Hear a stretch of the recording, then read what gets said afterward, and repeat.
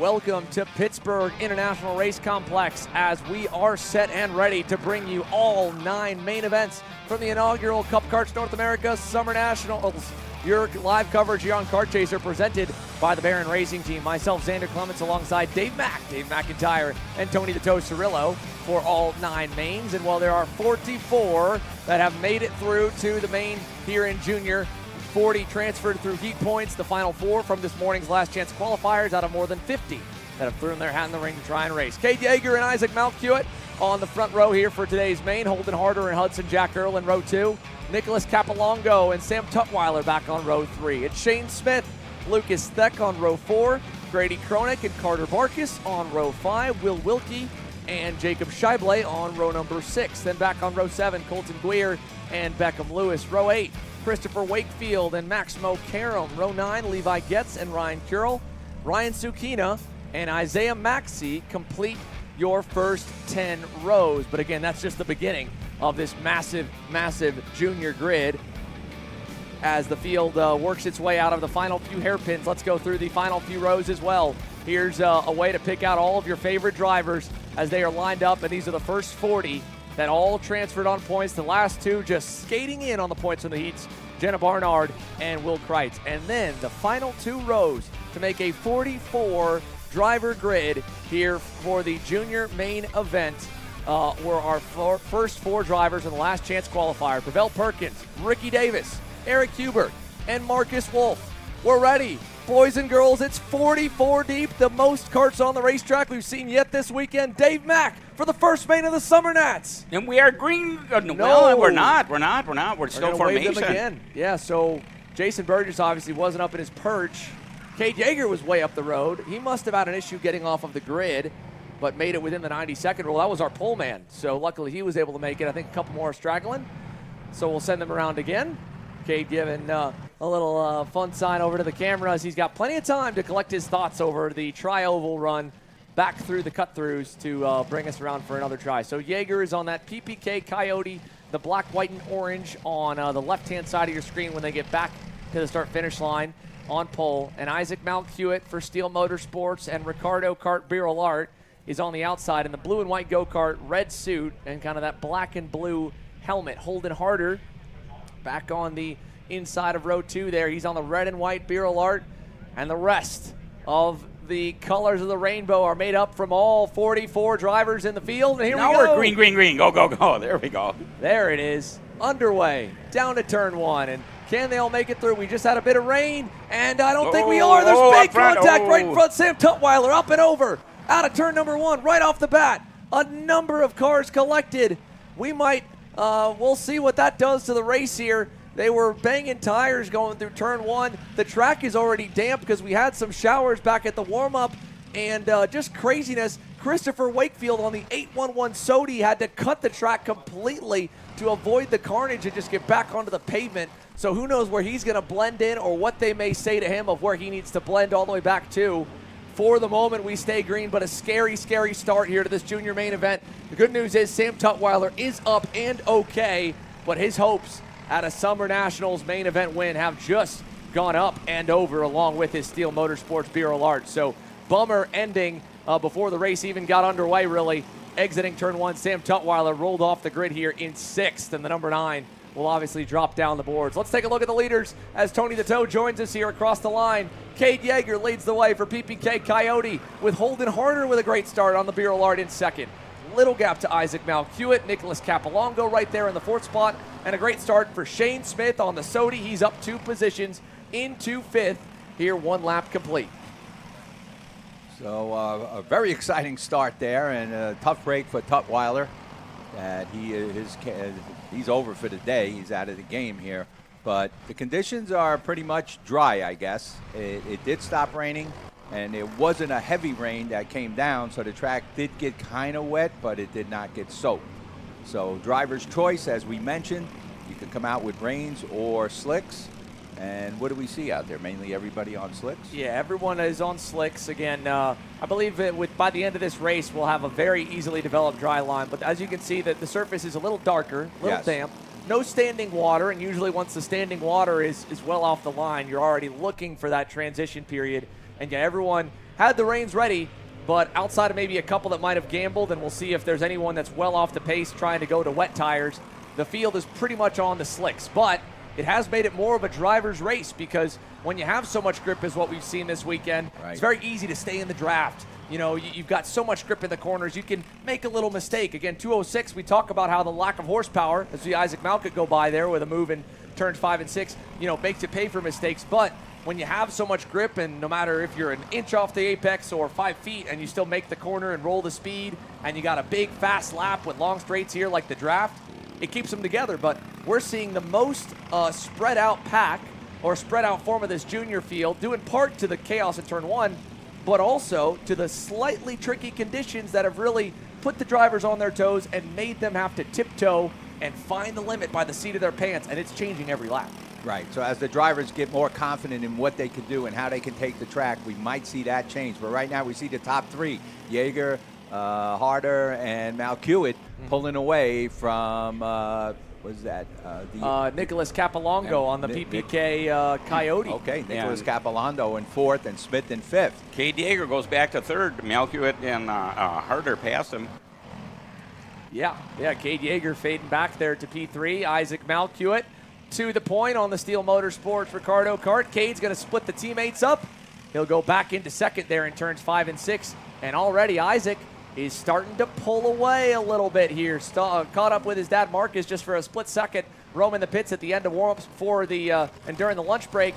He's like, I think our window, obviously there was a little wet weather that rolled through at the end of the warm-ups. He's like, I think we're going to be good. We're going to get our race in on slicks, and Ike's ready to get after it. And with all the seat time that the front of the field's put in, I mean, it's still pretty level. But for Isaac Malkiewicz putting that experience that he has gained over the last 2 years of running any class available to any junior driver and performing well onto the top of the boards and on display here. Although, big run for Cade Yeager, thanks to the help of Holden Harder through the bus stop, will close back up.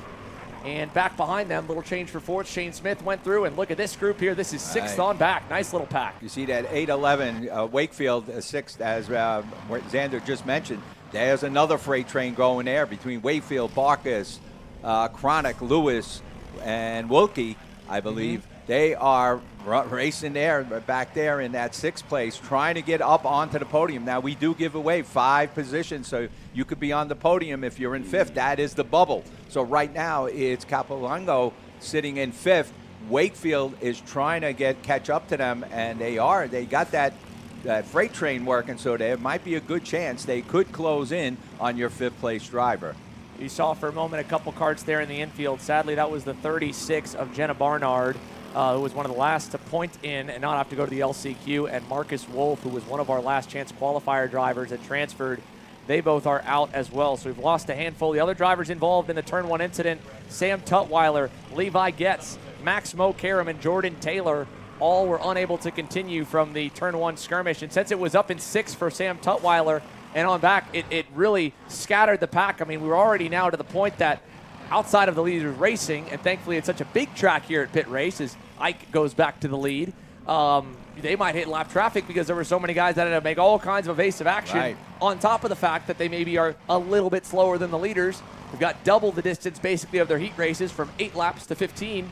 So there is a slight chance that the back of the field could get flagged off because, again, look how far apart they are. They're running 64-second times, so you'd imagine right when they get around 50 seconds, 55 back from the lead might be that zone where, hey, sorry, there's a race going on, you're not in it, and we need you to clear a path. The black flag will be waved on those. We do not do a blue flag during a national race. How about it for Grady Kronick, by the way, in the 42? He's picked up 2 spots, one of the locals, another one that has moved up a lot, J.J. O'Neill. Anthony Lewis is up 12 positions, massive gains for him. So you can see the gaps across the line. Top 3 still continuing to pull away or hold even back to Shane Smith. Smith was able to match the leaders with the help of Nicholas Capilongo, and they're all really just spacing out from the rest of the top 10 as now we go side by side for 6. Nice move. That is, I believe, Will Wilkie going by on Christopher Wakefield. So Will Wilkie moves up another spot. Wakefield picked up 9. He's now going to have a net gain so far of 8. Might be 7 as look at Carter Barkas getting there in the mix on the number 10. All right, we got a good racing going on for that 6th spot, but right now it's Wilkie, I believe, holding on to it. and that kind of broke the chain a little bit there. So not sure if they can team up again to try to catch your 5th place driver, Nick Capolongo, holding on to that 5th spot. We got Smith in 4th, of course, Yeager in 3rd, Harder in 2nd, and of course Malkiewicz, where he's used to be, out in front. Still very early in this main, so it's been somewhat tame, somewhat not. You can see one driver with a bent up and broken front nose cone. I don't know for certain, as one car just bailed to the pit lane. I think we might have had our first of the black flags for getting too close to the leaders. Potentially Jordan Klein and Jack Haydu, and the next one might be Ricky Davis and Mark Raymond. They're already now 55, 52 seconds back. The leaders will catch them soon. But what a gaggle we got here. Carter Barkis, Will Wilkie, the 42 right there of Grady Kronick, Christopher Wakefield on the black and orange Sodi. J.J. O'Neill is up 14 spots, and we got one up the hill. Way off for the 443 OTK. Lewis, yeah, I think it's Beckham Lewis, yeah, great call. 15th, he was 15th across the line. He'll go all the way to the rear. What a bummer. So here's this pack again down to turn 10. I mean, they have fought so much for 6th here, Tony. They have given up about 2 seconds already to Nicholas Capolongo and Shane Smith. And at one point, they were pretty close to 4th and 5th. But since then, they're now 5 seconds back from the leaders. Haven't really gotten a clean lap in. What feels like since the drop of the green, because every lap's been passing or being passed. There's a couple more bailing to the pit lane. More lap drivers. These two did not make it into the pit lane. This will be a little bit chaotic for the 3 leaders. I think they're going to catch them. They caught one in a good spot. The other one's going to be tight. And Malcutt is staying low. You didn't take the temptation to go around the outside. Right. He did the right thing. Make sure that Holden and Cade can't get around him as he's trying to navigate through the mess. And unfortunately, I don't think those 3 leaders are the only ones that are going to catch those 2. So that could get very, very harried. Maybe not so much for Shane Smith and Nicholas Capolongo. That's only 2 go-karts, but a whole pack of 6 battling in the top 10, catching 2. 2 of those guys, that could cause a problem with them. Malkiewicz did the right thing by staying down low and getting by them, and no problem. They will be black flagged off, though, at this point. Yeah, and they might have been and maybe just missed it. So the 6 might miss them. All right, so now these 2 have gotten through. Here comes that pack. And they're side by side trying to carve their way through. They're right through the middle. Very good. Oh, man. Hang on, boys and girls. I think either Grady Kronick or J.J. O'Neill, one of the blue carts, Kronick went a little wide. He's still trapped behind them. And the 821 is going to slip by, as well as a couple others. He'll go all the way back behind Jacob Scheible. So he'll go from 8th down to 14th, or 12th, sorry, for Grady. So big shakeup there. As they had to get to the lap traffic. One of them, I think, is still on the racetrack. I don't know for sure. I've seen a couple of them pull off, but one still might be on. He didn't catch it. Yeah, hard to say. No, you're right. I think both did make it in. Okay. I mixed up for a moment there. Is back up in this group here, 6th on back. That's Carter Barkis and company. Then this is just outside the top 10. Kronick involved, and then one driver up and onto his left rear bumper. Big save for the 222 machine of Ryan Curl, who was up 4 spots, but now he may have lost a couple right there. He dropped a few spots back now at this point. So a little crazy. Hold your breath stuff. Yeah. And we still have another full 5 laps when the leaders get back to the line. They're about 5 to 6 seconds up the road from this grouping here. Look, I mean, the whole bus stop's clear before you even get to 4th and 5th. Right. So a smart race for Isaac Malkiewicz, Holden Harder, and Cade Yeager. They've pulled away. We have lost Shane Smith and Nicholas Capolongo. They have been swallowed up by that group. Something happened to the 2 of them. So 4th and 5th just got swallowed up, and I don't think they caught them so much as they got caught off. Both of them lost over 2 seconds that lap alone, so something hurt Nicholas Capolongo and Shane Smith. I don't know if they got collected or what, but now it's Carter Barkis in 4th. And Wilkie in 5th, right. And check out Lucas Theck, a completely broken front nose cone on that black, white, and blue PPK Coyote, the 52 machine, just inside the top 10, right behind these 2 of Lucas Theck is trying to hang on. Check that out, man. That's right onto his brake pedal, basically. Yeah, it's really pushing, and hopefully it's not pushing on the brake. It doesn't seem to be because he's moving pretty good. He's not scrubbing off speed. And when something like that now he's breaks, losing his number his top shield. He looks like he's fighting with it. Yeah, well, again, that's going right over onto his leg. You can see how it's also kind of pushed towards his left hand. And his wheel looks somewhat straight, but if you normally have something like that break, it doesn't break by the wind. It's because someone was on top of your nose. Oh, yeah. And that normally, as you know, Tony, could be tie rod, could be steering column, could be frame. the karts are the softest on the front of the frame, and he's probably got a little bit. He is fighting that, though. Yeah. He is fighting. He's doing a good job, I'll tell you that, but he is fighting it. Watch his hands on the wheel. Yeah, he's really trying to hold that thing, but he's holding on so far. Yeah, I mean, again, he's been moving forward, actually, after getting involved in it. And I don't know, again, he started up in the 8th position, so he was right behind Sam Tutwiler, who flipped out of turn 1. And that might have been partly where that damage came from, as they all just came together. That makes sense. And lost a lot. Like, you look at Lucas's progression, he fell all the way down to 18th at the end of the opening lap. He's since picked up another 9 and clawed his way back into the top 10 with a realistic shot at 7th or 6th here. Sadly, these 3 have made it a race of their own for his sake, because they have done a fantastic job of just staying in line, working together, what all the coaches preach, what we've talked about. There's so many laps, so many passing opportunities here. You can wait till towards the end like now. Cade. 3 to go, and Cade Yeager with a 2-for-1 move, almost stuck it, and out of turn 5 it will officially be complete. Cade Yeager back to the lead. Wow, good. Like I said, the top 3, that race is not over yet. Yeah. And that is going to come down to the checkered flag, I believe. Malkiewicz and Yeager, and then, Holden Harder might just like lay back and wait and see what these 2 do. There goes Malkiewicz again. So Malkiewicz will go back into the lead. And Yeager playing it smart, letting them, not crowding them. Good pass. But those 3 are keeping pace, and that race will come down to the checkered flag. Right now, it's Malkiewicz, Harder, and Yeager. Yeager, it's just, you can't say that's how it's going to end up in the final lap. 2 laps to go. This time by for the top 3. They are right behind each other. Ooh. Oh, a little bit there. Had to watch it. And little bobble by Holden Harder. I believe he is the youngest of the 3. I think this is Holden's first full year in junior. I know it's Isaac's second full year. Cade, I know we saw him obviously last year. I believe maybe either year 2 for him. Holden's trying to get his elbows out, though, with Cade.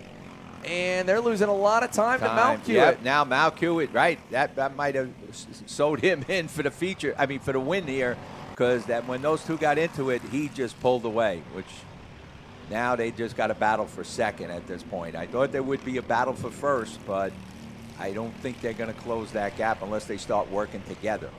Yeah, which, I mean, it is a big gap. I wouldn't say it's out of reach yet. It's going to need a perfect sector here, a really good run towards the front straightaway. Holden is going to need to basically try to break Cade Yeager's rear bumper off by shoving him all the way through. Look at that. Look at the gap they're going to make up on Malkiewicz. Again, they're doing it. We've talked about gearing, right? Even though they were all on slicks, a couple guys might have tried to add a tooth or 2 to anticipate lower speeds, and they are reeling in. I mean, look how much they picked up already. Well, the good thing is, the good thing for those 2 is they're working together and not dicing for that position again. That's what they needed to do. But now they're dicing for the position. That almost cost them the whole race right there. And I didn't understand why they didn't keep working together till they got up to Malkiewicz. But they kind of wanted to go for that move, and a tough break. But at least they stayed on the track.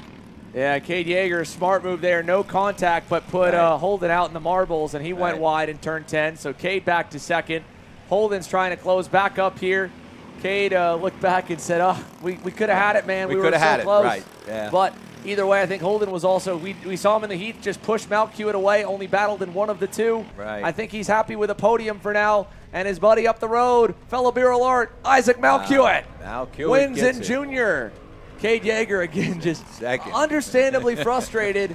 But, again, we've talked about it a little bit this weekend. Kind of a flip of the script is, look at the battling across the line. For that top 5 position. Yeah. And Wilkie gets 4th, and Wakefield makes it to the 5th, and he's on the podium. Yeah. And look at Thek. He came up there. He had a shot. Yeah, he was right there. Almost cracked the podium with a bent-up nose cone. Right. But kind of a little turn of the tides a bit. Again, at the Grands, it was all about the Coyotes, the PPKs working together. Right. Cade, one of those PPK Coyotes, was outnumbered 2-1 by the Bureau Arts. And you could see Holden, he was only working with them until he was going to try to get by him right as they got close to Isaac. I don't think he was going to work with him to get to Isaac, but he wasn't going to push him by. He was going to try to take second and then fight Isaac on his own. And he went at that a little too soon. Yeah, a little tire-to-tire contact kind of trapped the both of them, and they might be a little bit frustrated, but look, at the end of the day, podium is still a great result. Congratulations, Isaac Malkit. Drove a smart race, led the pack away, put some great laps together, and thanks to a little bit of help as second and third, battled it out in those last couple laps. He was able to just hit his marks and cruise it to the finish, bring it home. So we got a good mix of, look at the teams up top, I mean, or what they're driving. We see Precision just got they got the second place, but then look at Precision, 6th, 7th, 8th. I mean, they had a lot of team members out there.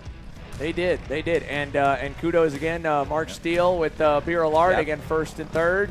Roderick Racing Development, Will Wilkie on the Comet Eagle, lone RRD. That's obviously a smaller operation, just I believe 5 entries this weekend, 5 drivers amongst the tent from right around there, and a small, tiny but mighty group on the RRD camp. We already saw Emily DeMasters, great, full of heart drive to go from last into 4th in her LCQ in senior light to transfer. And Will Wilkie is going to bring RRD their first piece of hardware and their first chance at it on the day. And you got Loki on racing, Saudi, and they are got a podium finish. So kind of spread out there. Mark Steele is the winner there with the 2 first and third. And Chris Wakefield and Will Wilkie also made up a number of spots. Wakefield up 10, Wilkie up 7. There's the rest of the top 10. J.J. O'Neill up 14. Anthony Lewis up 11 for J.J. O'Neill from 24th to 10th. Great job. And then let's go and check some of the other big movers further back here where the rest of your favorite drivers ended up. Hudson Jack Erlin, he was obviously involved in that incident on the opening lap. He came across the line in 33rd. He charges back from 33rd on the end of lap 1 to 18th. Great recovery. George Ma up 14 from outside the top 30. Prevail Perkins, the last chance qualifier winner, goes from 41st to 23rd. Great drive for Prevail. Adriano Iannuzzi, Beckham Lewis, the last ones running. There were more that would have been able to finish, but they fell too far behind the pack and were on the risk of going a lap down. So that's why you're seeing the gap start to spread out, beginning with Ryan Sukina in 26th. And on back, Hudson Williams, Jake Boris. And then as we go to the last page here, you'll see the heartbreak for the drivers that were not able to make it all the way to the checkers and all 15 laps here in this junior main. And again, the back 4 not scored, did not make it out of the opening lap, so that's why they are not shown on the results. Sam Tutwiler going up and over. Very good to see him get up very quickly and be okay. That is always scary. Not only flipping, but he flipped on the asphalt in the middle of the track with 30-plus go-karts coming at him. Right at him. Levi Getz, Max Mokaram, Jordan Taylor. All drivers cleared it okay, which is why we stayed green. Scary moment, unfortunately, but luckily all escape okay. And Isaac Malkuit is our first main event winner on the day. Keep in mind, the black flag was flying with the checkered, so it was unofficial. It was. Well, I mean, with all the battle, and we just stayed. There was so much battling, we didn't even have time to go even further back. I can only imagine what the 10th to 20th, 20th to 30th fights looked like, because we were just trying to keep up with the first couple packs, and it was just crazy there every lap. The only one that wasn't crazy until the last 3 laps was the top 3. Right. And that gave us time to kind of give a little more spotlight further back, because Malkuit, Cade Yeager, and Holden Harder, yes, you can make the argument the 2 of them, by fighting out for second, cost them a shot at the win a little bit, and the blame is probably on the other guy if you ask either one. But all 3 did a great job up until that point of pulling away. I mean, they had more than 9 seconds basically back to Will Wilkie. That's a big gap they built up over the field, all running great lap times. And with those 3 pulling away like that, gave them the opportunity to get into it a little bit with Yeager and Harder there, where, it could have went a little bit better if they would have stayed together and pushing each other up there, and then maybe seeing which one of the 3 would have won this one. But they gave it to Isaac Malkuit at that point. Isaac pulled away. But they still all finished in the top 3. Now, we are obviously, with that many go-karts on the racetrack and the handful that were not able to finish, some of them made it in the scales, some did not. So that's the little short delay. I'll call it short here before the next division rolls. It's the legends, as we coined it yesterday, the crazy old men. The crazy old men. Ready to get after it. No, in all seriousness here, Legends is true to the name. You've got some guys that have been racing karts. You do have some legends in longer than the combined age of the top 3 drivers in that junior main. That just got off the track, right? Yeah, so again, a lot of experience. And, again, they have a little bit of a lighter turnout this weekend, so hopefully their start looks a little bit better than the juniors. They've got better odds at it with a few less karts all packed together. But also, their heat races were pretty tame. I mean, they were smart, strategic, take what you can get. If the kart's going to finish, fast enough to run third, run third. Yeah. Don't throw it away for second. They're happy to go home with a trophy. Yeah. Just, even then in the heats, right? It's just about lining up for this. So, again, the wealth of experience, the years of being in all of these major events over time, they know exactly how to play the game nicely and when to really get after it and when not to. And, go time officially starts when the green drops. It'll probably start in the last couple laps with the length of these mains, but, they've all put themselves in good spots to fight. So let's take a look at how they'll line up here for this Legends main event. Incorrect order right there. That is correct order. Sorry. That's correct order. My order was wrong. That one is right on screen for all of you. So Todd Barron on the Mach 1 Barron Racing Team entry rolls off from the pole alongside Todd Bolton. It's an all-Todd front row. We said that. It's the Todds up front. Yes, and then further back, row 2, Eli Yanko. Turning around some of his woes from earlier in the weekend to start second in the second row and third alongside Tim Stiefel.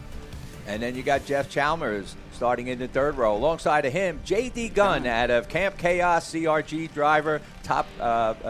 Like I said, Camp Chaos CRG doing a great job out there. Tim Connell, PKC, starting in the fourth row with Wayne Haslick, the Wickety Wayne sauce. Thomas Fritz in that fifth row. Alongside of him, Michael Golan.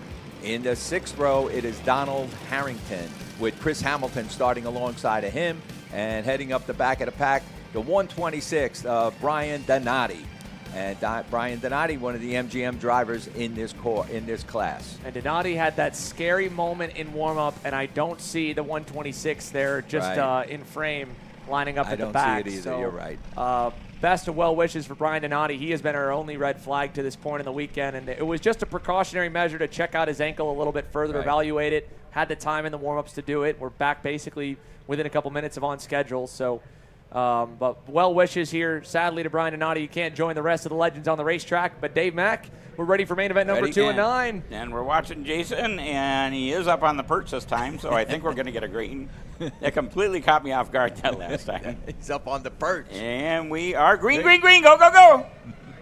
There it is. We're underway as the field rockets its way down to turn number 1. And what a jump from Eli Yanko. How about that from third to the lead for the VSR Racing Red Speed? Ellie he's very aggressive on these starts, but let's watch it. This is a 15-lap race. So Ellie getting very anxious in the beginning, but that could all change very quickly as we get on to the middle or end part of this race. But Ellie trying to get away, trying to break away so he doesn't have to deal with anything, and maybe he's able to do it. He is put a pretty good space between him and your second-place driver, which I believe is Doc Barron. Yeah, Doc was able to slot into second. Bolton there. Now Doc Barron's not going to let him get too far out there. No, I think we were robbed a little bit in the heat races for the Legends because Eli Yanko had one good, one bad, and then had to fight forward. And, of course, Todd Bolton had the tire come off in qualifying. Right. He was charging up the grid all day. So now we've finally got the best in terms of speed through the weekend. All together up front. Check out this three-car, single-file, tightly packed group at the end of lap number 1. So, and they're smart enough. They are going to stay together for a while. Yep. Yeah, no, for sure. Check this out. Let's see if there's any moves. Nope, nice in there. Actually, Elliott was kind of a little defensive there in turn 3. He's being defensive already, and it's early on in the race. But you know who you got to keep your eye on is Bolton. Yeah. Bolton's been, like we said, he's quick. He had some problems, but now he's back and he's right there. Doc Barron, strategy. He'll use his strategy. Does he want to try to get by Ellie at this point? He might not want to, but Bolton's not going to sit back, I think. I think Bolton's going to put the pressure on. And Doc Barron does, and he's going to take Bolton with him. Yep. So now Ellie drops to third. So new leader, Doc, leads the way. Todd Barron takes the Mach 1 to the point. That's allowed one more to join the train, and it is a fellow Mach 1 in the number 2 of Jeff Chalmers. So Jeff Chalmers on the Mach 1 as well. taking a seat here at the table in the front pack. Nicely done, Jeff Chalmers, as he makes 2 Mach 1 karts. Only a handful here, and 2 of them are of the 4 in the Legends lead group as they're side-by-side back behind for 6th. Tim Stiefel making a move to the there. inside. He gets by on Wayne Hadslick, and that gives us a moment to also go side-by-side ourselves. Let's go and hang out with our first main event winner from the SummerNats, Isaac Malkiewicz, down on pit lane while we keep an eye on the on-track action. Ike, talk to us a little bit about that race. I'm sure from your vantage point it was, pretty cutting forward, right? Whoever was fastest of the 3 just work together, get away, and we'll fight later. And, the fight happened behind you. Ike, can you hear us down there on pit lane? Oh, no, he can't hear us here. Sounds like, there we go. We'll check his headset. Make sure that he's all right. Let's see if we can swap it over. He was nodding along, so I couldn't tell if he was listening to us. Ike, can you hear us now down there on pit lane? I can see him adjusting the headset. Ike, I see we got you, so I'll ask it again here while we're still side-by-side. Just making sure you're good, buddy. So, yeah, talk about that race. I'm sure from your vantage point, maybe a little bit tame. Walk us through that main. Yeah, it's a pretty good race. Just had to stay out front. I'm pretty sure just staying out front's the best spot to be in because 1, 2nd, and 3rd start to battle, then it's your race, We talked to you already once this weekend here about your program, so I'm going to switch it up and talk about the track conditions. What was it like the first couple laps? Because a lot of people stopped going to warm-ups once the rain came. Was it a little bit slick? Was it fun to get out there in the opening few laps? Yeah, it was a little slick. We had to go a little bit more higher on tire pressure, but yeah, I'm pretty sure some of that rubber washed away, so yeah. Well, Ike, you did a great job here. Awesome performance. You're done early, so you can take your suit off for a bit before podiums at the end of the day, but you got to hang around until we're all done so you can get your big trophy here from Pittsburgh. Oh, yeah. So who would you like to thank for the performance this weekend? I'd like to thank my dad, Lawson, Mark Steele, and Holden Harder for pushing me. And yeah, that's it. All right, Ike. And Odenthal Racing Products. There you go, Ike. There you go. All right, congratulations, buddy. Great work. We'll let you hand it off. We'll go back into the on-track activities right now here as the day continues from Pittsburgh with Legends on track. We followed that lead group while we were side-by-side with Ike, and a little bit's changed, not all too much. J.D. Gunn now just getting by on the LSR Motorsports Camp Chaos CRG. Right. He now moves himself up to 4th, and that was partly because, Jeff Chalmers was there before we started chatting with Ike. He faded back and was not there the last couple of laps. As you can see, the gap opened up a little bit to the top 3, and J.D. said, look, if you ain't going, I got to go. Right, and he did. And then we see Tim Stiefel move up. Well, no, he's running in 6th at this point, and now he's going to have Chalmers is the guy he's going to have to try to catch to see if he can get on the podium. Remember, the top 5 go to the podium. So we're continuing to roll here on the Legends class as now Todd Barron and Todd Bolton have opened a little bit over Ellie Yanko, still in that podium fight. I don't know if J.D. Gunn could get any help from Chambers to catch up to the top 3 group because there is a pretty big gap. And like I said, I think keep an eye on Bolton. He's pretty strategic. I think he's going to hang there right behind Doc Barron and possibly make a move, like when the white flag, the end of the checkered flag lap, right before the checkered flag lap. But right now, he's probably pretty satisfied just to stay with him. Ellie Yanko is able to keep pace with them, but they are kind of separated at this point. Does not mean they cannot get into it at this, to make a pass. So right now, your leader, Todd Barron. We got the other Todd in 2nd, Bolton, Yanko in 3rd. J.D. Gunn has moved his way up to 4th, so he secured a podium finish there. Chalmers in 5th, and Tim Stiefel's right there. So Chalmers is on the bubble. Will Stiefel get him? Well, as yes, indeed, Chalmers on the bubble of the podium, but he does have 2 seconds away. And while up front things look tame enough, we mentioned at the beginning while we were going over the grid that we were sadly down 1 man. Well, he has luckily hung around the racetrack and is willing to chat with us. Let's go down to pit lane while we keep our eyes on the leaders here to Brian. Brian, first and foremost, glad to see that you're smiling, that you're still here, you're watching. I'm sure you wish that you'd be out there on the racetrack as well. But first, can you talk to us a little bit about what happened this morning and how you're doing? Yeah, it'd be great if I was out there right now. I'm just sitting here watching these guys and missing it with this group. I love being with this group. But just went down into turn 10 this morning, and there's a little patch there where it's starting to come up, and I knew it was there from yesterday afternoon. And my left side tire just went and gripped, and next thing I know, it was kind of over in the air. We struggled with it earlier in the weekend. Friday all day, just really lifting the cart up there, the right rear, and just for some reason, it just really took over. So, yeah, good thing of good safety equipment, and I can't say enough of these CKNA officials and the medics out here. Messed up my ankle, but really tweaked my back a little bit. So. Well, Brian, obviously this is not the way you'd like to be heading out from Pittsburgh, but can you tell us now, are we going to get to hopefully see you again at the Grands down in October? Do you have plans to be able to join us for another big one? Absolutely. The next race for us here on this, and honestly, this is really only my third sprint race. I've normally done SCCA, I do announcing and everything else. I will be in New Jersey, and I'm definitely going to Grands. This is not going to derail my season by any means. It looks like just the steering wheel and the steering column is messed up. Other than that, everything else is pretty good. Well, great to hear you in good spirits, and again, it's only up from here, right, to be able to have another big weekend on only weekend 3. You definitely got a jump in the deep end experience, but before we let you go, again, we talk with everyone. It's such a mission to be able to get to the racetrack, both with people that are here and people that are not. Who would you like to thank with this moment? Yeah, I tell you what, from one announcer to another, so I announced SCC, but I really want to thank, obviously, SiriusXM. They've done a lot for me, and working there makes a big difference. But our team name is Fat Man Racing, so we're doing everything we can. I'm losing a little bit of weight, but yeah, no, I can't thank my wife. My wife just lets me come out here and do this, but great racing out here, and I can't wait to get out and do it again, especially in New Jersey at the end of July. All right, Fat Man Racing. Hope to see you in New Jersey. We'll be there. Thank you for the time, Brian. All right, appreciate it, guys. All right, again, great to hear from Brian Donati again. Great to see him up and about, and yeah, he's not going to be deterred. He'll be right back here with plenty more racing this year.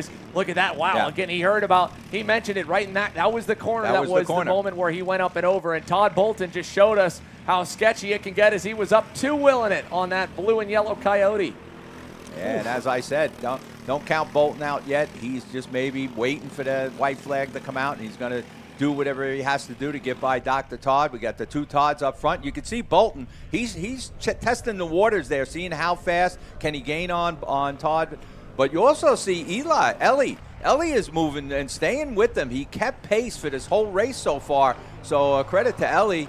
J.D. Gunn running in 4th. Chalmers still in 5th. Tim Stiefel in 6th.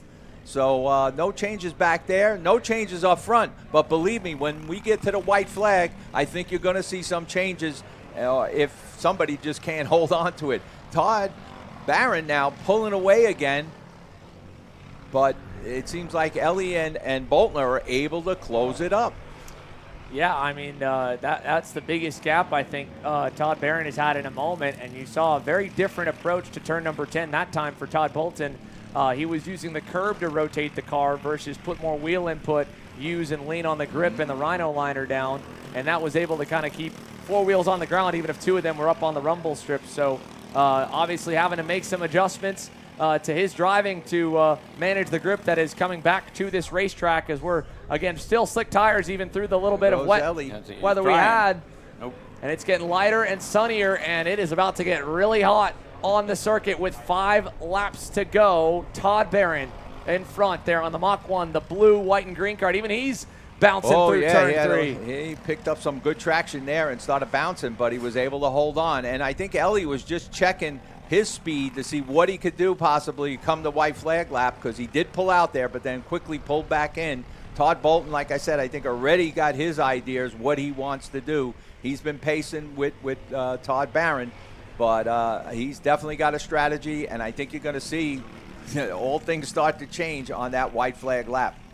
Yeah, things will definitely get interesting here. These Legends drivers, they know exactly how long the race is. We're going into the day, have a bit of a game plan of if they can get to a certain position on the start, and depending how the drivers around them look. You saw Elienko take a quick frantic look behind him because this is the farthest back he's faded from Todd Bolton, and now he is on the cusp of potentially losing touch with the top two. If the Todds have another good lap and Ellie has another bobble, he's already far enough back. He's kind of at the edge of the draft right there. He's got to be really careful and on his marks here in the next couple corners. Yeah, and there goes Todd Bolton, which could be disturbing that draft a little bit by him pulling around.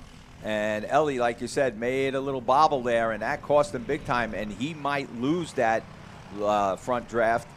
I don't know if he can close it up. Ellie seems to have pretty good bottom-end horsepower. Watch him when they come down on the grid. He seems to be able to start pulling in, but now I think he's just dropping too far back. Yeah, just a bit too far ways away. And sadly, that we've seen that already once with Ellie, right? In one of, I can't remember, it might be the first or the second heat. He was right there for the first half, and then when we got to the final few laps, the pace just kind of went away. You know, last time by, he was nearly a full second slower than his best lap. We know that there's, you know, again, inclement weather continuing to loom all around the area. I don't believe we've gotten any more here during this race, but the times definitely have slowed down a couple tenths from the first few laps for your top two and across the board. I mean, the best lap for Barron and Bolton was a 104.2 back on lap 5. The last couple laps have been 104.5s and 6s, so 4 tenths slower for them. But last time by was a full 1.1 seconds off his personal best of Elienko. He owns the best time of the session. Right. But that was 6 laps ago, and he is now sadly outside the draft window, 1.3 seconds back. And it might be the Todd and Todd show here to finish this one out. That's what it looks like. You'd see Bolton getting very anxious back there. He poked his nose out a couple of times, and he keeps looking over his shoulder wondering where Ellie is, if he can help him. No, he's too far back. Yeah. Yeah, so at this point, he doesn't have to worry about Ellie kind of getting in there and taking his position away, but he might need Ellie to just give him that extra push to get in front of Todd Barron. But he's going to have to do it on his own, and I think he was checking the waters. He did.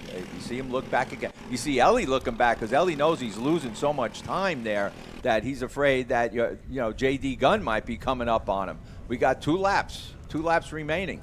Yeah, the good news is J.D. Gunn has also slowed down quite a bit. Ellie was faster than him the previous lap. I think is still a little bit faster, and the rest of the field's kind of also done the same. You know, at this point, the tires are hot. Yeah. Longest session of the weekend. I mean, if you're going to end up with too much grip and too high a tire pressure, this is the point in the session where you're really going to get bitten by it. And that's why across the board, I mean, look at the times from the guys. Tim Stiefel, he was at a 105.5 that time. His best a 104.9 back on lap 4. Right. Wayne Hadslick's best lap back on lap 2, a 105.1. He was 1.3 seconds slower that time in 7th at a 106.4. So everyone's slowing down a lot. The only 2 guys that haven't slowed down are the 2 leaders, although a little mistake there in the back for Todd Bolton has now given the doc a bit of space. And that's what the doc needs. He needs to keep that space so Bolton can't get around him, but Bolton looks like he's trying to close it up again. I know Bolton had the speed earlier on. He was checking it out, pulling up on Doc Barron, but then backing off. And there goes Bolton now looking again on the inside. So now he's feeling it out. Can he do it on this lap? This is the last lap. This is where it's going to take place. Todd Barron, you got to give him credit. He had that kart set up pretty good. It did not seem to – everybody slowed down, but he didn't slow down that much. Oh. There goes Bolton. Bolton's going to make the move, maybe too early on. Let's see if Todd Barron could come back. Todd Barron's going to have to think about where can he set him up. Can he get him? Good move by Bolton there. And I said Bolton was testing the waters all throughout the race. And he made his move on the white flag lap coming up to the checkered. And there goes Todd. The other Todd now. Yeah, Barron through. Bolton had to drop a tire out of the corner in the dirt. That hurt his Todd. And both the Todds were door to door fighting for the last couple inches. It hurt Bolton. Todd Bolton here was so close to turning the tides from just about 30 hours ago when he had the tire come off in qualifying. But through the bus stop, it's going to be just what the doctor ordered. Yep. Todd Barron is going to score the win in Legends. So Todd Barron gives that Mach 1 another win. Bolton finishes up in second. Ellie kept looking behind him. He had nothing to worry about. He got third. J.D. Gunn, a great job by J.D. Gunn. You know, we're glad to see J.D. up there getting on a podium, getting his picture taken today and getting an award. Chambers, excellent job, gets 5th place. And tough break for Tim Stiefel. He was in 6th, just couldn't make it up to that podium.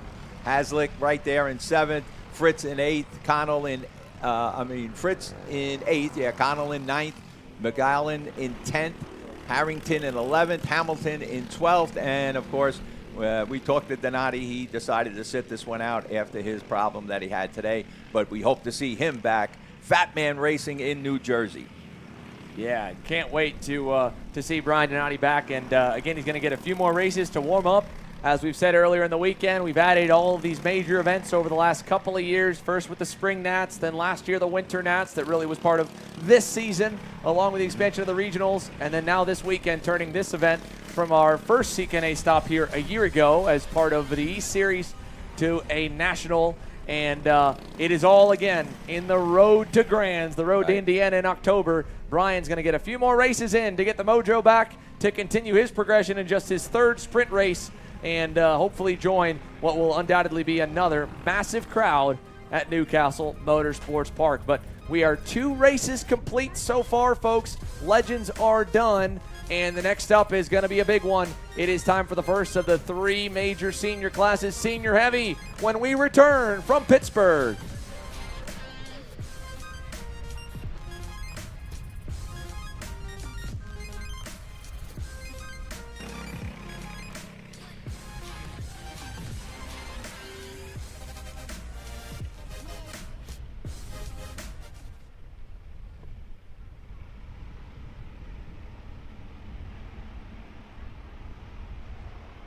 At Precision Performance Karting and Brandon Jartha Racing, developing winners is what we do.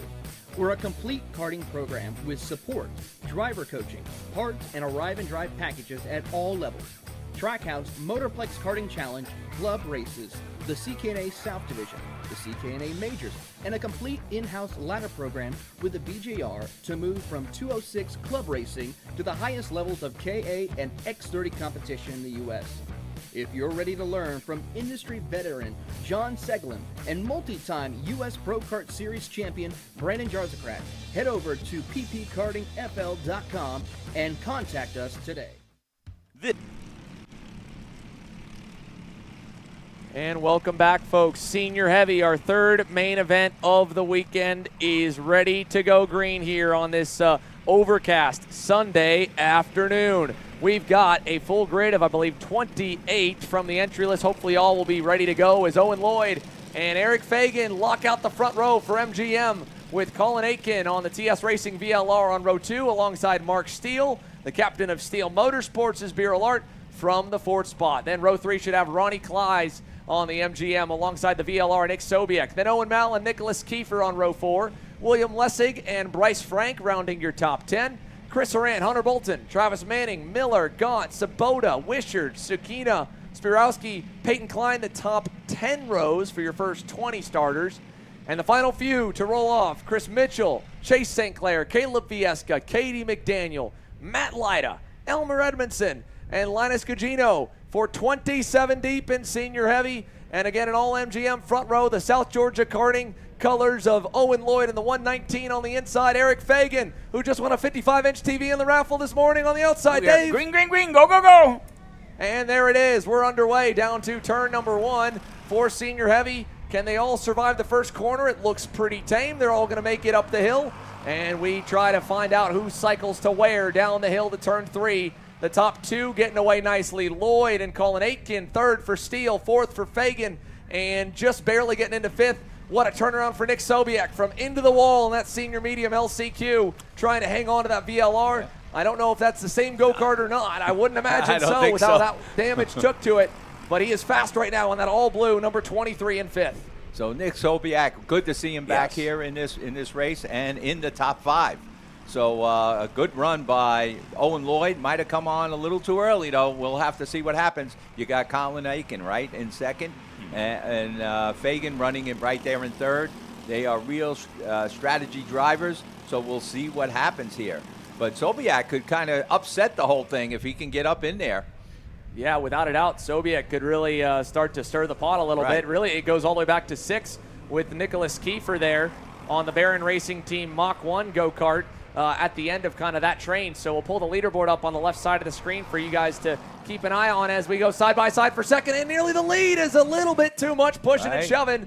Eric Fagan trying to help his fellow MGM out. Big contact, Kiefer up and over the top of Eric Fagan. and they're off and into the that- grass. 2 drivers out of the 6 up front. Eric's looking over behind me like, whoa. What happened? Where did you come from? What's going on, dude? And just like that, both of their races, both their hopes here at a main event win up in smoke. And meanwhile, new leader, our pole man, is back to it. Owen Lloyd. Colin Aitken trying to fend off Mark Steele to hold on to second. Mark's going to hang tough on the outside. Colin realizing that he's going to lose that fight. He points him through and says, okay, all right, let's get back in line and make sure we keep Owen in our sights, because Owen's already now got. We don't want Owen to get away here. Gap. And that's what very smart move on Colin Aiken to do that. Owen Lloyd's checking out, or trying to check out here. Yeah, I don't think he could do it. Well, a bit crazy and a bit of a bummer there for 2 drivers that had a serious shot at this main event win. Eric Fagan on the MGM and Nicholas Kiefer on the Mach 1 go-kart. As we work lap number 3 now, we do have one Mach 1 go-kart that had a great day, and that was the Doc. Todd Barron is our winner here in Legends, and Todd is standing by down on pit lane. Buddy, good to see you, and walk me through that last lap battle between you and Todd Bolton. Well, honestly, he really did surprise me, because he couldn't get to my bumper much on the straightaway, and I didn't feel him in the infield, so I didn't really think he had enough speed to get me. But he made a really nice move on me in that left-hander right before the little wiggles, and I thought it might be over at that point, but I just had enough at the very end of the straightaway, and I just went in as deep as I possibly could and braked late, and the cart stuck, and I was able to pull it off. But yeah, it was quite the battle. Yeah, no doubt. Quite a battle between the two of you all weekend. Obviously, you have another race coming up here with the Masters. You have a little time to recover for it. But what'd you learn from the track here over those 15 laps? Well, yeah, I think the track is pretty much back to where it was yesterday. It felt to me like exactly the track we left yesterday. So I think that I learned basically we can really keep the setup we had, other than maybe some tweaks from yesterday, but not based on the track per se. Noted there, Todd. Obviously, hopefully we're talking to you again as the Masters main event winner, but until then, it's a long shot, but hopefully, until then, I'd like to give you a chance, of course, to thank you for give thanks to everyone who helps make it all happen for you. Absolutely, thank you. Thanks to Jeff Hudlett, Zach Brooks, Dwayne Craver, my brother, my trainer, Vinny, that I never thank enough, and my family, of course. Thank you. Thank you, Todd. Let's go back to the on-track action here. Side by side for the lead. They at least waited until Todd Barron was done giving us intel about the track and his race. And we've got Mark Steele, one of the veterans here in Senior Heavy, to the point that Todd's going to have to go head-to-head with in that Masters main later on this afternoon. But here against the 15 and older, the Young Bucks up front here between Owen Lloyd and Colin Aitken, Mark Steele now commands the way, and they did somewhat pull away from the rest of the pack as well. They're about 2 seconds up the road from Ronnie Kleiss. They're in 4th. Bryce Frank has picked up 4 spots. He's now into the top 5. In fact, he's made it now 3 MGMs in the top 5 between Lloyd, Ronnie Kleiss, who he's working with, and then himself. And, of course, woulda, coulda, shoulda if Eric Fagan was still in the mix for the blue and green team of go-karts. But Mark Steele is the only Bureau Art anywhere in sight right now. The good news, he's top of the heap. Yep, he's out there in front. Owen Lloyd, again, is just, I think, going to keep pace. And like I said, you can never count out the number 11 of Aiken. Aiken is right there in 3rd, and he's just going to eye things up. You see Aiken seeing what he could do, how fast he can be, and where he might have to make his move. On the bubble now is Bryce Frank, I believe. Frank on the bubble, and he's got Miller. And Sobiak has dropped back to 7, so tough break for Sobiak. I thought he would make it into the top 5. He's still got a shot, but right now he has dropped back to 7, and Miller is approaching that podium right now, and Frank is trying to hold on. He's on the bubble. Well, interesting to hear Todd Barron talk about the track kind of getting back to the grip levels and conditions from yesterday already here after just 2 sessions of drying it back out and a bit of sun. We obviously watched Nick Sobiak earlier before the rain came with still grip, but cooler temperatures, and he was definitely too much grip in that go-kart. While I'm sure it's a backup frame or massively fixed VLR, he might be experiencing the same issues because the pace for Nick Sobiak is not there with where he's been through the weekend right now. His best lap of 104.6. The leaders are anywhere from 7 to 8 tenths a lap faster on the average, if not a full second like that lap at a 103.6. Sobiek improves to a 104.5, but sadly he's starting to fade a little as we approach the halfway mark. You can see a couple big movers. How about Ryan Miller in the 077? He's just behind these two. Ronnie Klei's on the Coyote, my mistake. I need to fix that. Apologies to Ronnie Klei's and company. Thought I got a couple of them. Glad we were able to put the camera on. Let me correct that. So not 3 MGMs in the top 5, a Coyote in the mix right there in Ronnie Klei's. I knew that, actually. I got to give a shout out to Keith Champagne, our race director. He helped me through a couple that I wasn't quite sure on and I had wrong. Keith had it right. He told me what to do, and I didn't make that swap. So I'm going to fix that, Tony. Okay. Yeah, Ronnie Klei's definitely on a Coyote and up into that 4th spot. And like we said, Bryce Frank on the bubble in 5th. But the battle goes on up front. And further back, look at this here. Yeah, further back, we got a good race going on there. Is that Hunter Bolton? Indeed, Hunter Bolton on the blue and white Coyote, the 221 making a move on Ben Gaunt. Gets by him. Chris Horan kind of in the mix right around the two of them. That's fighting for 9th on the racetrack and trying to track down the next up the road, which now has become Nick Sobiek, as he has faded a little bit down to the 8th position now, back from William Lessig. So continuing to watch the bit of battling further back while the leaders are just cruising out front. Mark Steele, Owen Lloyd, Colin Aitken putting on a good show here at the pointy end of the grid, while further back, good packs like this here. And even though we've had a little bit of attrition like with Fagan and Kiefer, only 2 others have gone out early. Caleb Vieska, unfortunately, out. Only made it 2 laps, and Cody Sabota made it 4 before he was unable to continue. So Sabota out, and something happened as well to Owen Mal early. He dropped back a number of spots, but good packs all around the racetrack here. Here we'll pick up another one. This is going to include Ryan Spirowski there in the middle in the 16 CRG. Peyton Klein at the helm of it. Peyton's up 8 spots to 15th. Spirowski 16th. Matt Lyda there. He had a flip yesterday on the MGM 19 entry and is able to fix that go-kart up, and he's 17th. And a good pass just up the road from that grouping. This is a couple of OTKs ahead of Hunter Bolton. That was Chris Horan going by Ben Gaunt. And Horan, next one to pull away a little, and Gaunt under fire from Bolton.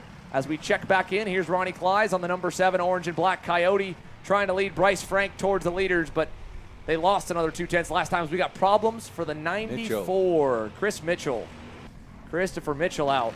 So another DNF. Not a ton, but sadly a few that will not get to score all 15 laps here at Pittsburgh. As let's check in with this group here. This is the 077 Sodi entry. One of Miller and Sobiak and Gaunt, I believe, those 3. Yeah, indeed.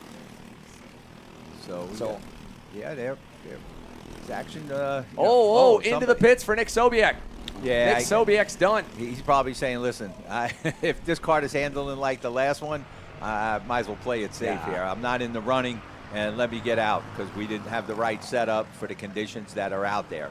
So good move by Nick Sobiek, a tough move that he had to pull off, but at least he made the feature. Yeah, he may possibly be a little bit sore too. You don't know what's going on. Oh yeah, that's definite. I think he is sore, and that kart was probably beating him up if the traction was that heavy. Sure. Because you really get beat up when you're gripping like that and bouncing. Yeah. So sadly, Nick Sobiek, a Sunday to forget here as he moves on and heads to the rest of his racing calendar before we expect him to be back at the pointy end of the grid, where he has earned his rightful spot through his qualifying runs in the heat races this weekend.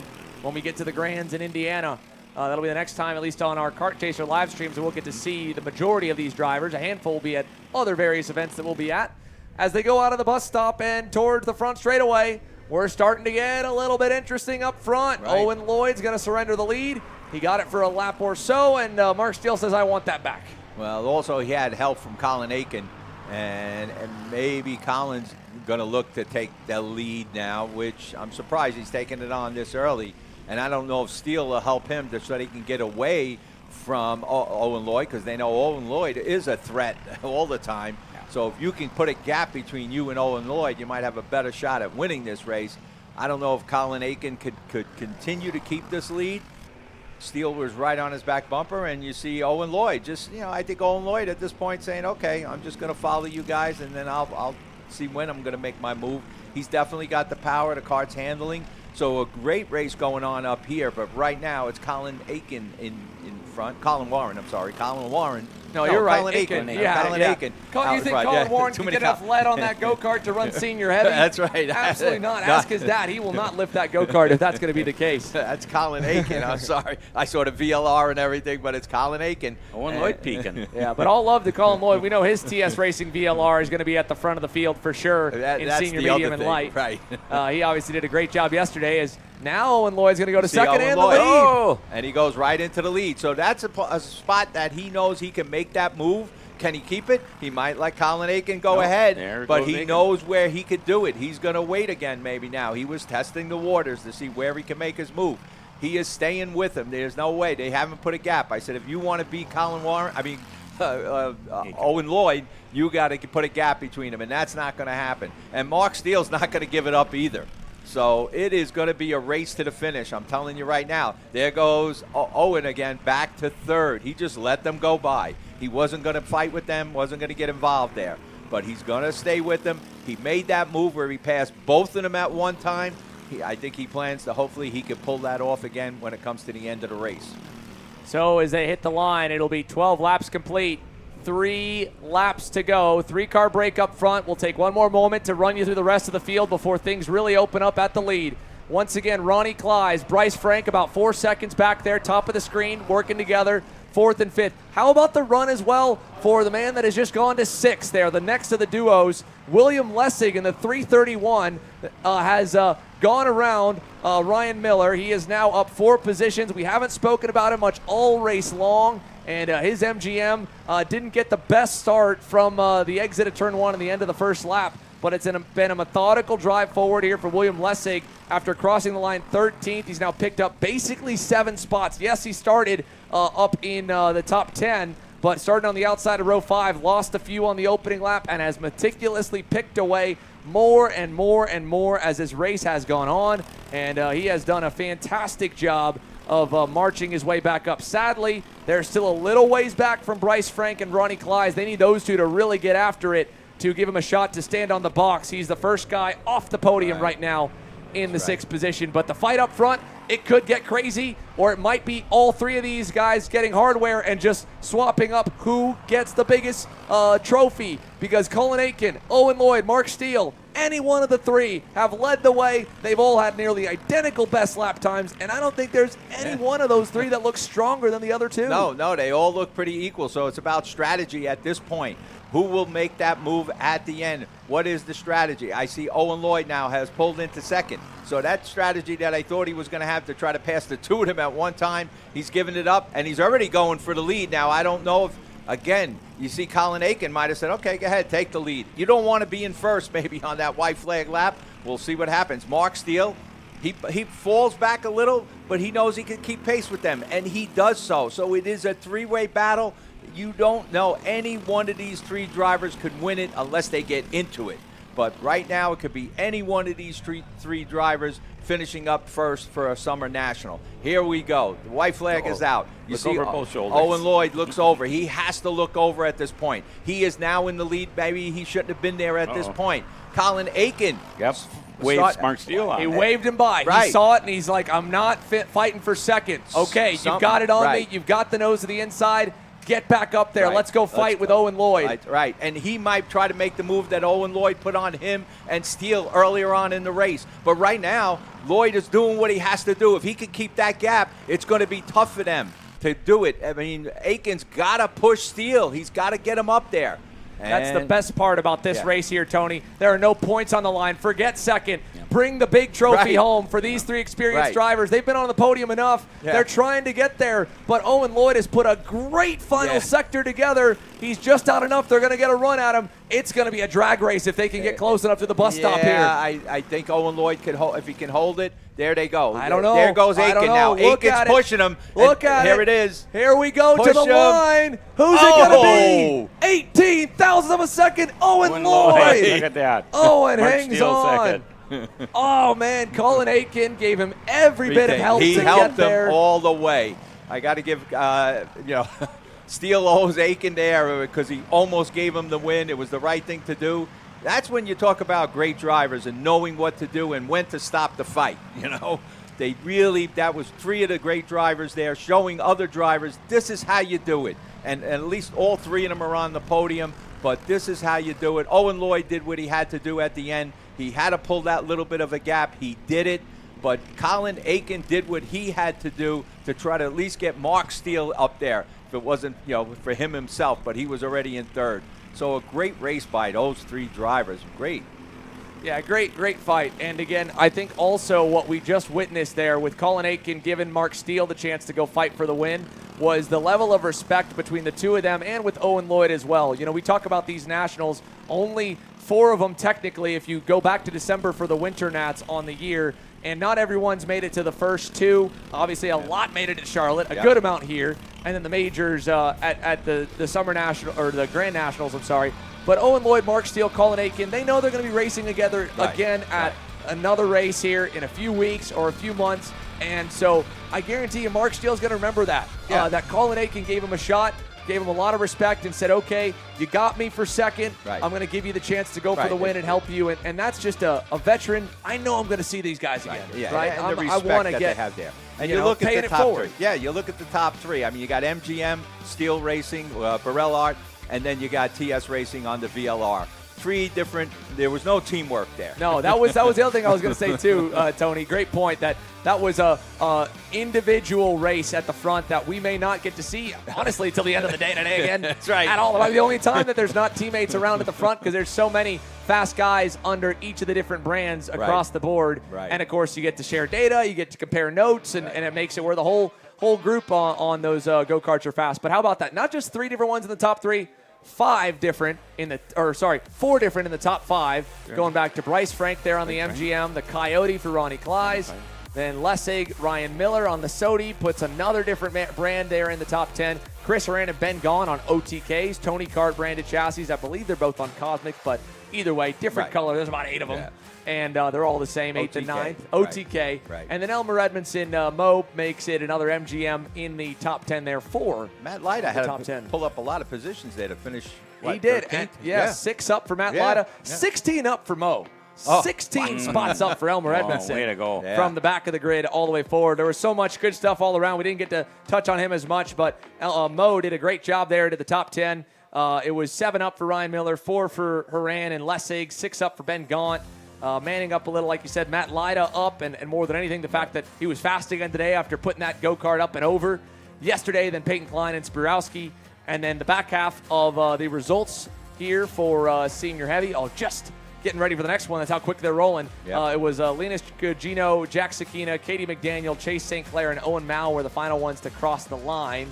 Then Nick Sobiek, Chris Mitchell, Sabota, Vieska, Fagan, and Kiefer. 2 ones we saw at the start running good. All unable to make it back around to the checkered flag. So from one of the heavyweight adult divisions, we go to the cadets as the sun begins to poke its way through the clouds here. And the engines, it looks like, are getting ready to fire up for our second youngest superstar division, ages 8 to 10 years old. Again, believe that, folks. We've got another group, even younger superstar drivers that'll run later today. With the what would be, I don't know if it can happen, but definitely we want to talk to Owen Lloyd and see what happened there. Like that interview, but also we could talk to Aiken. To talk to both of them, just to hear his thought process, right, of that whole race. His thought process, because he did a great job there, and I think, well respected there. That was a well respected race. Yeah, that'd be great if we could, again, get a word with the top 3 drivers from that last event here. We know that the cadet class is getting ready to roll. We'll obviously have the side-by-side action, but they've all been playing pretty nice. And in the development of the cadets, there is a little bit of a wider spread of lap times, so we may not have as much chaos as some of the adults classes that are on the grid here this weekend. So hopefully that's the right answer, and what we can expect is Ruben Greer and Hayden Lawson will make up the front row, the Magic and the Parolin entries. Ryder Thompson and Jamin Trulli, row 2. William Richard, Anthony Ciafani, row 3. And then Logan McCloskey and Harrison Bell on row 4. Parker Stewart in PPK Racing. Alongside of him, the number 13, Brent Mendoza. In the 6th spot, the number 33 of Cole, the 6th row, Cole Decker, alongside of him, and Miles Brownfield there Miles on the Brownfield outside. John and- Dwyer, right. who won one of the raffle prizes earlier this morning. Hopefully he was able to go pick that up before his main, get a little pick-me-up as well. Already a winner before he even got to race the main. And Jack Ensel, Joshua Pulchlopik, Drew Schneider, Jamison Jorda, and Reagan Ford Barros are your 18 starters here in Cadet. Hopefully, I believe we've got them all around the backside of the racetrack and getting ready to go racing. So once again, we'll put it up on the boards. 15 laps for the 8 to 10-year-old cadet drivers here for the CKNA Summer Nationals. It's been all about Ruben Greer and Hayden Lawson to this point in the weekend. They have been, top class through their heat races, have put really good laps together, really good races together. They've raced each other clean, and they're rewarded with a front row starting spot. Greer on the inside in the black, blue, and orange. Lawson on the outside in the red and white. Jason comes down, waves it off. Yellow, yellow, sir. yellow. So that will not get us going. We'll send them around the the tri-oval. here, Dave Mack. One more formation lap. Yeah, one more run over through the tri-oval here for the cadets to get ready to go, and we'll give them a chance to catch their breath again and hopefully present themselves in a way that Jason Burgess likes, right, Dave? Yep, absolutely. And once again, they're very young kids. They're a little bit antsy, so it's kind of hard to rein them in a little bit. Jason's pretty particular about his starts, very particular. He records every single start and reviews it. Yeah, I haven't been a head flagman all too many times, but enough that it reminds me of my days of playing baseball as a kid, as a pitcher, because you throw a start and you think it's good and someone just took your yard, or it was a ground out. So hopefully it's a ground out in Burgess's case. He keeps it clean down in turn one. Oh, and we got one slowing at the back. One very slow CRG. I don't know if there was something wrong, as we got one around in turn one as well. So a little chaos here as things get started. What a start for Parker Stewart from the 5th row. I think he's up to 7th, maybe 6th off the green there. He's in the blue and white colors back there, but the Ricardo Kart, the number 2 of Logan McCloskey, has slotted in between the top 2 kids so far this weekend. Hayden Lawson there in 3rd on the red and white Paralyn, and Ruben Greer on the black, blue, and orange Magic Kart. Working their way down the hill through turn number 10. So as they begin to get going, let's go down here and we will talk to a number of our top finishers from that senior heavy main event that just wrapped up, while we keep our eyes on the on-track activity here in Cadet with Ruben Greer leading the way. Owen Lloyd, we'll start with you on that main event here. The three of you guys have worked together good. You've got a busy weekend. I know you were kind of keeping your cards a little bit close to the chest yesterday. What can you tell us about how that race unfolded for you? Well, Owen's going ready to get ready for light, so I'm the one talking. So. My mistake. Sorry, it was in a small window. I'm gonna say that as my reasoning. My apologies, there, buddy. Yeah, you're good. So the race was pretty good. I started P3. First lap, it was good. I got slotted in, and then from there, Mark passed Owen, and then they kind of pushed away from me a little bit. And then my tire started to come in, and that's when I really got going. So I caught back up to them, got to the lead, and then from there, Owen passed me with 2 laps to go. Slotted in 2nd, then Mark passed me, so I tried to get Mark up there, but, it was a good race. I mean, really fun. It just didn't work out for me. Yeah, and, Colin, we wanted to talk to you as well. Obviously, we saw you go for it in turn 1, coming down the front straightaway for the lead, and then Mark got that nose to the inside going up the hill to turn 3, and you pointed him on by and said to keep going forward. Talk about, again, that last lap for you, especially saying, you know what, I want to fight for the win. Yeah, I mean, I knew that if I tried to pass Mark in turn 2, it wouldn't have worked out for both of us, and Owen would have just pulled away. So I tried to stay with Mark, and we tried to get there, and it was close, but it just ended up working for Owen, and we were there, but it was a good race. Well, Colin, sorry for mixing you up to start this interview. That's my mistake, and normally I like to pride myself on being a little better about that, but and hopefully we're talking to you with another chance for me to redo it as a winner later today. If we don't get to chat with you to the end of the day, who would you like to take a chance to thank for making it all happen for you here this weekend? Oh, I'd especially like to thank my mom and dad, my mechanic and coach, Kenner Brown, TS Racing, RLV VLR, and my motor power from Caps Racing Engines. Well, thank you very much, Colin, and we'll have you pass the mic over to Mark, who obviously was the other half of that top 3 run. So thank you for the time. We appreciate it. Thank you. All right, over to you, Mark. Again, similar story a little bit. First and foremost here, you can go ahead and describe to us that race from your point of view. I knew it was going to be a good race. We had good pace. With Owen was so fast, we had to work together to stay with him.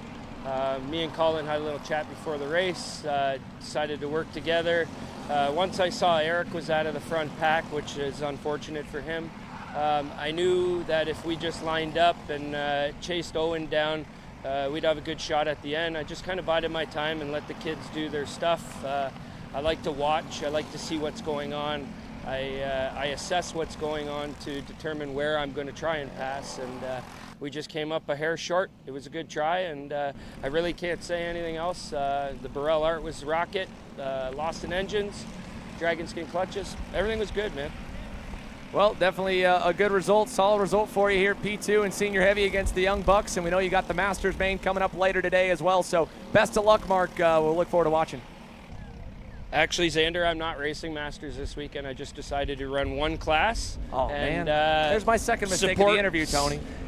Support my team and try and get all the Steel Motorsports guys up front.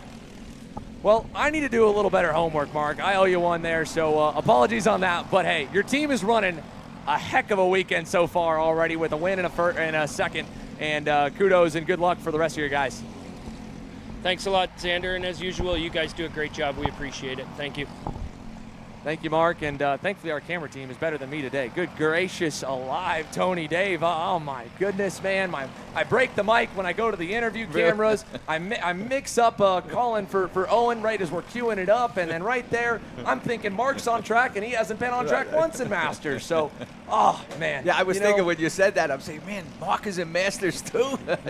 Nope, screwed it up again. How about let's do this one right at least, where it's easier and we can see them on the racetrack, and we know they're there. Yeah. So while we were talking with Mark and with Colin Aitken, Hayden Lawson has worked his way past Logan McCloskey, so he's gotten back to second. The gap has opened a little bit up between all three of them. Ruben Greer has been very consistent, putting some good laps together. He pulled another 10th away, and then back behind this group, 4th, 5th, and 6th. Trilly, Ciafani, and Parker Stewart having a great little fight right here going over to turn number 3. Right, that's a fight for the podium there between the 95 of Trilly, Ciafani, and Stewart. That is a fight for the podium, and they're going to race their hearts out to see who's going to be sitting on that podium come the end of this day and getting their first Summer National, CKNA Summer National Championship. But that's where the race is right now. As you said, the top 3 are kind of spread out. That could change definitely as we go along. This is a long race, but the race right now is Trilly in 4th, Ciafani in 5th, and Stewart in 6th. And they're having a good race there. And the Magic Kart out front, he's put that thing up front. He's looking good. The 020 of Greer doing a great job. All 3 separated, no threats up front, no challenges up front.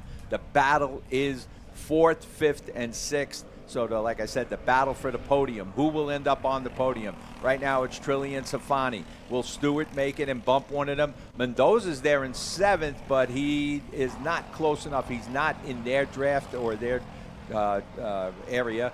So it is between these 3, Trilly, Ciafani, and Stewart.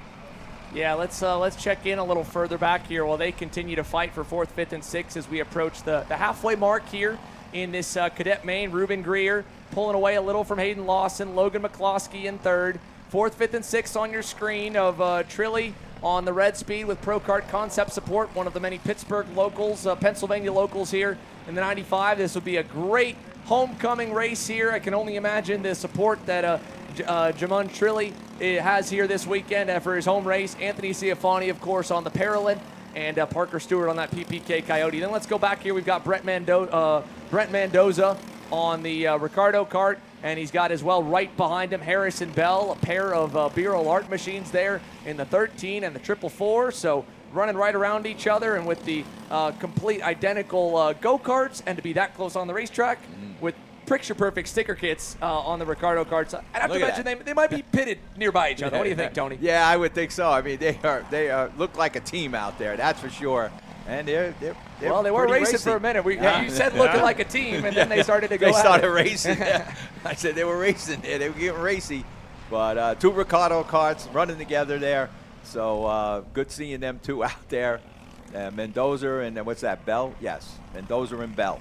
Yes, and yeah, what a great, smooth race. They've built up a nice gap on their own, Harrison Bell and Brent Mendoza, for sure, over the last couple of laps especially. They've been putting some really good, consistent times together within 1/10 to 2/10 of their personal best, and that's been keeping the next guy kind of at bay, and that is Miles Brownfield on the comp card, I believe, back in 9th on the number 26. He's about another 5 seconds back from this pairing.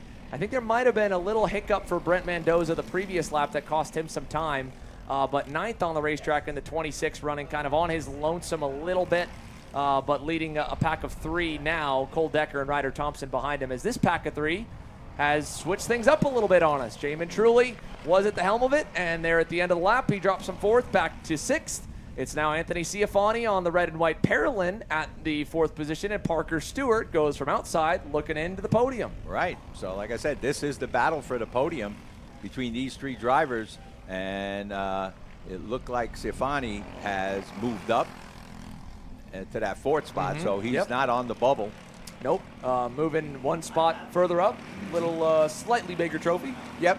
You know. And, well, also that you got that podium pretty much secured. Yes. So you're trying to do that, and this is a big race. So top 5 will go home with podium finishes, and good battle going on here. The top 3 are still kind of just all separated. No, like I said, no threats, no challenge for positions up there. Greer leading it, Lawson in 2nd, McCluskey in 3rd. Well, and, Dave, little look there from Trilly, but Dave Mack is, from the podiums, they're at the end of the day. We have to wait for tech to clear even all the way for the last couple classes. So you finish in the top 5 in a class that runs early in the day, like the 4th group here in Cadet, and you're like, oh, man, I got to wait around. I got to get home a little bit later. But nothing sweeter than making that late-night drive or that late-night flight or rushing through the airport when you got an extra piece of hardware with you, right, Dave? And it's some nice hardware. It's really pretty. If you haven't seen it yet, they're sitting up on the table here, and they look nice. Oh, yeah. Great job, CKNA, this time with the trophies being given out.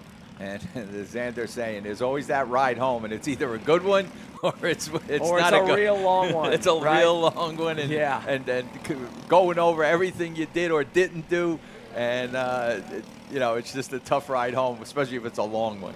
Well, I can tell you for Ruben Greer and Hayden Lawson, a couple of Midwestern based operations here. Hayden, obviously, son of legendary Gary Lawson, who hopefully we'll get to see make another annual appearance at the Grands. He's always in the mix in whatever classes he finds himself in.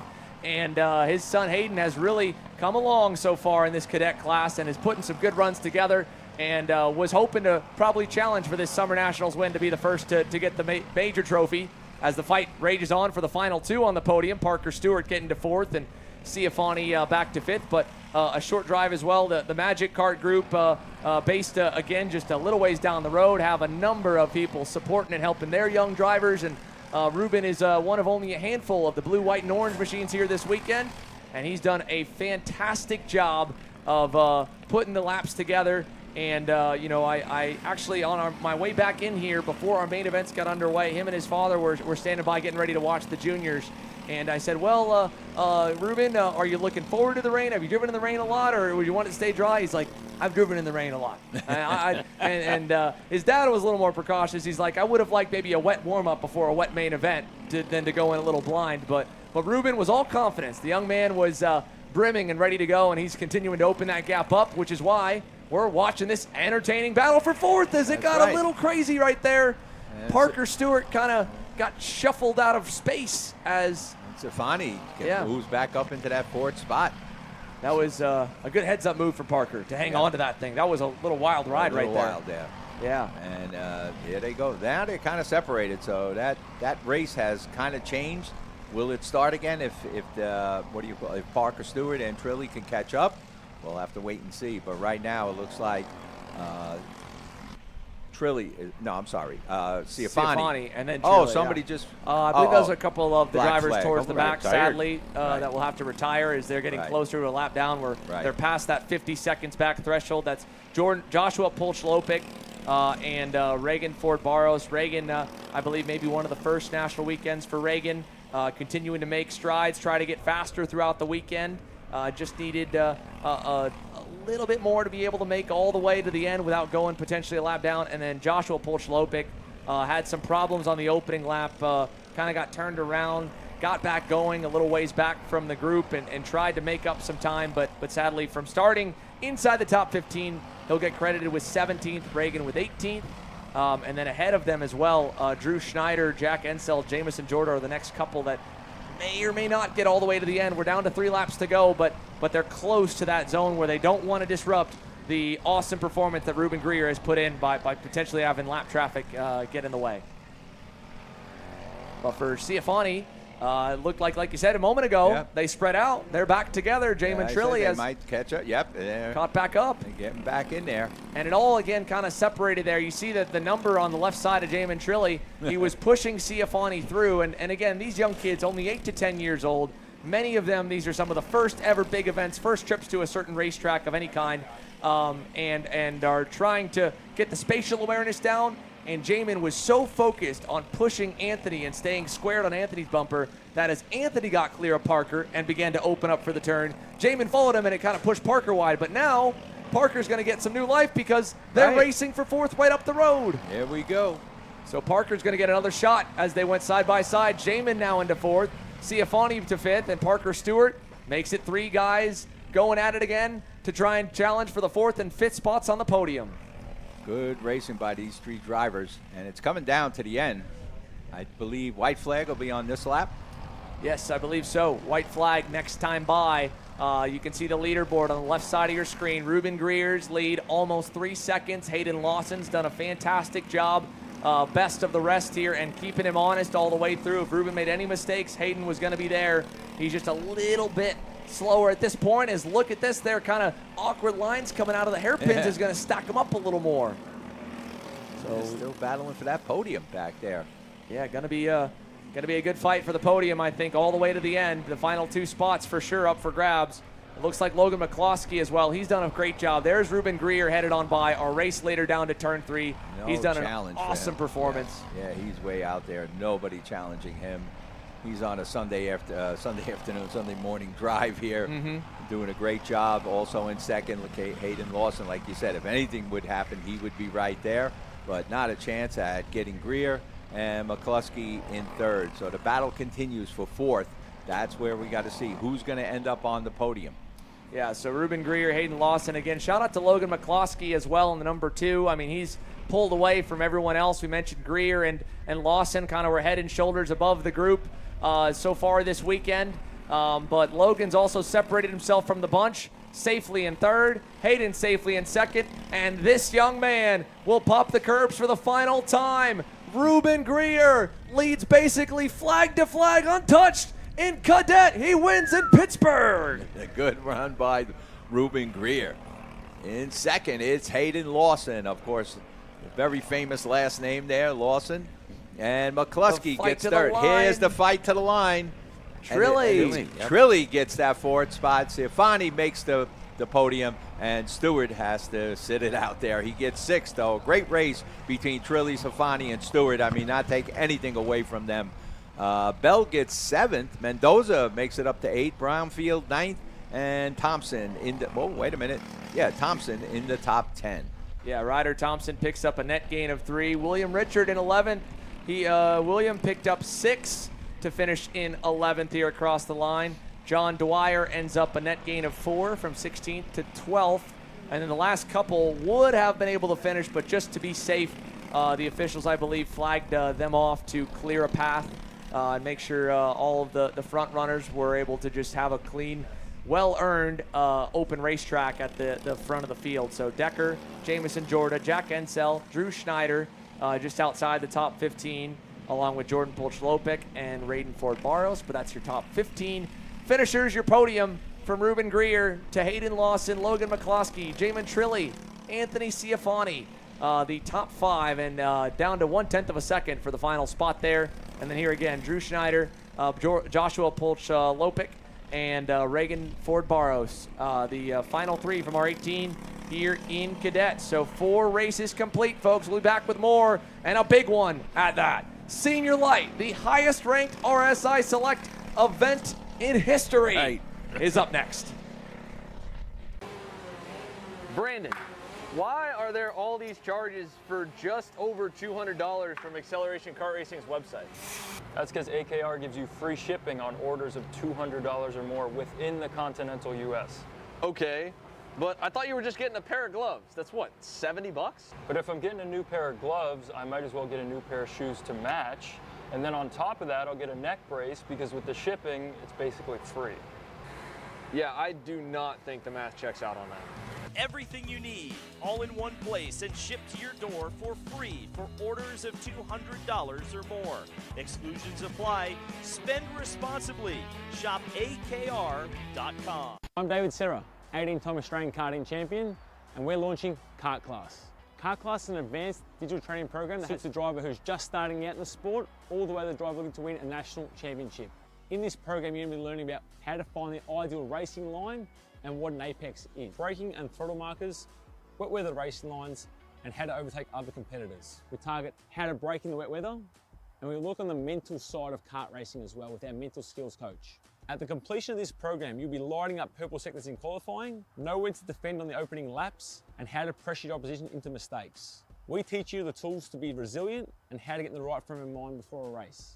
We look to complete the whole package by getting a strong mindset, a driving style to suit all conditions, strategizing your race, and getting the last 1% from your team. We'll teach you how to win the final lap of a race, driving the wet like Max Verstappen, and creating the perfect bubble for yourself to mentally be in the zone.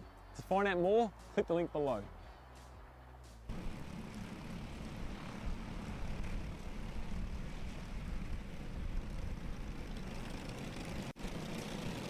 Welcome back, folks, to Pittsburgh, and let's go through the starting lineup for your Senior Light main event. 45 are on the list here. We should have a grand total of 44 by the way it all shook out, with 40 transferring on points and the final 4 moving on through the LCQ. Dylan Amundsen and Owen Lloyd make up row 1 alongside back to row 2, Colin Warren and Brandon Jarsakrak.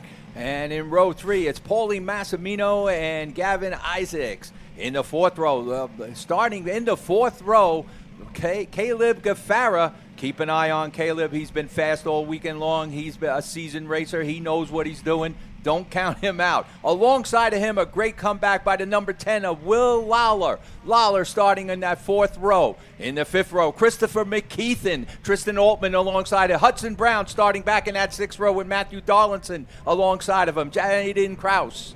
And more, all 40 plus, ready to go. Yellow. No okay, start we're going to get some more time for it here. Yeah, sorry, Tony.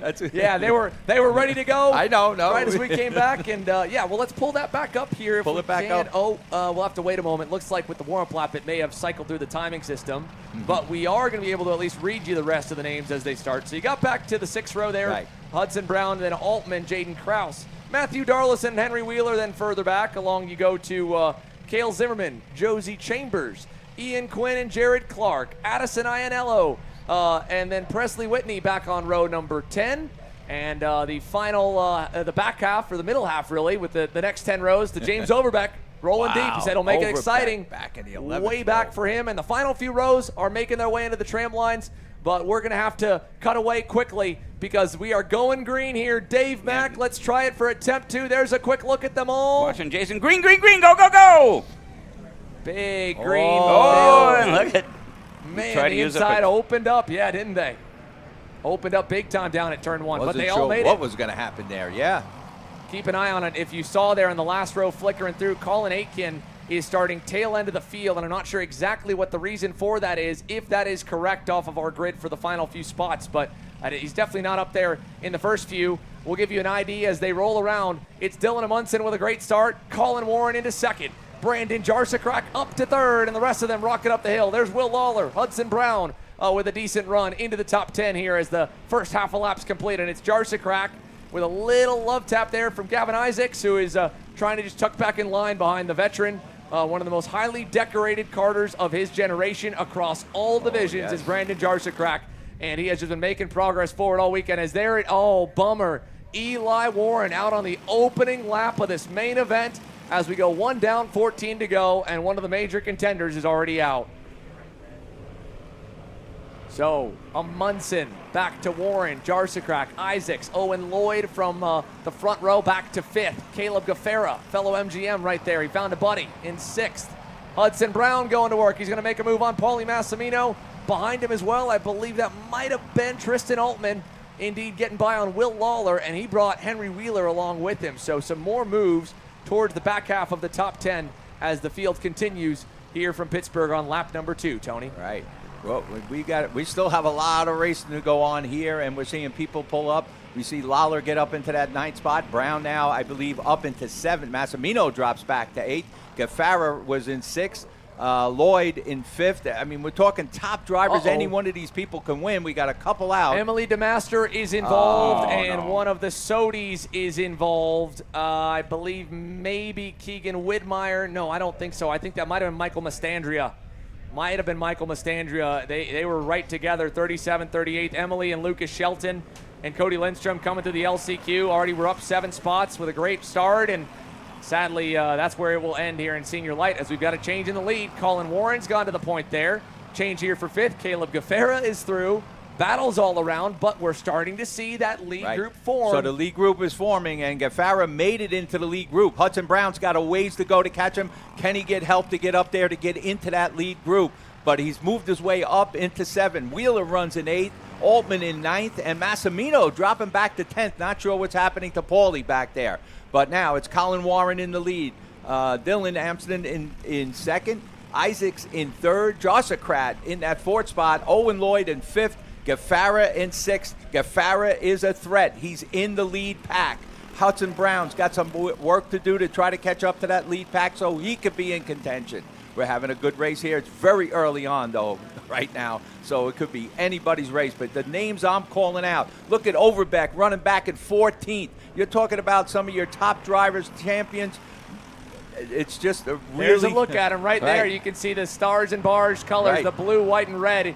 Easy to poke out. James Overbeck now working on Will Lawler for another spot. He said he was going to make it exciting. He's already making up a number of spots, and that's another one. James Overbeck on that PPK Coyote making moves, and so is Ian Quinn. He took 97 with him, and so they get by Will Lawler. Was doing so good. He was moving his way up, but now he's getting pushed back 2 positions. Well, one thing to remember, not only is a big name like James Overbeck marred in the pack from some bad luck, Ian Quinn was one of our fastest drivers in both light and medium on Friday happy hour, and a couple good heats, a couple bad heats through it all has put him right around James in a point where they need to start working their way forward and making smart decisions. The race is long enough to get to the front, but you can't get trapped in a battle, and you can't make an overzealous pass in a tight area where you lose the next pack. You've got to get to a guy, pass him in a zone where that's very easy, like turn 1 or turn 3 where you only lose 1 or 2 car lengths, or turn 10 bottom of the hill. So that way you still have the draft of the next guy, and you can just keep leapfrogging your way up the pack.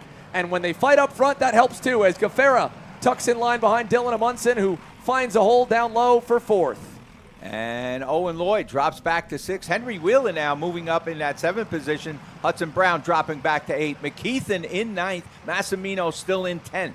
So you got those top 10 drivers. Anybody could do it there. But what a race. Right now Colin Warren holding on to the lead, but he might be out in front too early on in this race, followed by the 136. Yeah, that is, again, a great run in the works here from Gavin Isaacs right there behind him.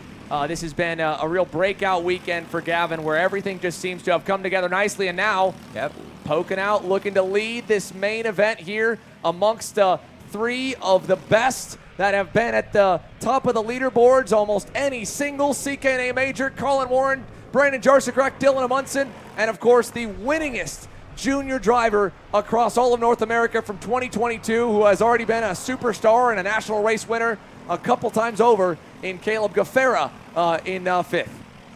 Yeah, Gaffara staying with that lead pack. That's what he needed to do, and that's where the breakoff is now. And Gaffara looking to move into that 4th spot, but he does not get by Dylan. So Dylan holds on to 4th. Gaffara right there in 5th. Lloyd now running in 6th. Wheeler in 7th. Hudson Brown in 8th. McKeithen in 9th. Massimino still holding on to that top 10. Yeah, so he's still hanging on in there, is Paulie Massimino right now, and working with his teammate and Christopher McKeithen. So at least the 2 of them close together, and they're not terribly far back, this group. Them 2 and Hudson Brown Again, former teammates as well. They've all raced around each other for a good while now and worked together for a season or two. Now Hudson, of course, moving over to the Gold Kart group and kind of running their own operation with a handful of other teammates here this weekend.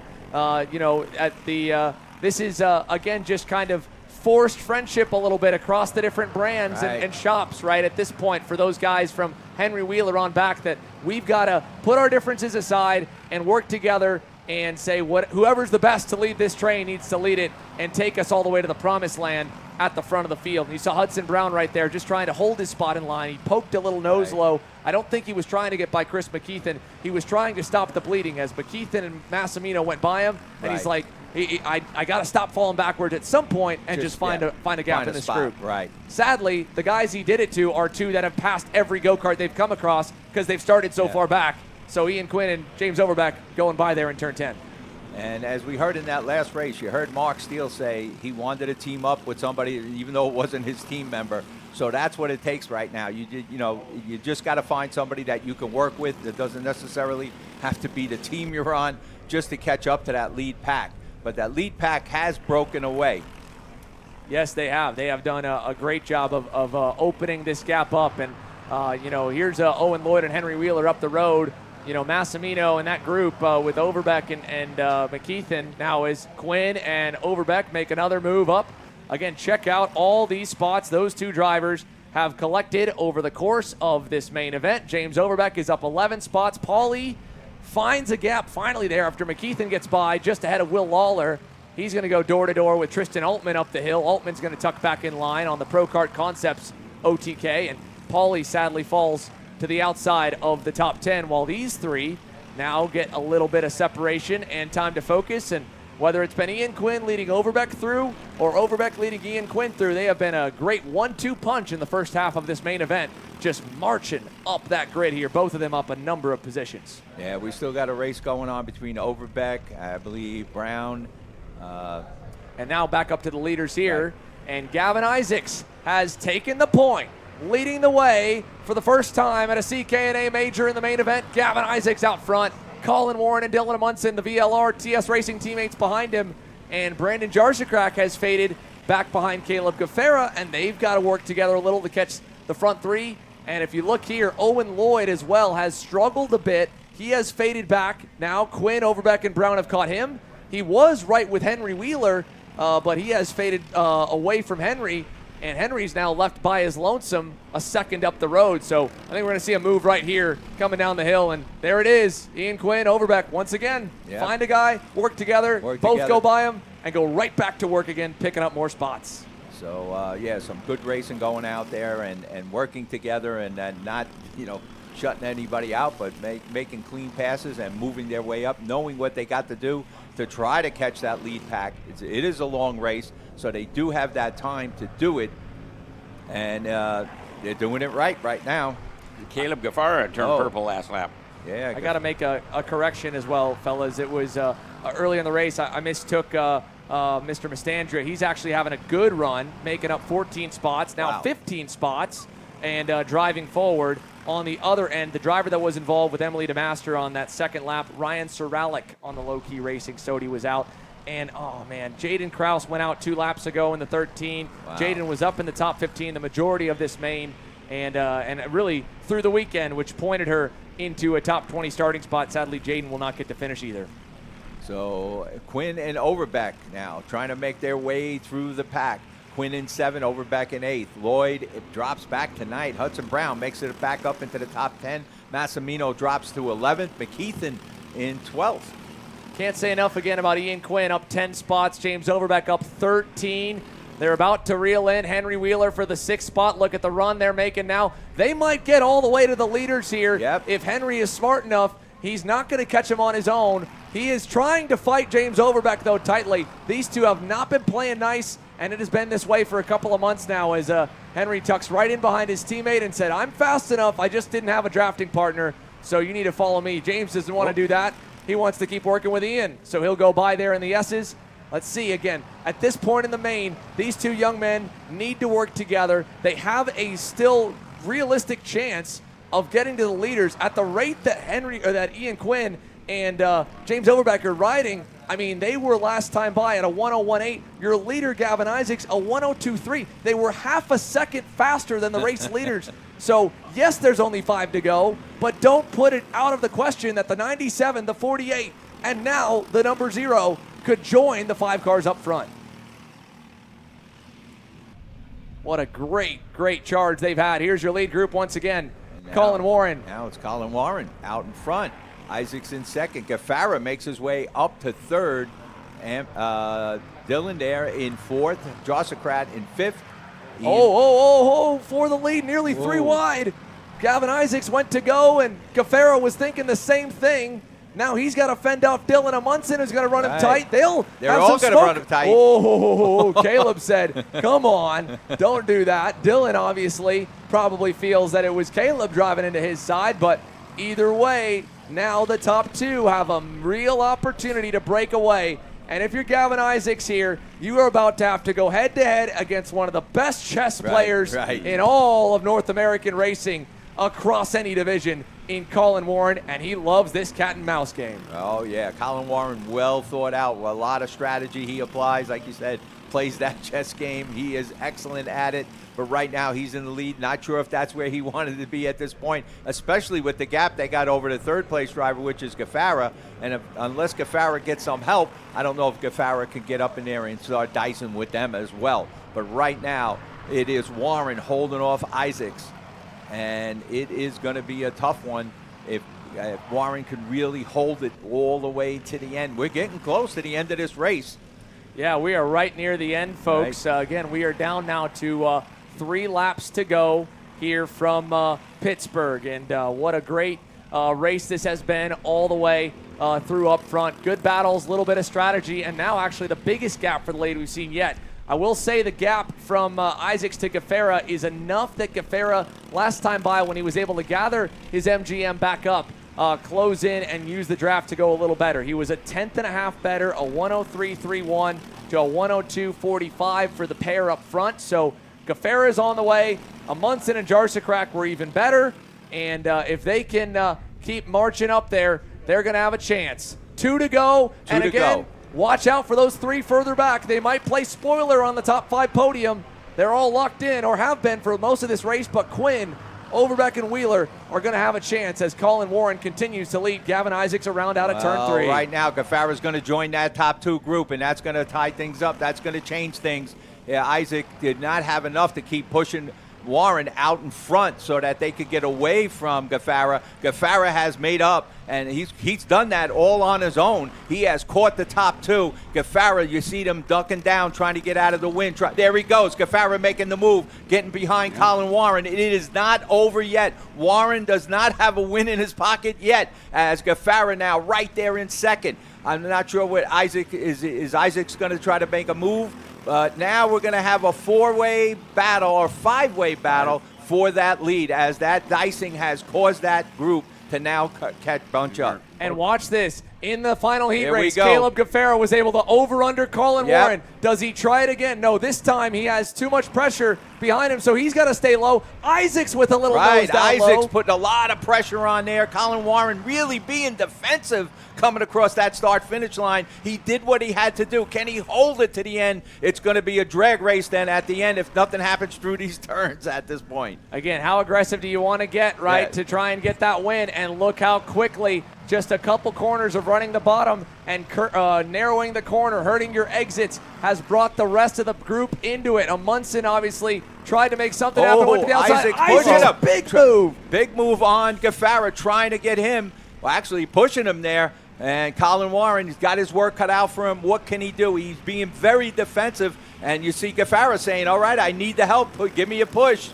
Gafara bobbled a little bit, though, out of 12 and 13, right after he was looking for help. And he needed more. I don't know if he's going to get it. It's going to be a drag race, like I said, at the end. Here we go. No. Gafara looking inside, outside, but it's not going to be enough.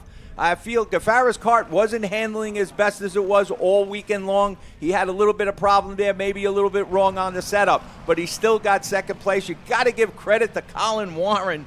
He held that lead. He was very defensive on that white flag lap. He didn't block, but he was very defensive and did a great job, and he won it. Yeah, and again with Colin Warren, right, one of the best here. They're all great drivers here, those that you constantly see their names up the leaderboard. But they are human. Sometimes they do make mistakes. Oh, Henry Wheeler off in the outside there. Sadly, he was on track for a top 10 easily, running with Overbeck and Ian Quinn there, 6th and 7th. I don't know who else he collided with. It might have been with Dylan Amundsen. Munson. Sorry, Amundsen. Munson got 5th. Yeah. Yeah, no, something happened there on that lap. Oh, he's not happy with whoever it happened with. That was Overbeck and Quinn going by, and I would be surprised if it was Quinn. I had a much higher bet that it was James Overbeck. Those two have not been able to agree with each other for months now, and sadly, this is only going to build, and they've both got to go head-to-head again later today in the medium main. Here's the top 15, again, going all the way down to the top 10, so provisionally, your podium ends with Dylan Amundsen behind Jarsakrak, Gavin Isaacs, Gafera, Colin Warren. One last thing, tidbit, I guess I would say. You talked about the setup, the kart maybe not perfect. I would say more than anything, what we saw right there in 12 and 13, it might have been go-kart, but it also, you can always blame the driver. And that one little bobble, that one mistake was enough. And then it still might have been okay, but Brandon pressured Gavin into the bus stop and kind of broke his momentum for third. And if Gavin was able to push Caleb, we've seen the push beat Colin Warren to the line with the Burrells in one of those heats. But sadly, not close enough. 65,000 shy for Gafera. Hudson Brown ends off the top 15. Big moves again for Quinn and Overbeck, up 11 and 14 spots. Further back, a few more major moves. Brandon Adkins picks up 11 to crack to 16th. Braden Robertson up 12 to 21st. He's on a really cool deal here to give a little love to the Robertson family. His dad won our all season long 2022 KC Fantasy League. I had asked him, hey, all right, champion's going to get an arrive and drive at some event in the future. Well, I wasn't able to make it happen last year. We were racing against each other, and he's like, are we still going to get to race? And I was like, yes, we're going to make it happen. Tell me your races you'd like to get to. And he said, I want to get to the SummerNats. I said, all right, who do you want to race with? And he said, well, the Jarsakrak Coyote group looks like a pretty good bunch. That's right. So a good drive for Braden to end off the weekend there, right on the edge of the top 20. Let's go down to pit lane here, folks, as we continue to roll through the day. And while the senior light drivers will have to go through scales and post-race tech, we have the class prior to them fully cleared through the scale line, and a very happy young man in Ruben Greer. Ruben, talk to me about that main event, buddy. I mean, you made it look easy out there. How was it? I want to say it was kind of easy and a boring race because it was just me going through the same things like 15 times and just like trying to pull away from second until like 2 laps to go. I try to give it like full throttle as much as I can. Well, Ruben, you did an awesome job. Like you said, I mean, it definitely, I'm sure from your point of view, wasn't a crazy race. Might have felt a little easy behind the wheel, but showing how hard you were working. Your dad as well. You guys obviously an independent operation on the Magic Karts. You got to make that trek home. You're going to have to hang here a little bit longer, a couple more hours to get your big trophy and your presentation. But first and foremost, how does it feel to be the inaugural CKNA SummerNats Cadet champion? And who would you like to thank? I feel like it's going to be like I'm going to have a new room with a new trophy and a new champion. And I will really like to thank my dad because he was working on my kart, telling me everything, like do we need to put the front end more bit or out, what gear is right, and then I told him all of it, and then we have not touched the kart today since I had my fastest lap yesterday. That means it will be like the fastest tomorrow, so we did not touch the kart, and then I'm here winning now. Well, congratulations, Ruben. You put on a show. You definitely made me and Tony the Toe and Dave Mack's job a little harder because you made it look so easy and you pulled away. Congratulations, and thanks for talking with us, buddy. Great job. Thank you. All right, there's Ruben Greer. Again, the second youngest of our divisions, 8 to 10 years old in the cadet class. And now we've got the youngest superstars. 5 years old is the age of a couple of our kid karters here nationally, regionally. It's the baseline, the beginnings of the next generation of all motorsports.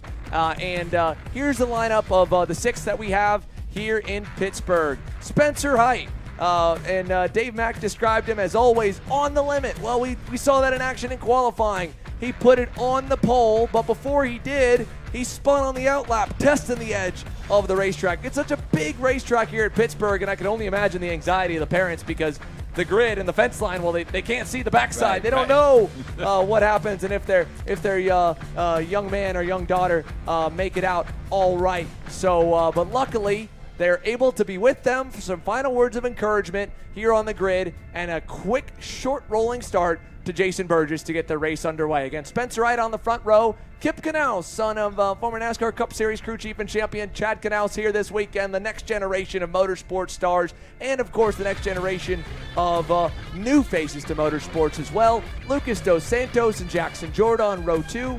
And Sebastian Tarouge and Sofia Mendoza will start 5th and 6th. And they're all just getting the last bit of instructions, last bit of encouragement from Mom and Dad, and Tony, she's touched on it a little bit of the sport in general and just what makes it so special.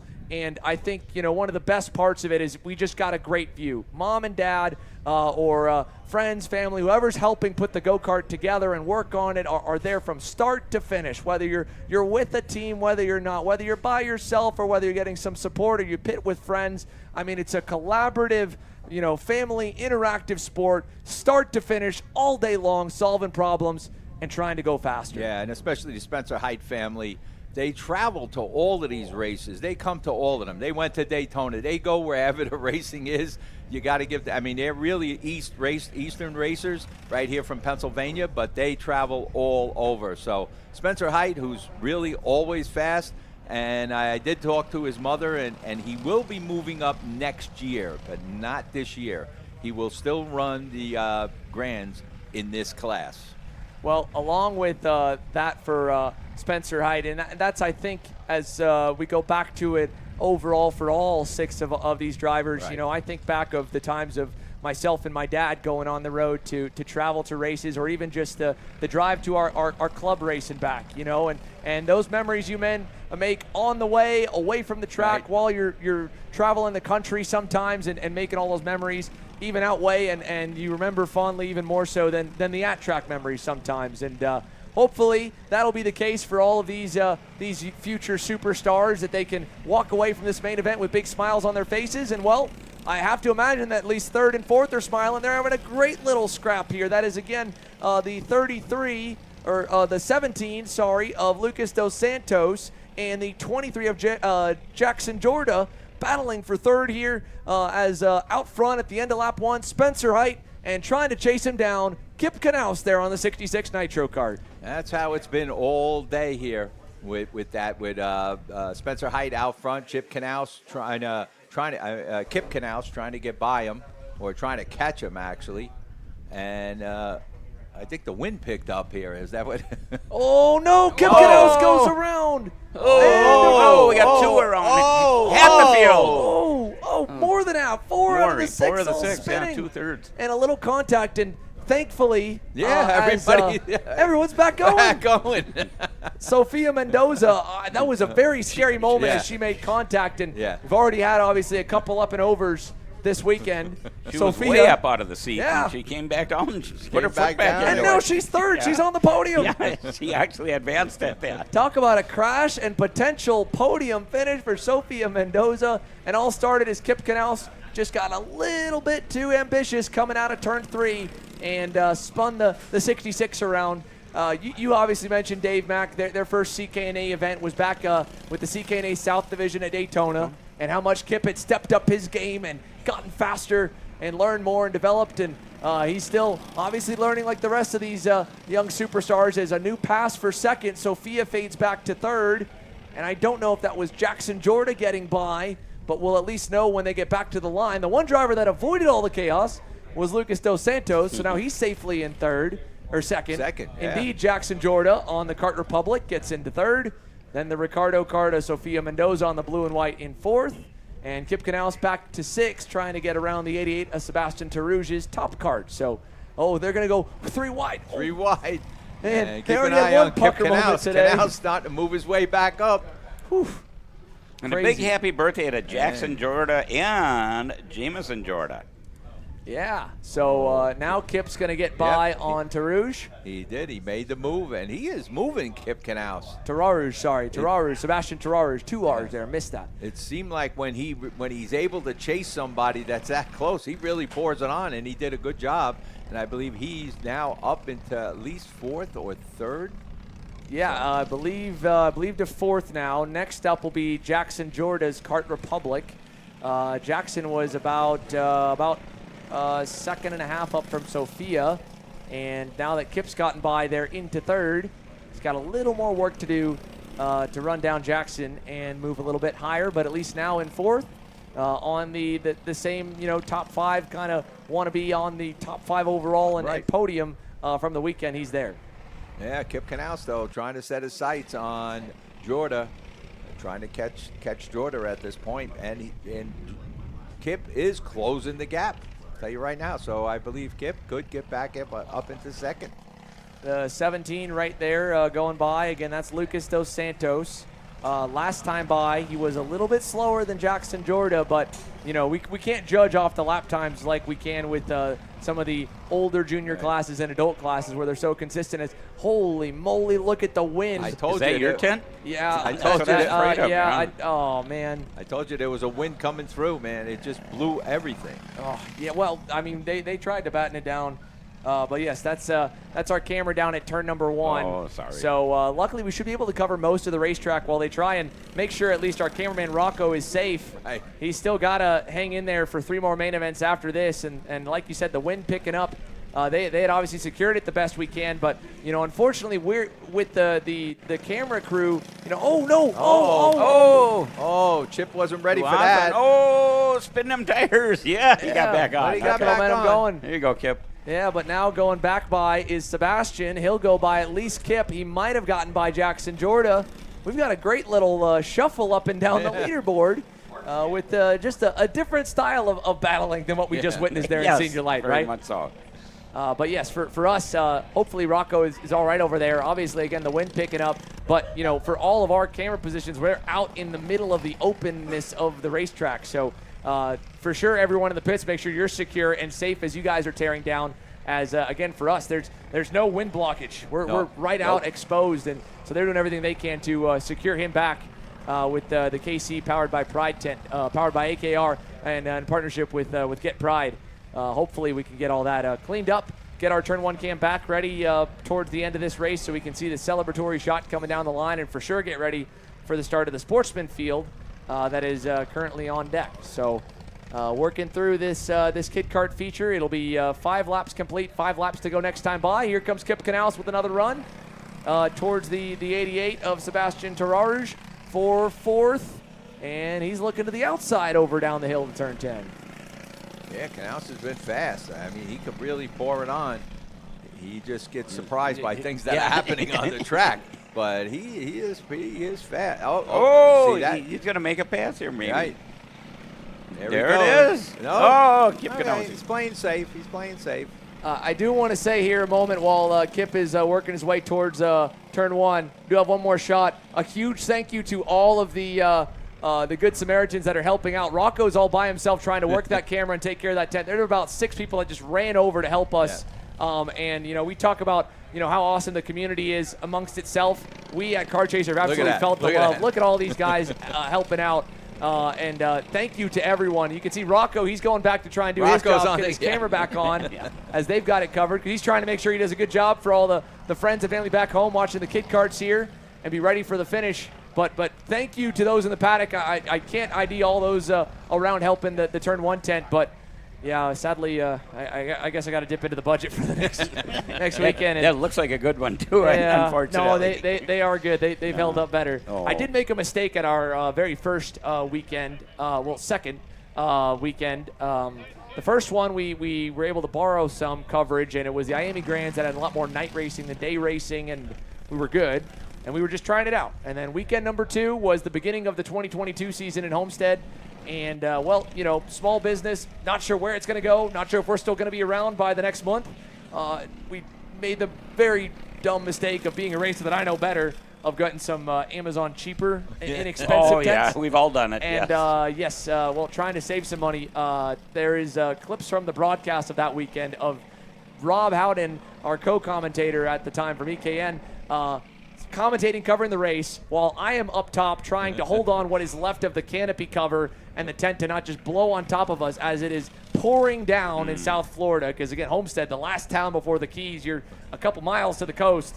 It's even more unpredictable in the weather here in Pittsburgh on top of the mountain. Yeah, that was not a fun day looking back. I'm glad we are a little bit stronger, but sadly, again, the conditions here are getting crazy, folks. So if you're watching the broadcast and you saw my tent go away, make sure you got eyes on yours.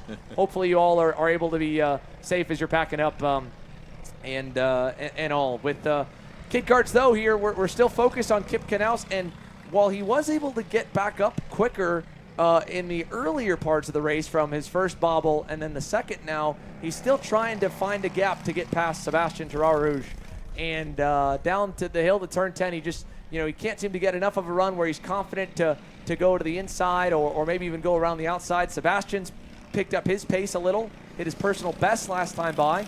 But that has all allowed Jackson Jordan to get further up the road in third, and Lucas Dos Santos even further up the road in second.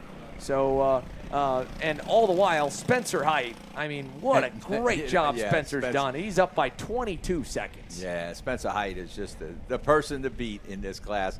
And for the rest of them that are staying in this class, they'll be pretty happy, I guess. Yeah, when he moves moving up next year. Good point, Tony. Everybody will have a big smile on their face. They'll have a big smile on their face because Spencer has just been unbeatable.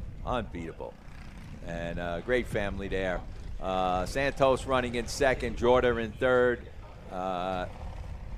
Taraju in fourth, and Kip Knaus, and then Mendoza.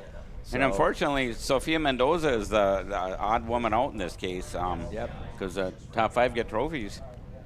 Could Kip get around her? No, he's trying. Yeah, he still hasn't gotten. He's in the green and black nitro cart. And then it's the 88 Top Kart. Apologies to both of those brands. Those were two brands I did not see enough go-karts of in my quick run to try and load all the logos in Friday. We'll get that fixed again for Grands. Get them all in. Get Nick Tucker some love for his Nitro Kit Karts, and Blake and Bill McLaughlin Jr. With Top Karts as well. But through turn 10, still no change. With 2 to go now as Spencer Height has hit the start-finish line. And again, staring down 3 more main events, folks. We have had one small dose. Oh, side by side. Yeah, Spencer to the outside. Oh, he got it now. Yeah, he took the spot. Sorry, not Spencer.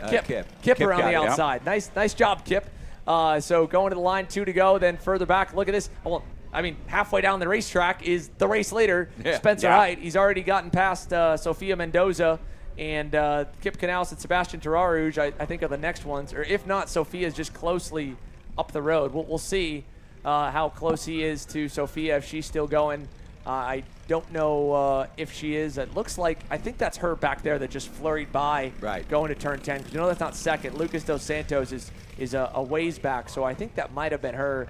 And kudos to the CKNA officials for having a little discretion to go, okay, I think we'll be all right if we can safely keep them all around. So the Kid Karts, Spencer Height coming to the white flag. We got the camera back. Right.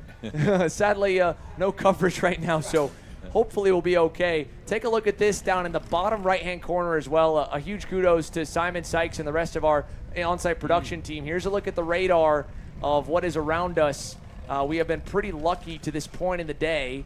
But again, everything is kind of moving from the southwest up towards us here in the northeast.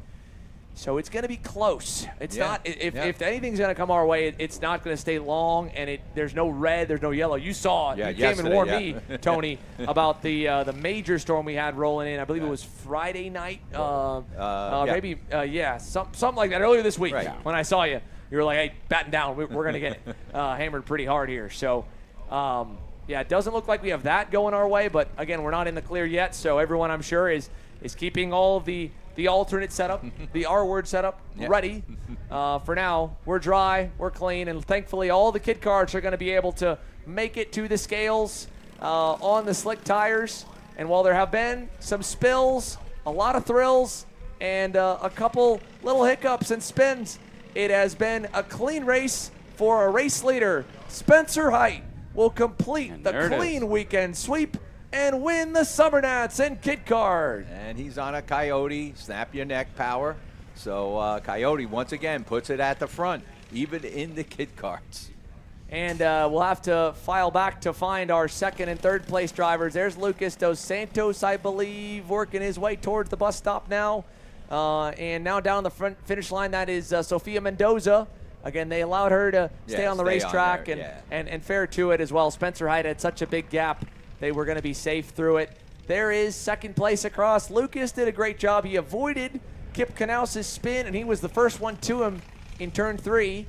And then the first one to get back going from all that chaos was Jackson Jorda. He'll end up third.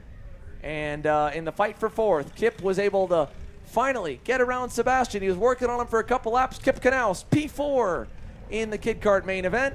And to round off the field, Sebastian Terrarouge on the top cart will close us out for Kid Kart in 5th, ahead of Mendoza in 6th. So that concludes the Kid Karts. That is Group 6 of 9. Still to go. Sportsman on grid and ready to go next there. There's a big wave from Nicholas Mose and Sawyer Chambers are ready to go racing. When we return from Pittsburgh, the young kids are fired up to put on a show for us here. 3 more classes. Sportsman, Masters, and of course the ever-stacked Senior Medium at 44 deep. Man. At Precision Performance Karting and Brandon Jartha Racing, developing winners is what we do. We're a complete karting program with support, driver coaching, parts, and arrive and drive packages at all levels. Trackhouse, Motorplex Karting Challenge, Glove Races, the CKNA South Division, the CKNA Majors, and a complete in-house ladder program with the BJR to move from 206 club racing to the highest levels of KA and X30 competition in the U.S. If you're ready to learn from industry veteran John Seglin and multi-time U.S. Pro Kart Series champion Brandon Jarzacrack, head over to ppkartingfl.com and contact us today. This is Henry. Henry feels sad. Henry feels sad because it's time for his next big race and his go-kart is in bits. Henry doesn't know that Acceleration Kart Racing is the United States' #1 shop for all of your karting equipment needs. Henry also doesn't know that Acceleration Kart Racing can deliver anything from tires to race suits and even wheels directly to your front door or to the racetrack itself quickly and efficiently, with tech support available 6 days a week. Poor Henry doesn't even know that Acceleration Kart Racing offers free shipping to mainland USA on selected product if you spend $200 or more. Do yourself a favor. Go to accelerationkarting.com and make sure that you are never left stuck on the pre-grid with Henry. Be smart and don't be like Henry.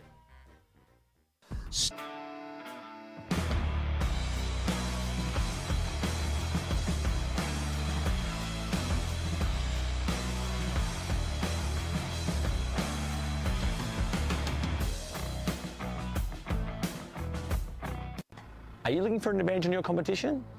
Well, Kart Class has done the hard work for you. We've traveled to your racetracks to give you the inside knowledge. So what does Kart Class offer? We've got drone footage that captures the racing lines, visual markers for your braking points, acceleration zones, and the best overtake opportunities on your racetrack. Pedal cam to show you where to brake and when to accelerate, and 360-degree footage to make sure you don't miss any parts on the racetrack. We've covered 13 racetracks in the United States, and Australia, you're up next. So visit kartclass.com to get your track information.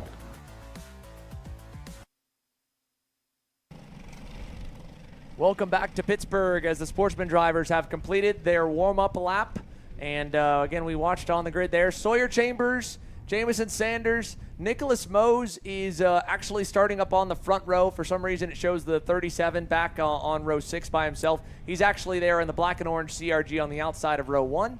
So he's right there. And then it's Jamison Sanders, I believe, Preston Fisher, Addison Haydu, Griffin Vukic, Jordan Pulchlopik, Trace Brzezinski, Ari Eberhard, Colby Hoggard, and Parker as well. Parker Firestein. As here we go, Dave Mack. And we are green, green, green. Go, go, go. You see that? A little salute Yes, to the flagman yes. for our pole man, Sawyer Chambers. That was cool. On the start, yeah. Yeah, he's like, you think yes, he'd sir, be plenty Jason. busy. Yeah, no, he's, again, him and Nicholas Mose. Granted, this is a good Sportsman field, and it has some stellar drivers here for the CKNA Summer Nats, but Nicholas and Sawyer, I mean, they have been all over the country racing at all the major events, and, they've been at the front, in the middle, at the back of the 40 kart, crazy mini Swift fields with all the major race teams from, the U.S. Pro Kart Series, the Stars Championship, the SCUSA Pro Tour and Winter Series as well. So I think for them, a little bit slower, not much. The Sportsmans were really close to the mini Swifts, but also a little lighter field and a fun vibe this weekend. Sawyer's a little more relaxed. He's like, I've been in a 40 kart field. This is not as big. I'm chilling. So either way, that was cool. That was funny. Now the seniors got to top that. They've been around. They shouldn't be nervous.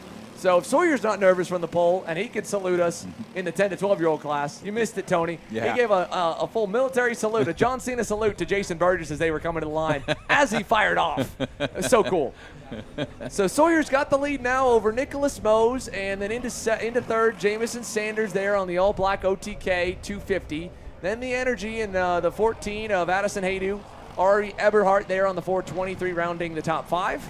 And a little gap back to Preston Fisher in the 0-3. So once again, those watching along, this is the first of our final 3 main events. Sadly, the racing will come to an end here soon. We won't be able to watch anymore. It'll be the Masters on grid now and Senior Medium to follow, which there's no better way to cap off the weekend than with a Senior Medium's the big one. Heavyweight main event level class in Senior Medium. And we already got treated to one heck of a battle in Senior Light. Yep. And some of the people in Light that had a problem are back. Well, most of them are back in the medium class, so they got a chance to redeem themselves. So we'll see what happens there. Yeah, no doubt. They'll have another shot at it. We're going to have probably a couple guys that, started at the front in Light, didn't have the best week in a medium. We'll be fighting from the back. James Overbeck, Ian Quinn had to go from the back. They were fast in medium. I don't know exactly where they'll roll off for Light, but I think Ian should be at least a little closer towards the front. But both of them it felt like one good heat, one bad heat in each class yesterday. Right. So, at least I don't know if they would have preferred it that way or to have all the bad heats on one of the two and still have a really good shot. Either way, we're watching our Sportsman right now, Sawyer Chambers, Nicholas Mose. They've been the 2 kids to beat by a fair bit, and they are proving it as they are working together and pulling the gap to 1.5 seconds, just 2 laps completed. Yeah, they're doing a good job of making sure they're out front, and it will be a battle between which one of them will be number 1 on the podium. But both of them have a podium very well secured. We got a good battle going on for third as Sanders is being pushed by Haydu. Yeah, Addison Haydu, they're on the energy. Right? Yeah, so Addison Haydu there on the energy, pushing on the 14, and then Jamison Sanders in the 250. So those two together, third and fourth. They pulled away a little from the pack for fifth. That's actually an even bigger group. Fifth on back looks like it's got about 4 or 5 cars in that group, and they have traded that up. Ari Eberhard now into the top 5. Well, right as we say that, new driver in the top 5 going back is Preston Fisher on the number 03 X-Spree. So Preston goes back through. So Fisher moves up into that 6th slot, and right now Eberhard in the 5th spot, holding on to that bubble position to finish on the podium. But Fisher looks like he was pretty much on the move. And you see there's 3 groups out there. Chambers and Mose got the first group. Then you got Sanders and Haydu in the second group. And then we start our third group, which is the biggest one, and where the race is for the podium. Yeah, that is the fight to get into the top 5 here. All 11 continue to roll from Pittsburgh right now. The top 2, like you said, the fight for the win. The fight for third and the fight for the last spot on the podium. And right now, I think you're probably just going to see much of what we've seen in the first couple laps from our 2 experienced kids at the pointy end of the field. Nicholas Mose just pushing Sawyer Chambers away, learning the lines and settling in to basically run out the clock for the next 10 laps or so, and then go at it on the final lap or 2. These young superstars, they're going at it right now, all 4 of them. Battling back and forth. So it's Fisher, Eberhard, Vukic, and Jordan Pulchlopik right there on the Magic card. And Fisher just got that 5th place, so he gets on the podium, but he's on that bubble. Eberhardt, of course, gets bumped to 6th with Vukic in 7th and Pulchapek in 8th. So, but that's where the battle is for the race. I mean, there's a battle for 1st, there's a battle for 3rd, and a battle for 5th. So we'll see what happens here as we have 3 separate groups running. Chambers is your leader, Mo's in 2nd, and then you got your next group of Sanders and Haydu, and then we go for 5th right now with Fisher holding on to that podium position, but being hard pressed by the drivers behind him, which is Everhart, Volkic, and Pulchapek, and I might believe Rosinski might be involved in there. So some good racing going on.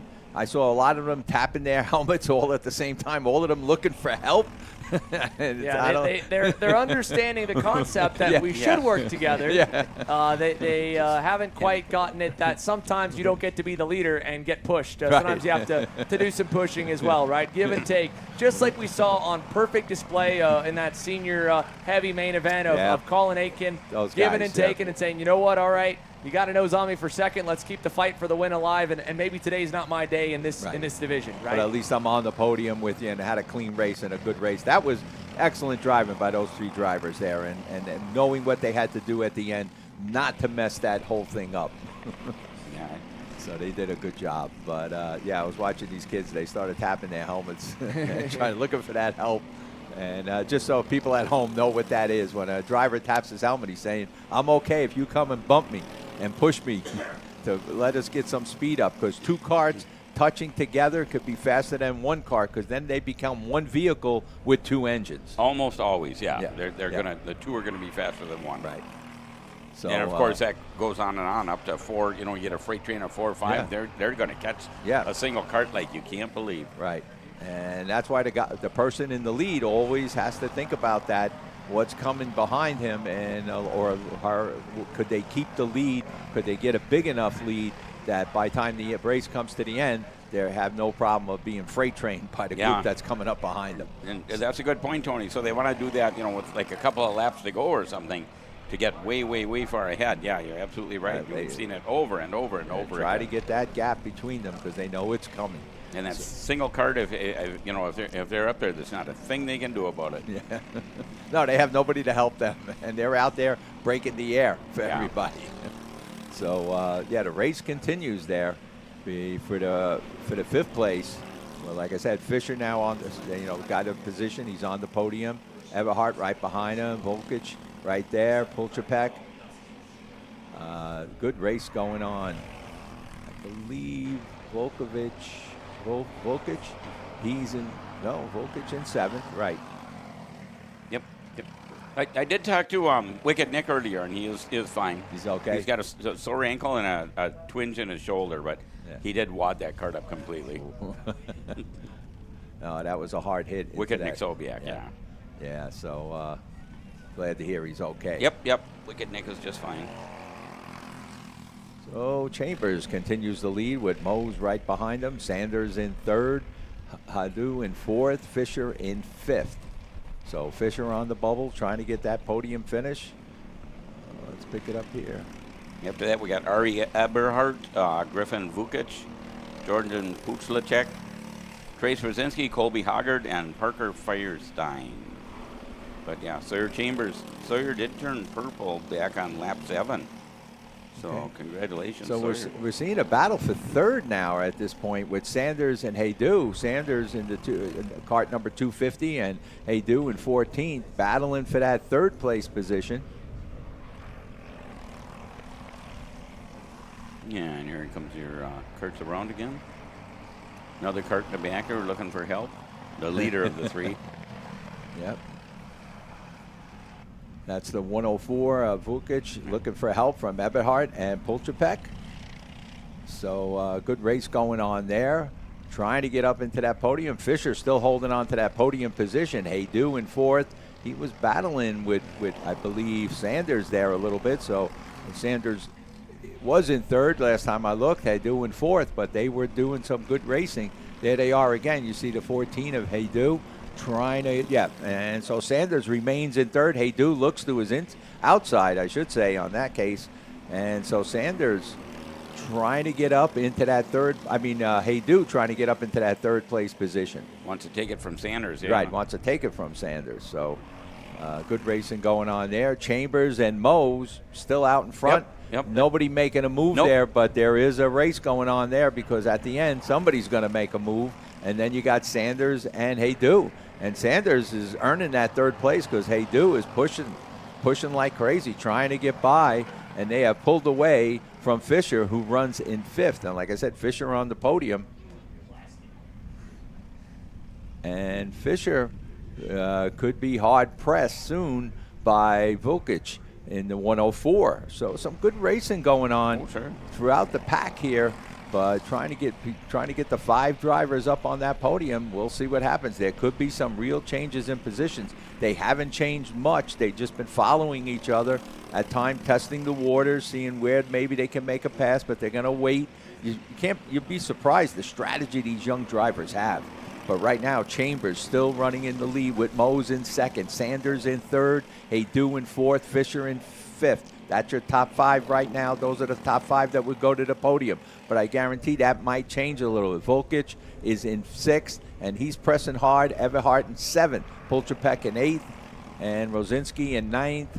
Hogard in 10th, and Firestein, I believe, in 11th. Yep, that's correct, yeah. So Chambers, Mose, Sanders, Haydu, Fisher, Vukic, Everhart, Polchapek. Okay. Rosinski, Hogard, and Firestein. So we see this got race. about 5 laps to go. Yeah, we see this race continuing with the cart number 250, Sanders and Haydu. They're doing Haydu in 14, just keeping pace. At times, looking to see can he go on the inside, outside, and falls back. Does not cause a problem, but is definitely figuring out he's hunkering up on that wheel too. He's definitely after that position. He would like to get into that third slot. And he's giving Sanders is earning that third spot right now. Let me tell you, here comes your leaders again. Chambers, 145 in first. Mose, the 37 in second. Then the next group. And it looks like that next group might be catching, and we might have a 4-way battle for the lead because Sanders is trying to hold on to that third place, and Haydu is pushing him. So they're catching up to the lead. They might catch up to Mose and Chambers. So, like I said, they've been running in these positions for the whole race, basically, and there could be some changes in position. All of them still might make the podium, but not in the position they're in right now. We'll see what happens. You see Chambers trying to get down out of the wind, putting his head down. He knows that Mose is right there behind him. You see him again, just trying to get it. Haydu and Sanders, right? Addison Haydu. Going for it. That might be a young lady, actually. Addison. Okay, yes. Addison really having a good race here, trying to get by, and I believe she did. So we got a pass there, and like I said, these top 5 might be staying on the top 5, but not in the positions they were running through this whole race. Nope. They still haven't changed position. Sanders and Haydu. But that next group definitely got up Sanders right there. Sanders and Haydu, yeah, still there. Vukic in 5th. And Fisher, yeah. So here they go, and we're getting down close to the end of this race. And now it could be a 4-way battle for the lead. They are running tight, and it became a 4-way battle with Chambers and Mose had pulled away, but not anymore now. And Mose seems like he wants to push Chambers, but Sanders is catching up, and Haydu's right there. No, third, fourth, fifth, sixth. This is a fight for third here, Tony. Sorry. Yeah. Your leaders are over here somewhere. Yeah, your leaders are about 11 seconds up the road. Sorry.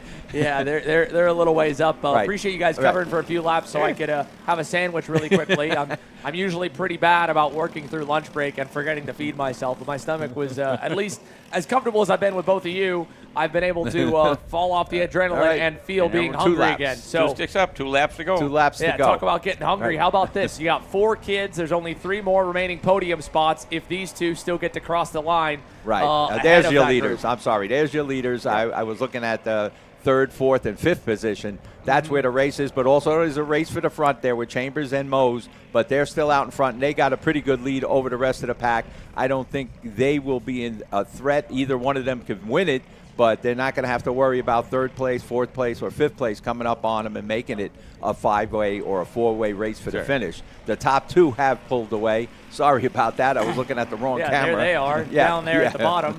And then up here for the fight for 3rd. That's where the real fight is for 3rd with Jay Sanders and Haydu and Volkic. That's where the fight's been. That's where the fight's been. But we're coming to the white flag, right? Nicholas Mose, again, did everything that you ask of a young driver when you have the opportunity to break away, is push, push, push, and now go to the lead down at turn 1. Nicholas Mose takes the CRG, the Camp Chaos LSR Motorsports entry to the front. Sawyer Chambers there in the Kart Republic, the 145 right behind, and he has not been behind anyone all race until right now as they climb the hill in the fight for the lead and the win. So, now we have a race. Like I said, all of these drivers might finish on the podium, but not in the position they've been racing all day. So here we go. Split screen. You got the leaders. Split screen. That's what you need. Right. There okay. We go. Fight for the lead up top. Fight for 3rd down at the bottom. Here comes Sawyer for the lead in turn number 11.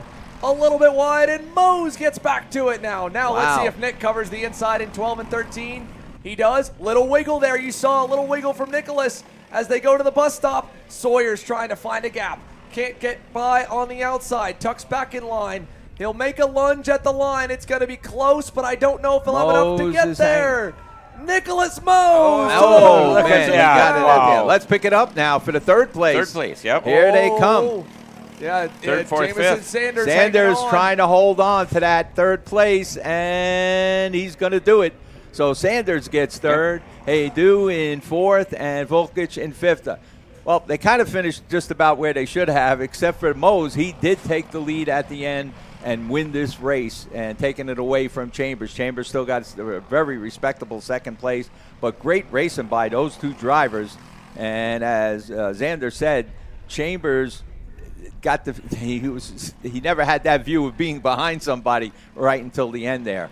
But Mose was able to sneak it out there on his CRG and doing a good job. Sawyer Chambers gets 2nd, Jason Sanders in 3rd, Addison Haydu in 4th, Griffin Volkic in 5th, Preston Fisher gets a 6th place, Jordan Polchapek in 7th, Ari Eberhardt in 8th, Trace Rosinski in 9th, Colby Hogarth in 10th, and Parker Firestein in 11th. So that 5th place, finishing 5th place, number 104, Griffin Vukic. Yeah. Increase of 5 spots. That's pretty impressive. From the beginning, right?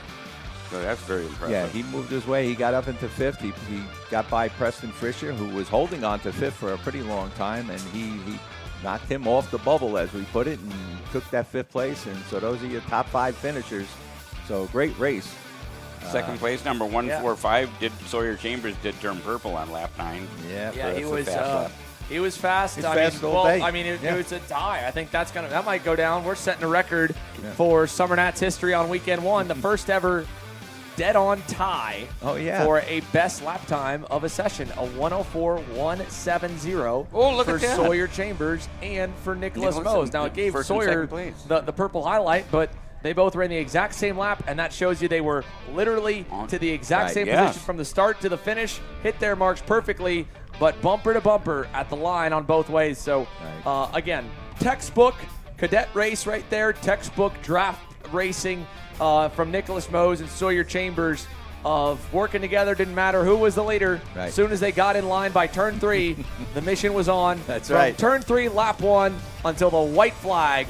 Not a single move, not a single thought, not a single threat to trade the spots. Just break away, give yourselves plenty of room, and then fight it amongst yourselves. So congratulations to Nicholas for that impressive last lap move that he was able to put on Sawyer to get by him, and as well to hold the lead, that crazy over-under. Haven't seen a lot of that move stick. A lot of times we've seen guys on the over-under in that left hairpin, right, not get clear, and then be stuck on the right, outside in the and double then, right-hander. And get freight train. And get freight train, right? It's one of those things It's been happening, yeah. You know, we've talked about it a little yesterday in the heat races that, you know, you don't want to lose any spots, and you kind of start to panic sometimes, especially drivers that are running, you know, better than they have ever before on a new weekend high. So, you know, you see a new guy join the lead pack, he gets passed once, he wants to go right back around the next guy or fight that pass, and instead, by fighting and staying side by side or passing right again, you bring 3 more guys into it, and if you would have just let the one guy go, right, tuck in, wait a lap, and then get your momentum again to go back forward, the 3 that got by you would have never gotten to you. And we've seen that in some of the senior races where I believe was Aiken that time, just let him in and saying, okay, perfect. Because if he fights, not only does the leader get away, but Caleb Gaffera, Brandon Jarstrak, they were like 3 car lengths away. There. They could have been right there in just a corner and or shut two him if out, Colin would have tried to fight it. But Colin did the right thing. Right. Again, smart, veteran-level move from a young man who is developing into becoming one of North America's household names when it comes to 206 senior action. Right. And he is a part of one heck of a trio at TS Racing and VLR this weekend between himself and Dylan Amundsen and Colin Warren. And would you believe me, to this point, if you count his real great run in heavy, running top 3 and 3rd at the box, Dylan Amundsen's great day yesterday, that Colin Warren of the 3 TS Racing VLRs has probably had the least exciting and least performing weekend. Could you have predicted that going in? No, I wouldn't have predicted that. No. And again, not to knock Colin, he's got a heat race win and almost had 2 because the one of them he dominated, I wouldn't say dominated, but won the fight and then lost the push because he didn't have a teammate going to the line. But still, Colin will be up there. Many more will as well.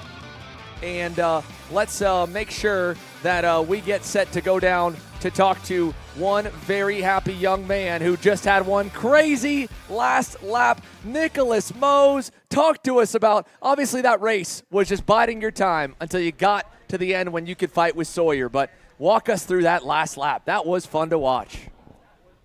So coming down to the main straight start-finish, he left the door open, so I quickly got to the inside and got that pass done. And then I just started defending until the second hairpin towards the end. I kind of left the door open and he got back, but I braked earlier and gassed really early, and so then I was able to get the over-under. Now, Nicholas, we even have gotten to catch up with you a little bit yesterday, but here today, you are one of only 9 people that are going to be able to say you were the first ever CKNA Summer Nationals champion. I can see the smile on your face. What does that mean to you, man? It means everything to win this race. First national win, super, super happy with the result.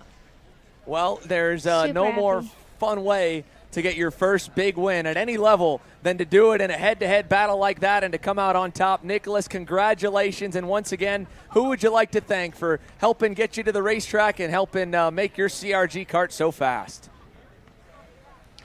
I would like to thank CRG Chassis, my parents, Stuart for making my great engine, and everyone who's helped me out this weekend, just everyone.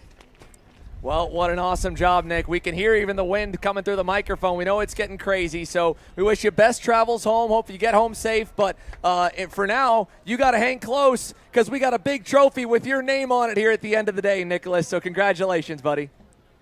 Thank you, Xander. There you go. Nicholas Mose, our Sportsman Summer Nationals champion, is going to step aside and keep that suit on, keep that helmet nearby, and he'll be headed to the top step of the 5-driver podium along with Sawyer Chambers, who ended up P2, and the rest of the division. Now, here we are with the Masters. Here we are, from some of the young bucks to some of the veterans here, 30 and over. And we hope, Eric Fagan's hoping for a better run this time than in heavy that he had. So he's starting up front there with John Price, who is our East Coast champion of last year in this class. So Price is right up there doing battle with him. So we got the Coyote MGM battle up front. Yeah, I mean, they are all right there to continue the chassis rivalries that have, seem to have, I wouldn't say gotten nasty, but they've gone to the next level with all of them having at least one, and usually more than one, superstar level drivers, whether homegrown or brought in from all around the country and all the other types of kart racing to come here and drive for them.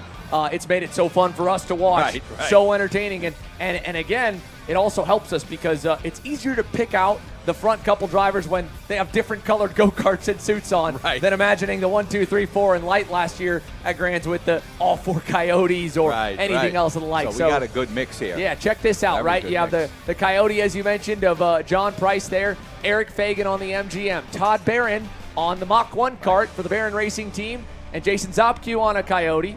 Then you have the Pro Kart Concepts, Red Speed, OTK manufactured 76 of Logan Weigel, Coyote for Ron Kleiss. Yeah. And then Ryan Sporowski on the CRG. It's all CRGs on row 4, and then back to row 5, Drew Cirillo, Josh Smoker, and Rick Rosinski. Drew Cirillo on Kart Republic. Yes, so that part going on the logos as well. Typically at the most of the other events we've had so many more teams logos there, so I've only got a handful of chassis logos. Right.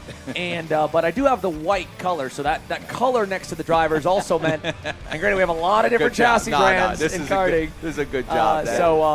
White is the Kart Republics there, and I tried to match it the best I could. You got the dark blue for the MGMs, and you have a little bit of that Coyote kind of reddish orange along with the black and white. So here we go. The grid shown 11 drivers deep, and we saw a good 3 kart breakaway, eventually 2 battling it out in Legends. Now we're going to watch in Masters as on the inside in the red and black MGM, Eric Fagan, and on the outside, John Price on that blue and white Coyote. And we are green, go, go, go. Great start for both of them. They all stay right in the tram lines, right by the book, all the way to the end of the lines there. And out of turn 1, Fagan leads over Barron with a good start on the white and blue Mach 1 kart. And then again, Price slotting into 3rd. Logan Weigel looks like he's into 4th. Little contact. One guy got kind of popped sideways in front. That's one of the all black. I think that might be Ron Kleiss. Kind of got turned in front of the field a little bit. J.D. Gunn, I think, has gone past him on the orange and black CRG, if not Ryan Sporowski. So your top 5 for sure are your top 3. Fagan, back to Todd Barron, back to John Price, and then Logan Weigel in 4th, and then one of the 2 LSR Motorsports Camp Chaos CRGs is 6th. And hey, the rain is here. The rain is here down at the back section of the racetrack. I wasn't sure. We weren't sure if we were going to get any bit. And the drivers are having to tiptoe already. Massive rain shower. Look at this. There. Oh, wow. My goodness. And the karts it has absolutely come unglued here at Pittsburgh. And this is only going to be able, unless this passes quickly, there it is. Instant red. Flag. Instant red. Yep. We're going under delay to switch over to rain tires. We made it through so close towards the end of the day. And we were almost to a safe moment with the final 2 classes. And I can only imagine the Masters drivers, they were on the grid just waiting, knowing that there was going to be a rain shower. And they were waiting there as we got to interview Nicholas. And it looks like, I think already one of them at least may have gotten some water into the motor. You can see them all trying to reach their hand over to the right. Our camera crews are pausing for the moment to the best they can to try and make sure that all of our equipment stays dry enough to bring you the action. We're prepared for the rain. We're a little more prepared before the wind gust came through and took out one of our canopies for poor Rocco over here in turn 1. But obviously, he's a trooper and hanging in there. And I will say, as much as it just downpoured, this shot has just cleared back up on the far side. That's not the same, though. Again, take a look at the radar we've got down at the bottom. Right. There is that was that last little pop-up cell. It's a small cell that we were kind of worried about. And I don't know if the bottom of that nicked us, or you see there's a little bit of just light blue closing as well. Yeah, look at that. It's already done. It's already done. But it came down so hard. Yeah, I mean. So now the question is, do you put on reins? Oh my goodness. Or do you stay with slicks? Well, here's the thing, right? So when the race director is going to do something like this, typically if they're going to allow drivers to go to rains, they're going to give you about 10 or typically 15 minutes. Yeah. If we get a touch of sunlight, just a touch, couple minutes burn worth, it right off. It's gone. Yeah. Again, one part that we talked about earlier in the broadcast is that the Rhino liner, while it acts so much like rubber, where it is going to be slippery if it's wet and really grippy, obviously, as we've seen it if it's dry, it's so dark. Again, it's pitch black. So that alone is going to just evaporate water way quicker than even a regular racing surface. This also is a relatively dark surface. You can see one of the flaggers already checking out the Rhino liner as well. But, man, normally when we've been here in the past, that the storms have held on and worked through longer than that. Oh, my goodness. We have to show this, Simon. We have to look at Rocco down in turn 1. The poor guy had his tent blow away. We got a garbage bag for his camera, and he's got a garbage bag on his head to try and stay dry because he didn't bring a poncho out. Oh, my goodness. Poor Rocco. Oh, man. He's hanging in there. Thank you, Rocco. We appreciate you so much, buddy, for hanging on strong. And I know all the friends and family and fans watching along at home do as well. Oh, my goodness. But, yes, there's going to look at the most recent radar. That's not the predictive. That is over the last couple of hours. So this last tiny, literally a sliver of a cell. It's so light and quick and small that there's barely even a pixel or two of green. Right. We just caught a tip. But, again, a cell as small as that, to see it rain as hard as it did. It did. It is incredible because that wasn't like a little sunshine. No. That was, we were getting ready to batten down the hatches because it's about to flood. And that has been a characteristic of this place ever since it's been built. Tony, you know it. I know it. Beaver Rain, the nickname stuck. And mark this as another one of the typical weekends. I know going into the weekend with the threat of rain, I was trying to think of any race, but I know there's at least one, and there's just a handful that survived a 4 or 3 day weekend at any time of year here at Pit Race and didn't get at least something like that, a quick dosage of rain. Last year, this was identical to where we were the last time us for Kart Chaser were here with the Stars Series. We were up to the last 2 main events of the day, except that rain shower lasted about 10 minutes. They went out on wets, and it was definitely wet for the first session, and I believe it was borderline for the second. But, again, yes, the track surface is darker now, damp for sure. The Rhino liner is going to be tricky. But I think what you do is you don't, in the full rain setup, you're stacking 4 or 5 teeth on. Right. I think 1, maybe 2, because by the end of a 15-lap main, we're going to be close to dry here for these Masters guys. So 1, maybe 2, depending what you want to go with. I don't think you go all the way. Nope. And you make a little adjustment to maybe go, rears in, fronts out on the track with what you would do to make it a rain setup and put grip in the car, which is what they've all been not doing all weekend. They've been taking grip out of the car and run it with slicks. Right. I mean, there's just no way. I think with the heat, the Rhino liner that's so quick to dry, and the fact that really there's just no standing water. Nice blowing wind. Wind. That is drying it off pretty quickly. And it's still hot. It's still hot. So you're right. I mean, at this point, my choice, like you said, your choice. Go out on slicks. Maybe go up a tooth or 2 teeth. Depends. Do you want to narrow your rear a little bit? That's also a possibility to give you a little. But if your kart's been having great grip, maybe you just leave it the way it is. So it'll be interesting what they do. I guess the officials, we haven't heard from the officials. I don't know if the officials said, hey, you got 15 minutes, do what you want to do, and what the drivers will do. Yeah, because I don't think there's any way with just that light dousing that they would go to wet range. tires, right, and mandate the wets, because they know that they're going to get torn up by the end of the session for sure. Right. So, again, you're thinking driver's option. And again, kudos to CKNA officials. I mean, I can only imagine how quickly the radios lit up, because, that went from the far side of the track across to turn 1 and gone by the time they were able to get the red flags out. We heard it in the drivers' meeting. I don't know if you caught it at the end. I can't remember if it was Keith Champagne himself or Jason Burgess from last year's event, or Chris Holtz chiming in as well that they had. And you were here. One race that they cut short or red flag, and people were upset that they didn't let him run because it was safe enough on the slicks and the wet. And then another race that they didn't cut short, and people were upset that they didn't put him call on it rain. and put him on reins, and then it dried up. So yeah, you know, yeah. It's hard to please everybody. And as far as the officials, they do the best they can of making a decision of what has to be. So same thing here right now.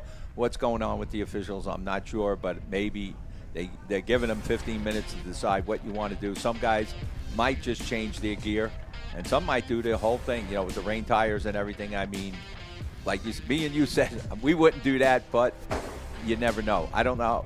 We're not on the track itself, but it did pour, like really came down, but just for like a couple seconds almost.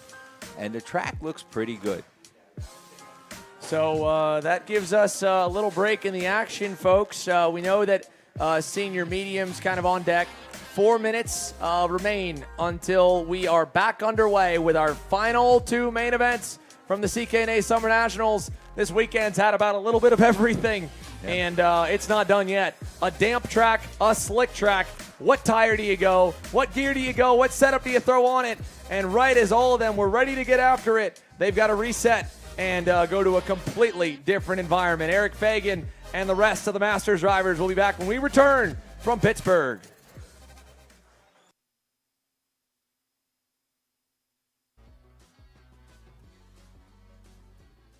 Are you ready to get behind the wheel? From Formula One to NASCAR and IndyCar, all the pros start here.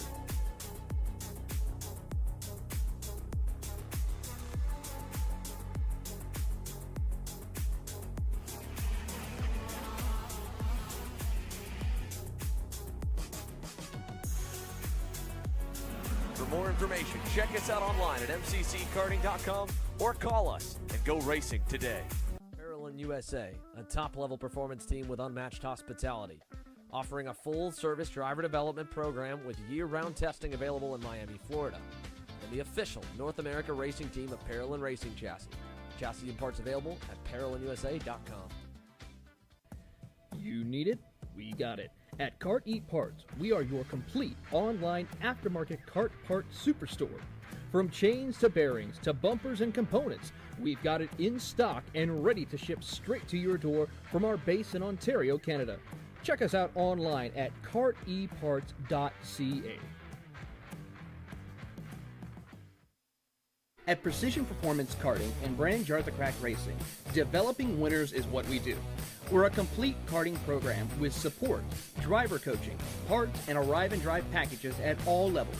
Trackhouse, Motorplex Karting Challenge, club races, the CKNA South Division, the CKNA Majors, and a complete in-house ladder program with the BJR to move from 206 club racing to the highest levels of KA and X30 competition in the U.S.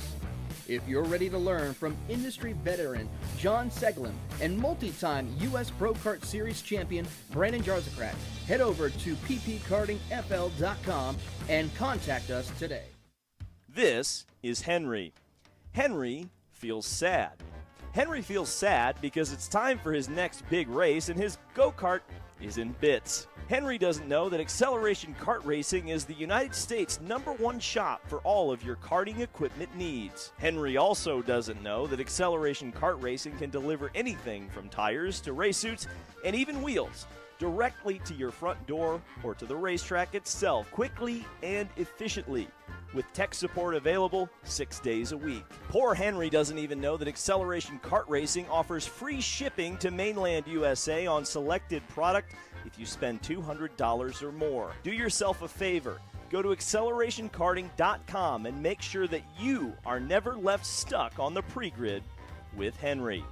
Be smart and don't be like Henry.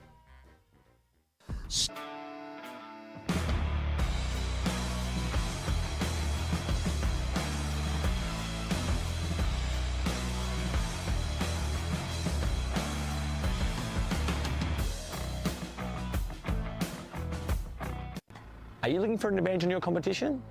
Well, Kart Class has done the hard work for you. We've traveled to your racetracks to give you the inside knowledge. So what does Kart Class offer? We've got drone footage that captures the racing lines, visual markers for your braking points, acceleration zones, and the best overtake opportunities on your racetrack. pedal cam to show you where to brake and when to accelerate, and 360-degree footage to make sure you don't miss any parts on the racetrack. We've covered 13 racetracks in the United States, and Australia, you're up next. So visit kartclass.com to get your track information. Yeah, and welcome back to Kart Chaser. This is Cup Karts North America's Summer Nationals, 2024 Summer Nationals at Pittsburgh International Raceway. We did have a rain delay, and now we're back. The karts are back on the track. So I would think they're going to do a total restart at this point. We got the starting grid up. We lost it. It was up. It was up. But if we do a total restart, it wouldn't have changed at all. No, I know, Yeah. but let's see if we get it back. Everybody's on slicks, I'm getting a report. Okay.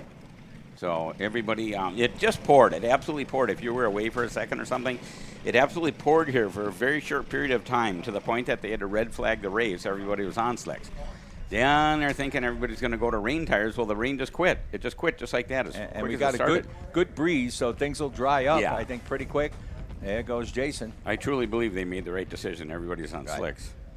Well, here we go for the second to last time today, Dave Mack. It's a slow one, just like Eric Fagan likes to do it. That's it. Takes his time, gets it down on the clutch, and bogs him down. And we are green, green, green. Go, go, go. Let her rip, Tater Chip.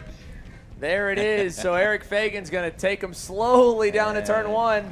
And watch the Rhino liner, everyone. That's going to be like ice for the first couple laps till eventually it will get better. So let's see if the guys up front are going to miss it. Yeah, they're all going to go straight around the outside, miss the Rhino liner. Very good choice. But again, still, like, I mean, you know, there was not a lot of movement in the hands, and it looks like, I mean, it looks good. They're able to cross to the liner and hit the normal line to the S's now. Sometimes when it gets really slick in these S's, I mean, you are doing so wide of an arc. I saw a couple of them Apex. getting slippery out there, but they were able to see. There's a couple going on a little back bit, there. But that's because they're running on the dry line and hit that Rhino liner right at the apex. You can see, at least in the hairpins, they're all running the high side. And Logan Weigel, the local, he's the one to kind of keep an eye on that number 76 Pro Kart Concepts OTK. Logan Weigel might just play spoiler to all of these national heavyweights by knowing the lay of the land a little bit, knowing when to go lower, and not doing that, unfortunately, as we've lost one. Who is it that? is one of the CRGs, the Smoker. 49, a Josh Smoker. Smoker, the former Mets pitcher, New York Mets pitcher. Yeah, Joshua Smoker goes around. So one lap complete, 14 to go. It's going to be a long 15 here with the wet conditions. Look at Logan Weigel already experimenting. You saw him a little wiggle, but he's already starting to look for grip down on the Rhino patches. Eric Fagan, again, this is the toughest spot to be in, no matter how experienced and how good of a driver you are. He's taking him around. He's the gauge. Is this a front bumper way down like he bopped it into somebody? Fagan's? Fagan? Yeah. No, that's not just, okay. But I mean, I you know, there are ride height changes you can make to adjust grip. I don't know if they would have done that in this amount of time. I think that's just the way he had the card set up right from the beginning. Yeah, but yeah, so he's out there. He's pulled a big lead over Todd Barron, that's for sure. Yeah. So and John Price has dropped back to third. How come we don't have the? He's going up. Oh, okay. And I believe Price is in third. Yeah.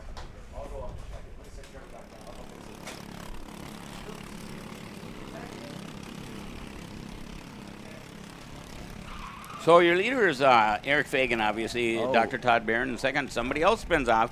Two more. We have two off almost to the That's pillows. Ron Cleese. He's one of your top racers. No. So he must have been experimenting and went into the wrong, got into the wrong stuff there. You got to avoid that Rhino liner.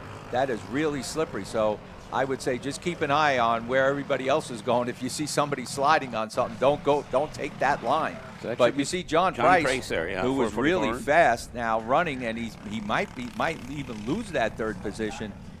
Oh, we got two more off. Wow. And they look like they're both retiring, actually. Wow. Everybody else, when they went out, they just got back on, but these two look like they're going to retire right away. People are not, just watch Fagan. Stay with Fagan. Yeah. Whatever line he takes, take it. But I guess some of them were so far back, they could not see that line, so it was tough for them.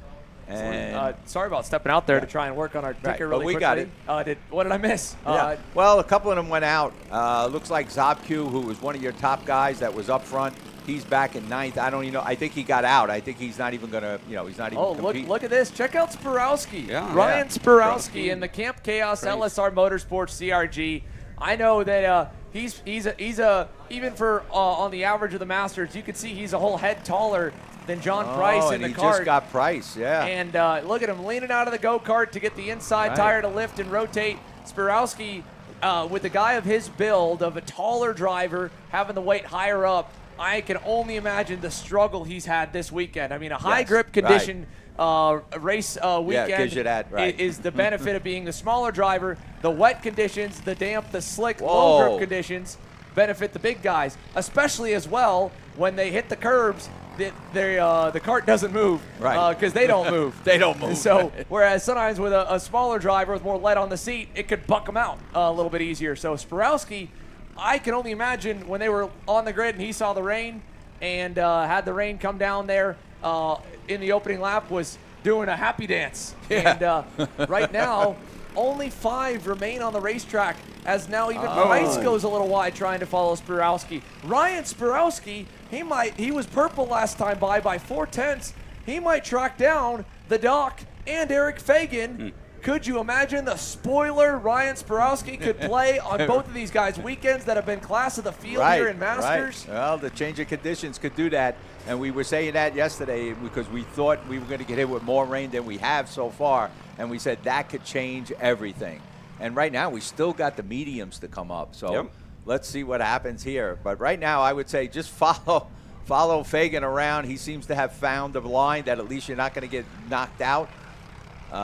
But he's not making any mistakes for sure. But Sporowski was 0.8 quicker last time by. Man. He's 2 seconds back. He's going to get there with plenty of time to spare. The only potential thing that could happen is if the track dries up enough that the track comes to Eric Fagan and Todd Barron's setup that they went out on. Because, again, they started further up. Sporowski might have gone with a more aggressive hybrid kind of intermediate setup to be better in these conditions, and may have just naturally been on one trying to fight grip because he was a bit off in the dry. But for Barron and for Fagan, they might have tried to keep things closer to standard, hoping that with the length of this main, eventually they'd get back to nearly full grip conditions. But Ryan Sporowski, another big lap. A second and a half faster. He's there now. A second and a half faster than the leader. He's got the right setup for what the conditions have changed to. And he's going to give Doc Barron a run, and I believe he could catch Fagan. Like you said, it's early on in the race, and he is so fast out there right now. And he definitely, well, I tell you, Doc Barron's giving him a good run for the money, and they're catching up to Fagan now. Well, let me tell you something that you guys probably already know about Ryan Sporowski is he may not win every race, but he is one of those guys that will win the party. And we talked about making that ride home a little bit easier. Yep, well, that ride home might get delayed a little bit if Ryan Sporowski is able to pull off a stunner and win this. But catching is one thing, passing's another. Yep, there goes Doc Barron. And now we're getting ready to dice it up. Doc Barron high, low, and he's to the take lead. Sporowski with him. We'll gobble him. So Eric Fagan from the pole. Fagan was one of the last guys to switch back from the wets to the dries. Instantly, the shower came down. It doused the track. And like I said there, the gap, the changeover period to make the decision was long enough that if they would have went instantly back green, just from the moment everyone puts the tires on, would have been wets for the first bit. And but now Price might be closing in, too. Now, John Price, who was very, fast and won the heat race. Oh, look at Sporowski trying an over-under. Todd still taking somewhat of a narrow line into 3, and Eric's ready to get back at it. And Fagan's right. He's trying to get back to break up that group. And not giving an inch. And he didn't give an inch to Sporowski, and Sporowski had to drop back to 3rd. But we got a race, and look, the Price is coming on. So we might have a 4-way battle. Right now it's a 3-way. I think we do have a 4-way battle. Here comes Price. It just took him time to get his kart working, and he did. And again, these Masters drivers at the heavyweight, again, their best times in the dry are in the 103s, 104s. As Sporowski gets back around Fagan, who made the mistake of going to the high line. Again, this looks like almost a NASCAR oval or dirt race as Fagan goes side to side, pod to pod with John Price. I will say Eric Fagan, we talked about spatial awareness for some of the kid karts. There's no one I know in karting that is more comfortable running inches apart or just kissing those pods to the point that you don't hop tires, but you freak the guy out than Eric Fagan. I can only imagine the sticker kit bill at the end of the year, but Eric Fagan, he is still hanging tough as the leaders going side by side, battling a little bit, is keeping them all close, and John Price figuring it out. And the track really now going the way for the Coyote driver with of the fast lap of the race last time. Granted, Sporowski caught the group and has been kind of trying to find a way past. He's not able to run his own line, but great pace, great recovery. Again, John Price, you know, this goes on the big move from Fagan to get back around. But in both of their cases, to not get rattled when things don't go your way in one corner or in one lap. Fagan getting shuffled back to third, didn't let it rattle him, started going right back to work, learning, adjusting the line, and battling. And John Price right here, a couple laps ago, we saw him kick up some dirt, drop a tire, and he has put that in the back of his mind, learned from Sporowski, who is banging tires with Fagan. Fagan's going to have the advantage. Back to second for Eric Fagan on the MGM, driving for Mr. Kraut as they go down to turn number 1. And what a break for Doc Barron right now, but that's not going to last long. They're coming up. They're freight training again, so they'll catch Barron, and it will be a 4-way battle, as I said. When Price closed the gap on the third-place driver there to catch up, it will be a 4-way battle for the lead. Now, can Doc Barron hold them off? I don't know. It's going to be a tough one. We're getting close, you know, to the end here. So this has been such a great race, though, right? I mean, we were talking during the break of what we were going to do to try and make sure to keep everyone entertained for all 15 laps, because with Price and Barron and Fagan's experience in the heat races, I assumed that if it was going to be dry, it was going to look very similar to that Sportsman main event where they would push, wait till the 2 to go signal, and then pass. And we were going to have our work cut out for ourselves to find battles around the rest of the racetrack. But right now, this is a great 4-way fight for the lead. Fagan is now going to do the same thing he did a lap ago. Door to door to the bus stop. Eric Fagan back to the lead in the 175. And that allows them to close up the gap again, because Sporowski and Price were losing the draft there, but then now they close that back up. Now, can Fagan just pull away from Doc Barron and let the 3 of them battle? We'll see. Fagan seems to be, he's got that thing working now. He's still taking that real outside line, trying to avoid that Rhino liner there, and I don't know if you have to do that. I didn't watch what Sporowski did on that turn, but Fagan just trying to keep out in front now, and he's not pulling away. But he's definitely not losing too much. But he's not losing too much either. You're right. I will say, against Sporowski, I think probably had the most grip, whether he wanted it or not, just had it through all the weekend of these 4, and that's why we didn't see him as good in the high grip conditions in the dry. Eric Fagan seemed to be, it was either him or Price, really. Todd Barron in the final heat race, I chatted with him this morning, and he's like, yeah, in Masters, like I just, you know, a younger me a couple of years ago might have tried to get in the mix there, but, you know, I was good enough to hang, had enough energy to hang, not really enough energy and go-kart to go and fight with them. But, you know, he's like, I'm just going to ride and get myself in a spot tomorrow with bigger gaps between the races and time to recover and then go back to war once again. But Eric Fagan, I think, out of the 4, probably had the closest to a complete dry setup and maybe left one less tooth than everyone else. But the downside of between that and maybe not making any adjustments to put more grip in the car like the other 3 might have, might be paying off towards the final few laps, and I think that's why he's having to go so wide in turn 3. He's probably looser, feeling more oversteer than the other drivers around him, so he's having to compensate and do a little bit different and really has to be more precise than they do. If they've got the grip, they can, like we talked earlier in the weekend, right? In the dry, I mean, with the tire Vega's got, the rubber it lays down, the Rhino liner, the heat, the grip has been so tremendous that you can sometimes miss the mark a little bit and still have enough grip and carry the same amount of mile an hour. Right, and that's what we've been seeing. But right now, you don't have that. No. Right now, it's a whole different ball game, and that's what I was saying, that today could be a whole different thing, and so far it wasn't up until now. It'll be interesting what the mediums, what they're thinking about and how to go out there to be set up. Now, Fagan, like you said, might have more of the dry setup. I do see he is taking a little different line now than he has been in the last couple of laps.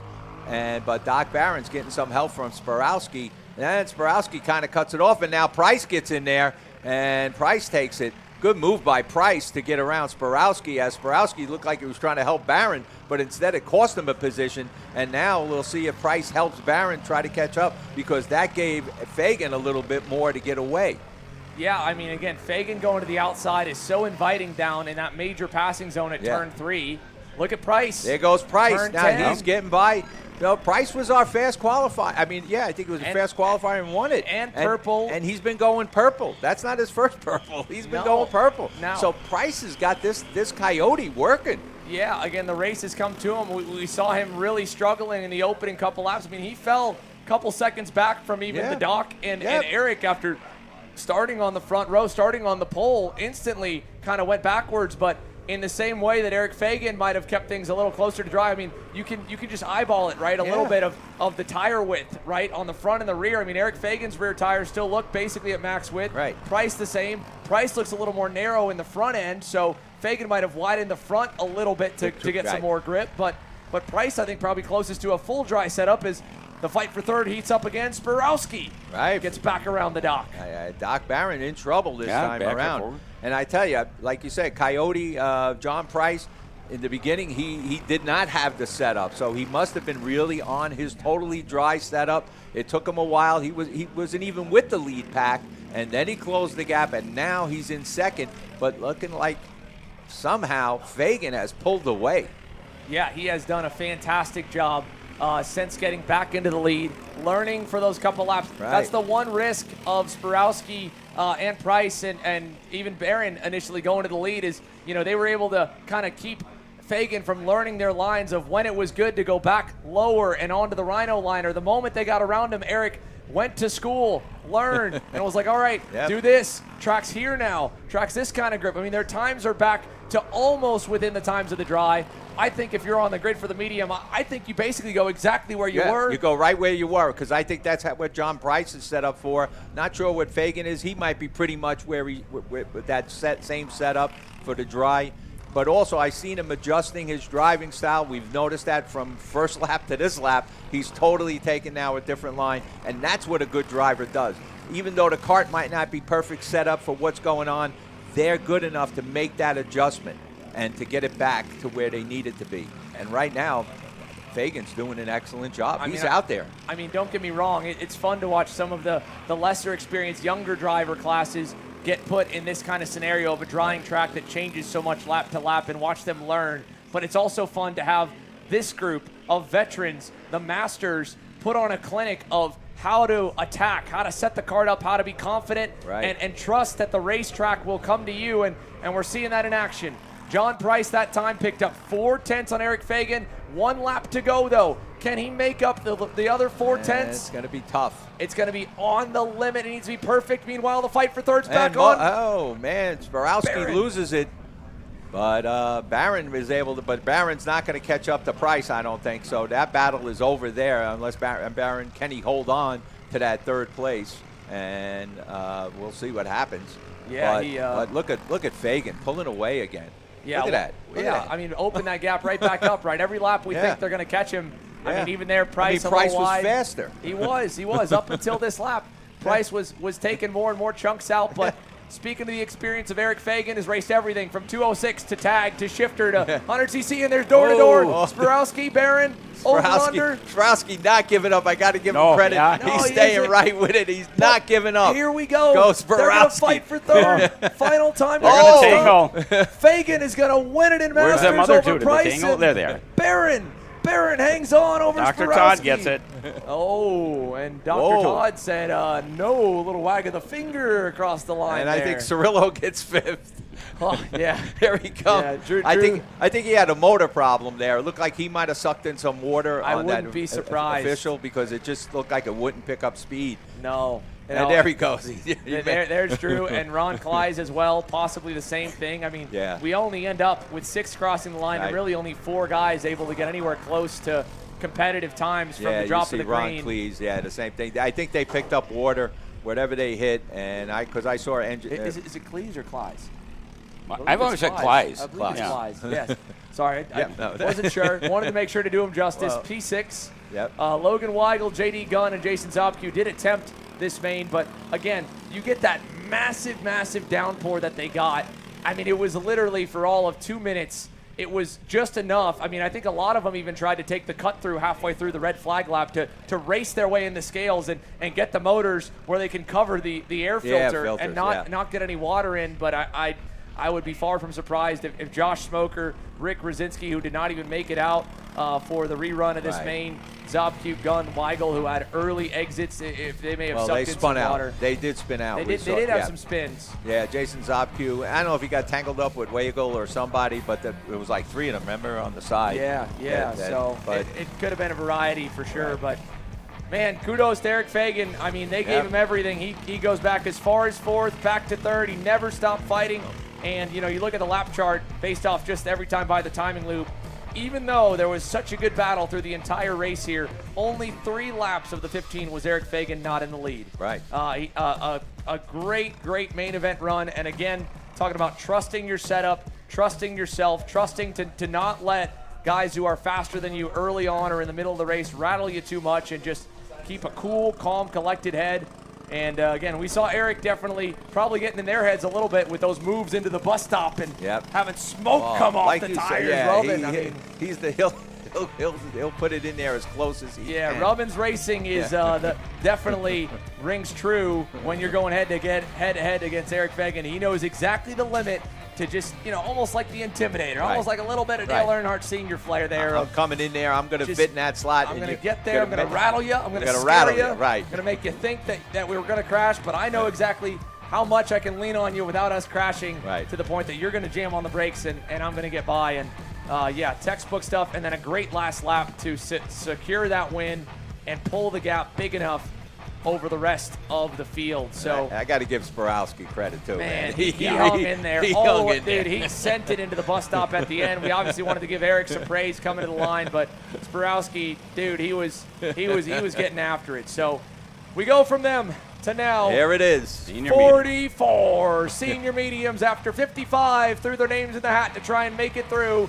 40 made it after the heats. 4 more punched their ticket to the main in a crazy last chance qualifier earlier today. Let's see how they're going to stack on up. Christopher McKeithen and Dylan Amundsen on the front row. A youngster in his 2nd full year in senior competition alongside a veteran who has been at it for now. I would definitely consider Dylan Amundsen a veteran, and he is having a great weekend and only the first of a couple aboard the TS Racing VLR package with Ian Quinn, Caleb Gaffera, a young but again turning into veterans and mainstays on row 2. Right. Gaffera his 2nd full year. Quinn, I believe this would be probably year 4 or year 5 for him as well.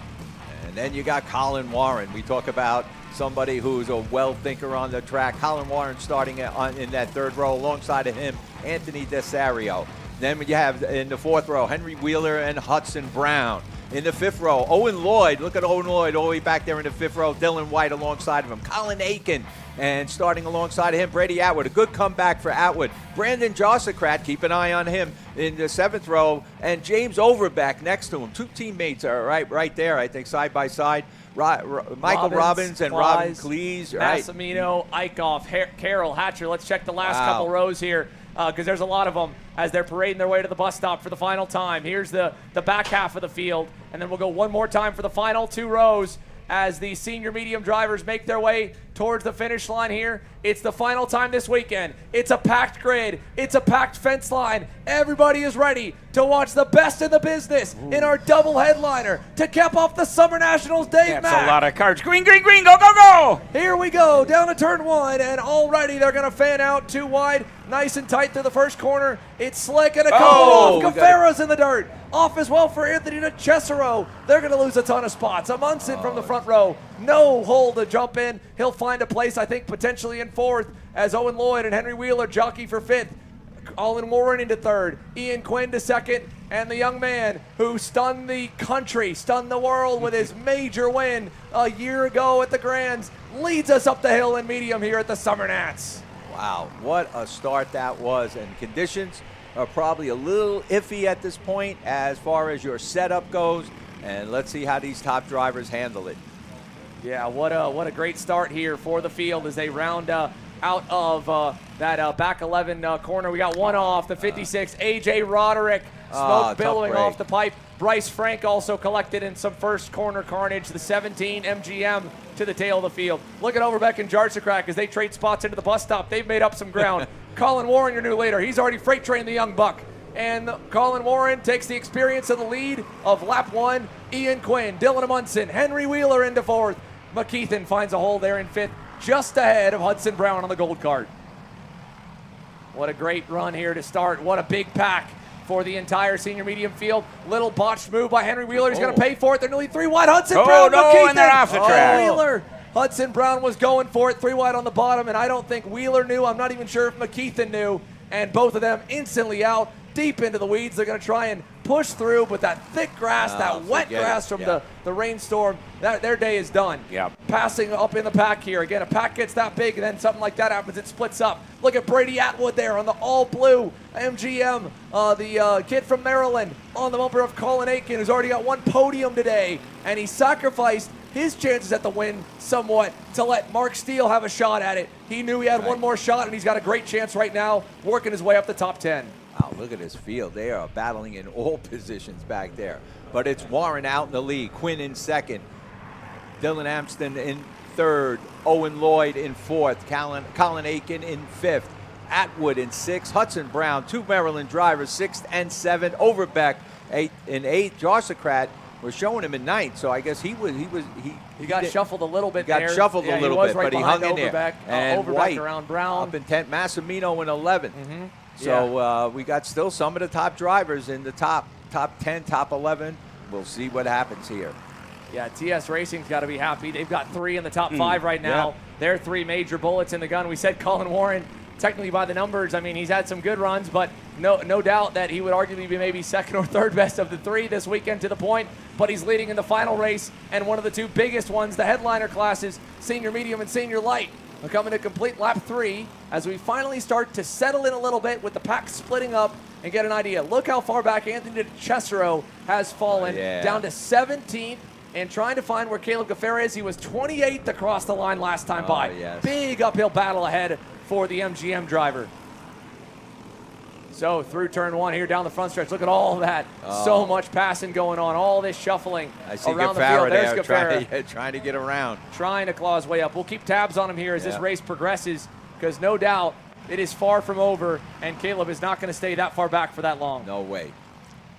So here we go through the field, up the hill. Colin Warren kind of starting to spread things out, calm things down a bit by putting some good laps, some flyers in up front. And ran into him actually right before the Masters race over by the bathrooms. And he's like, yeah, it's like, he let me know again about Eric Fagan making that last second call for slicks. And he's like, yeah, it's going to be a little bit for us, but no, dude, we're sending it. We're going to be fast. Right.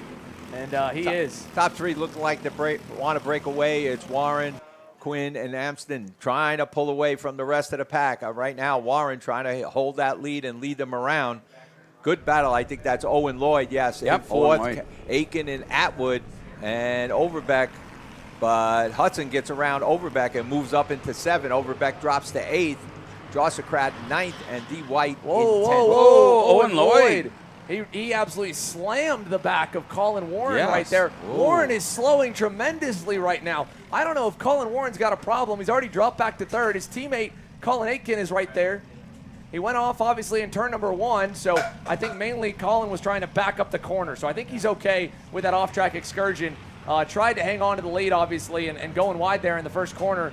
It's so slippery, and they've just kind of cleared off the dry line, and they only had a couple laps on the outside of the second groove, so it's probably going to be really treacherous offline on the inside to make passes, and if you get thrown to the wayside on the outside. But Dylan Amundsen here in, is this his first race with VLR or the second of the majors? I think it's the first. Yeah, the first race. So first major race with TS Racing and VLR, and he talked to us a little earlier in the weekend about the adjustment and getting used to the different characteristics. He's been so many years on that MGM before joining forces with Colin Warren and Colin Aiken to make one heck of a power team here in VLR and TS Racing in the senior, medium, light, and heavy divisions across the board.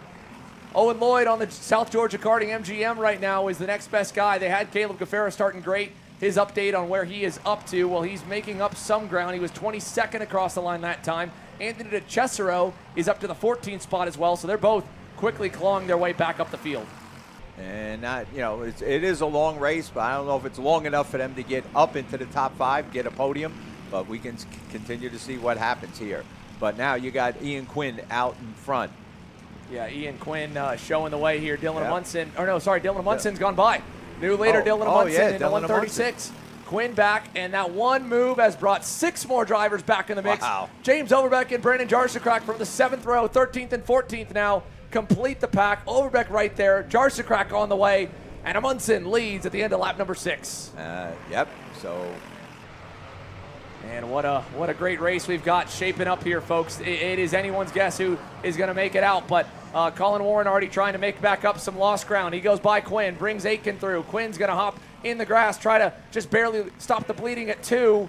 Owen Lloyd's trying to make it 3, but he won't get there. He'll tuck back in line through the S's. And it looks like Hudson Brown got by Atwood. Yeah, Hudson Brown able to move up as well, so move him up into the 6th position then, based on what we can tell here as it updates again every time they hit the line.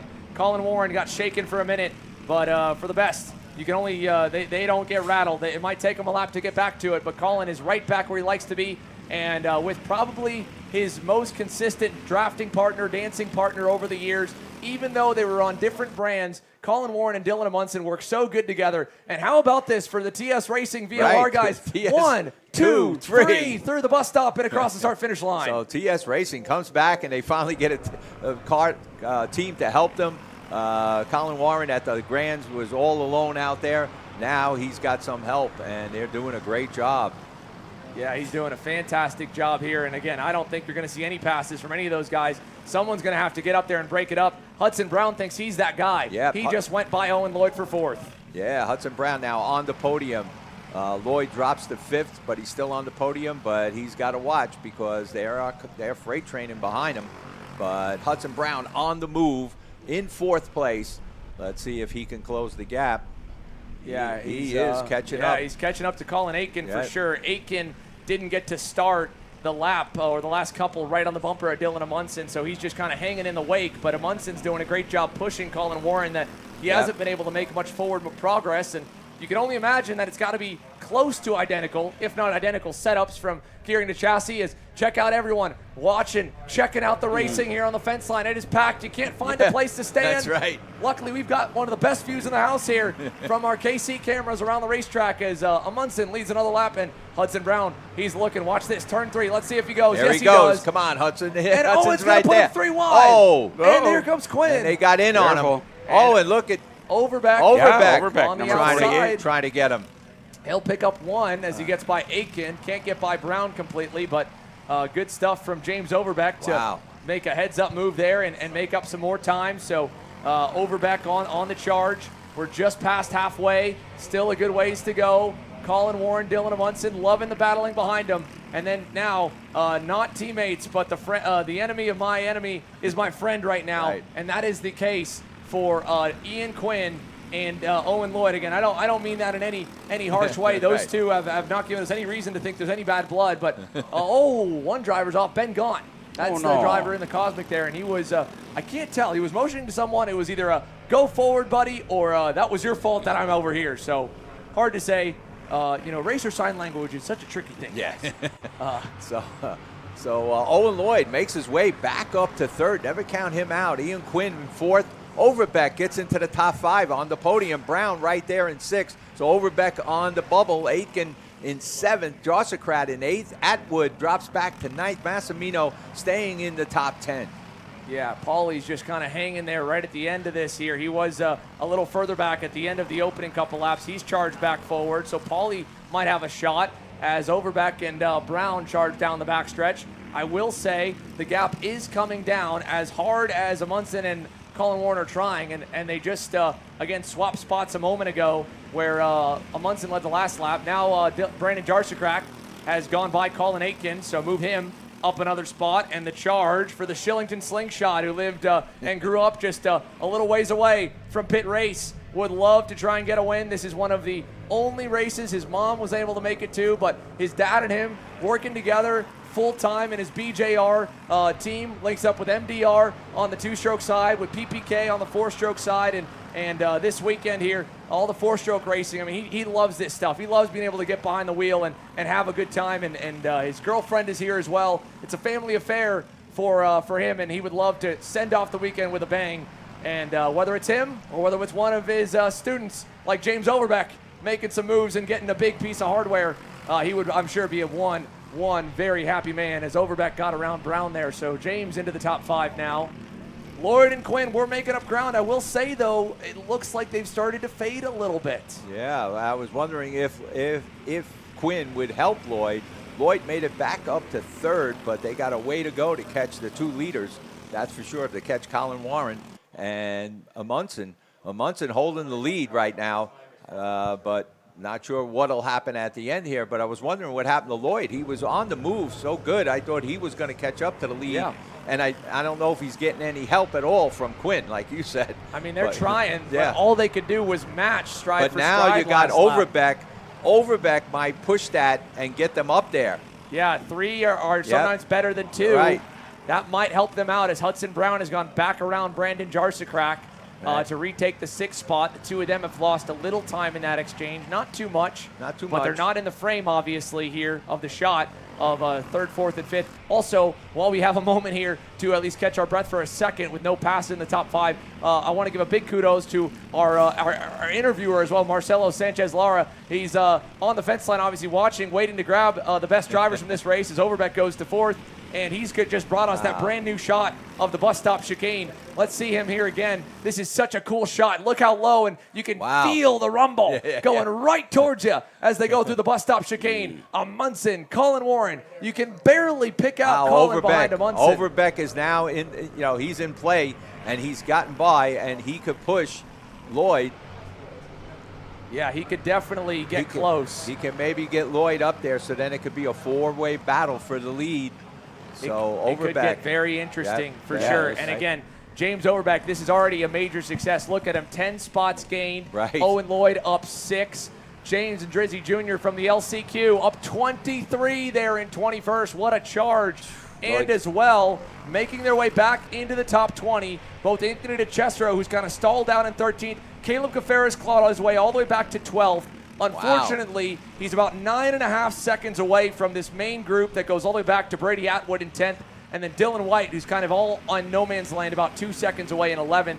But we're coming to go time right here. Yeah. This is it.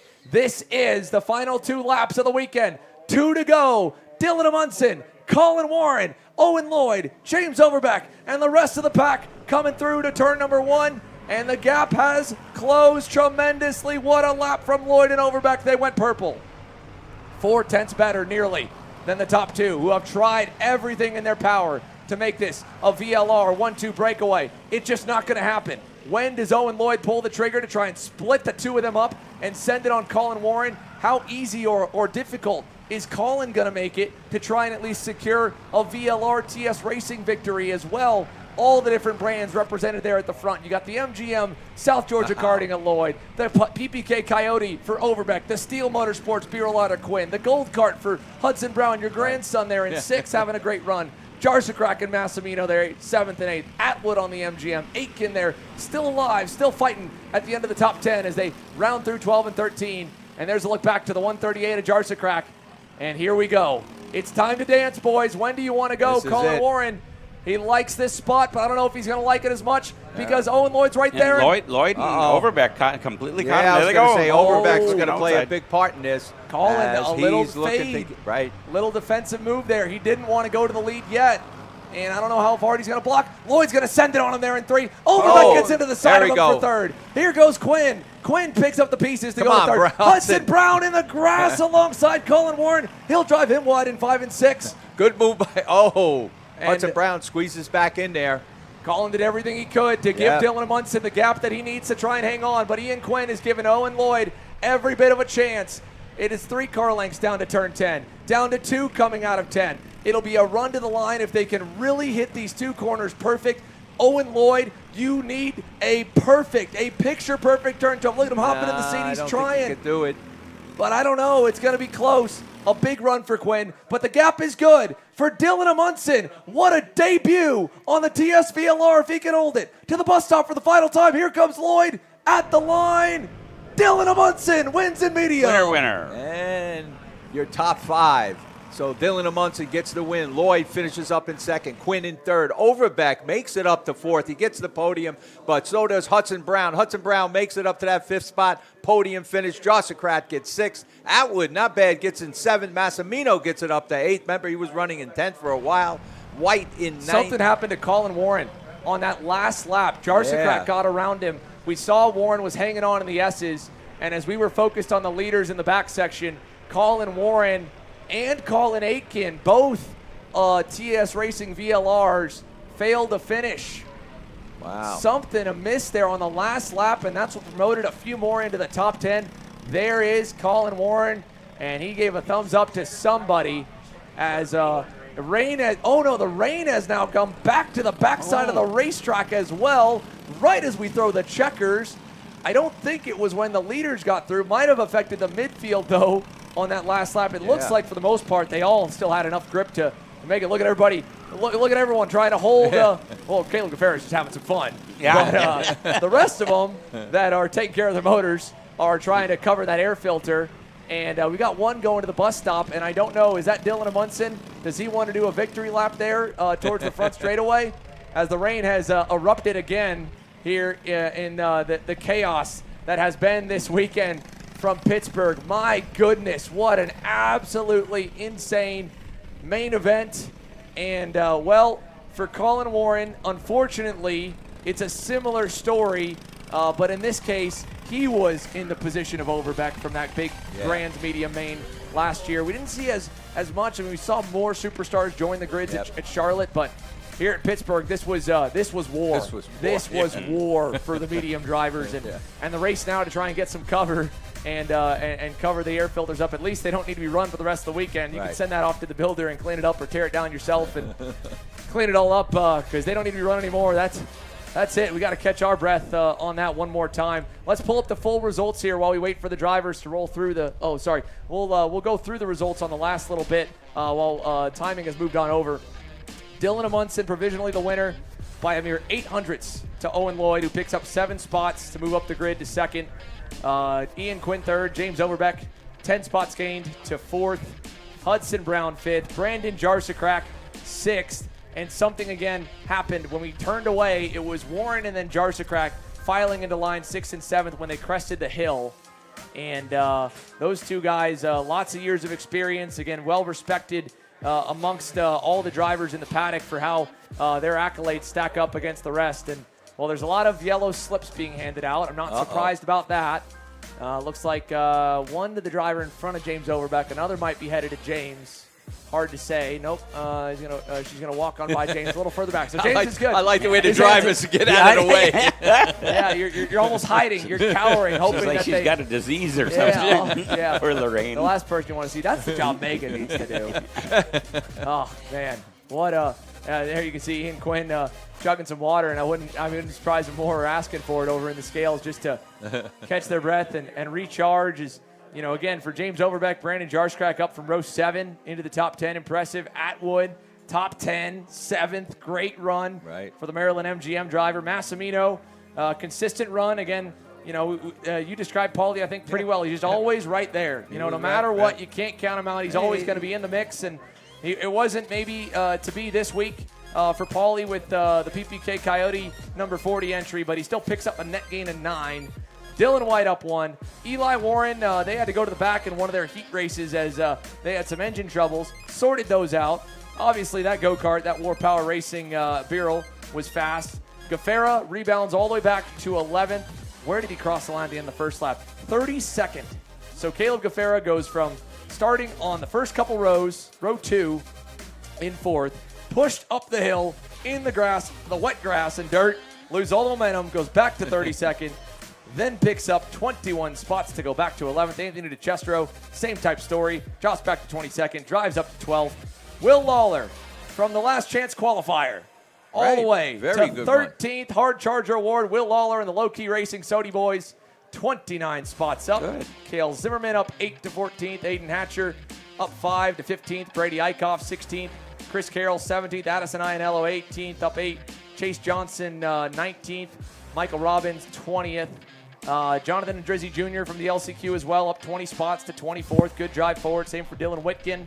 racing their way into the main show here this morning and making the most of it, picking up a bunch of positions. Whitkin picked up 16, Hunter Bolton up 5, Sawyer Sinclair up 7, Jack DeLucci and Josh Steifel also picking up a handful all the way back. And then again, the heartbreak begins back at 32nd with Colin Warren and Colin Aitken. Aitken went out with 2 to go. Warren going out on the last lap with 3 corners remaining in that right-handed hairpin. And again, he was fighting tooth and nail, doing everything he could, both to keep himself in the fight. He obviously, again, you saw him kind of point back to Owen Lloyd going to the white flag down to turn 1. Then he faded 1 car width lower as if he was going to maybe go for the move. And then he kind of just jammed on the brakes and defended for a second. I think that's why Owen sent that Superman deep move. Yeah. And then at the same time, everybody else just piled in down to the inside in turn 3. Ian Quinn jumped in there. James Overbeck, Hudson was getting in the mix. And, of course, he picked up 1 spot out of it. And then again, Colin Warren ends up sadly with a DNF. He's able to drive that cart back in, so minimal damage, but punted off probably into the grass and getting stuck. Jacob Buffo, Peyton Klein, Ben Gaunt. We saw the crash with McKeithen and Wheeler on lap 2. Yep. Bryce Frank after getting taken out on lap number 1, and he ends up down in 39th. So lots to catch up with. Let's see, Marcelo, if we can get those boys one at a time here, because we got a lot we want to chat with. So let's see if we can get one at a time into the frame so we can focus fully on our driver down here, one at a time if we can. So we know we've got a lot to break down from that main. So we'll see if Marcelo can break it down for us just to one. Let's start, first of all, Dylan.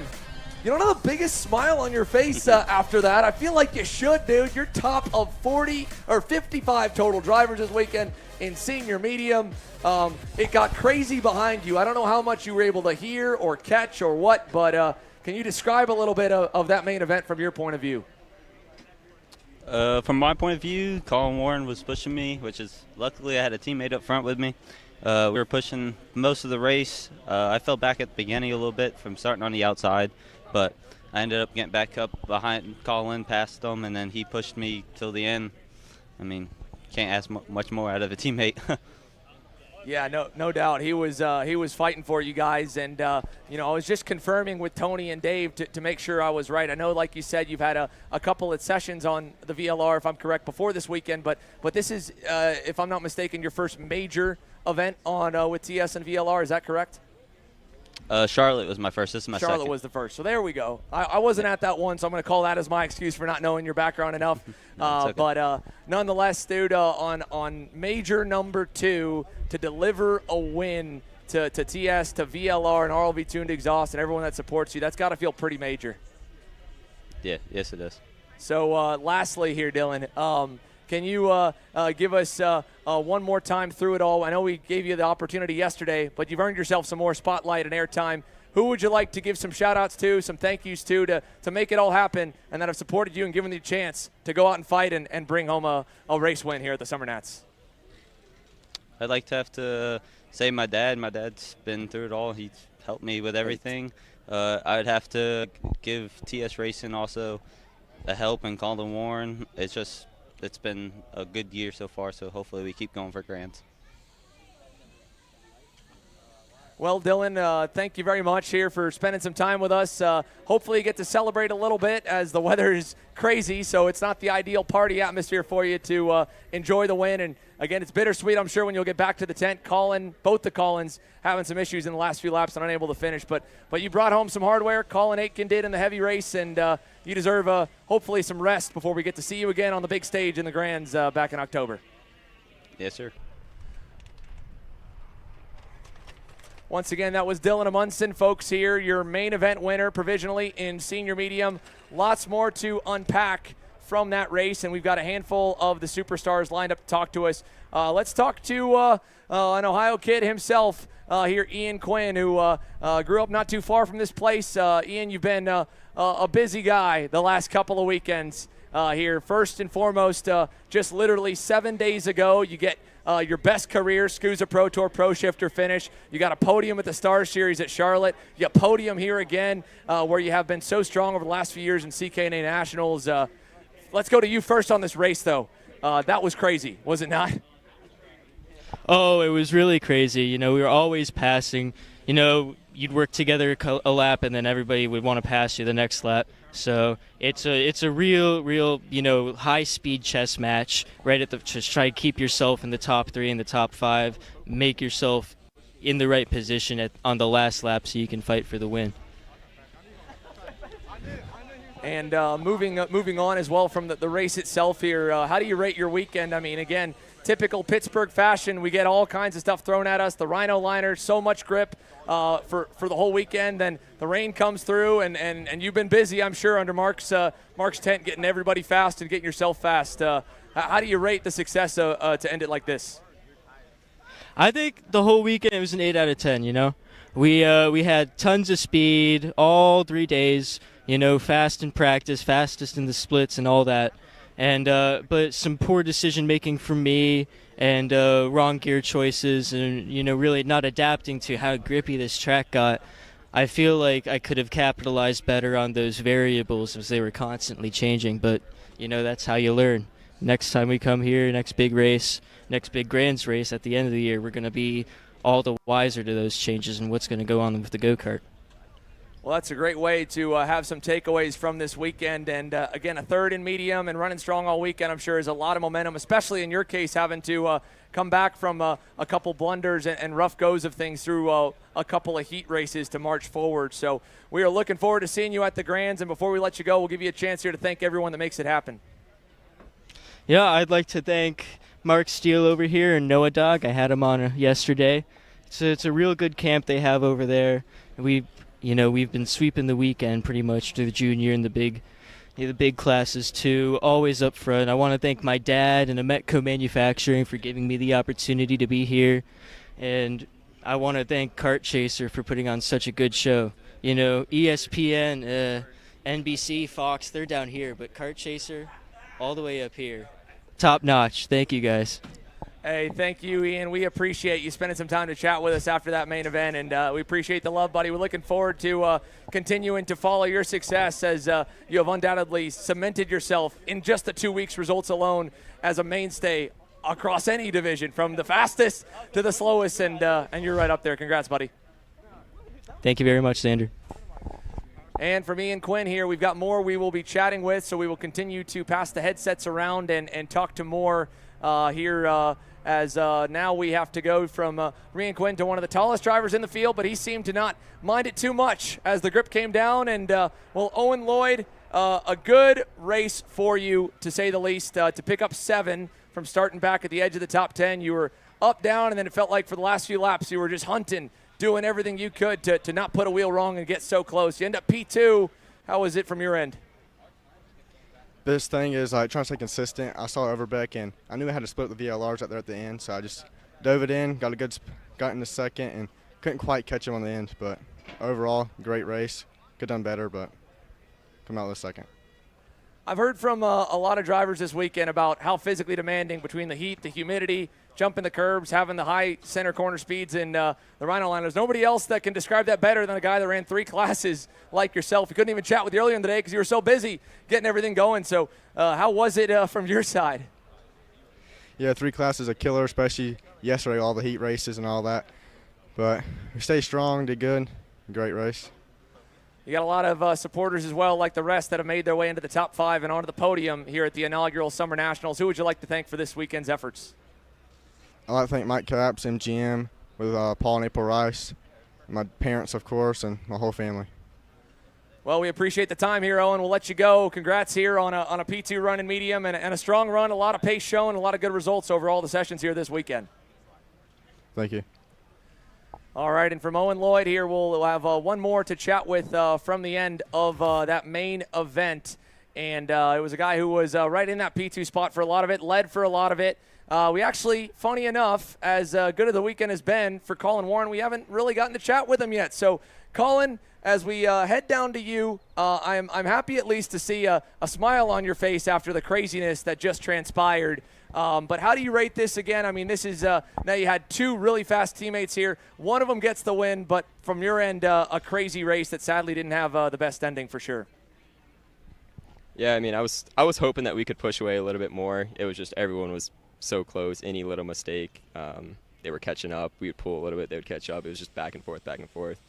I had a good lead early, but I drove it off track on accident, made a mistake in turn 1.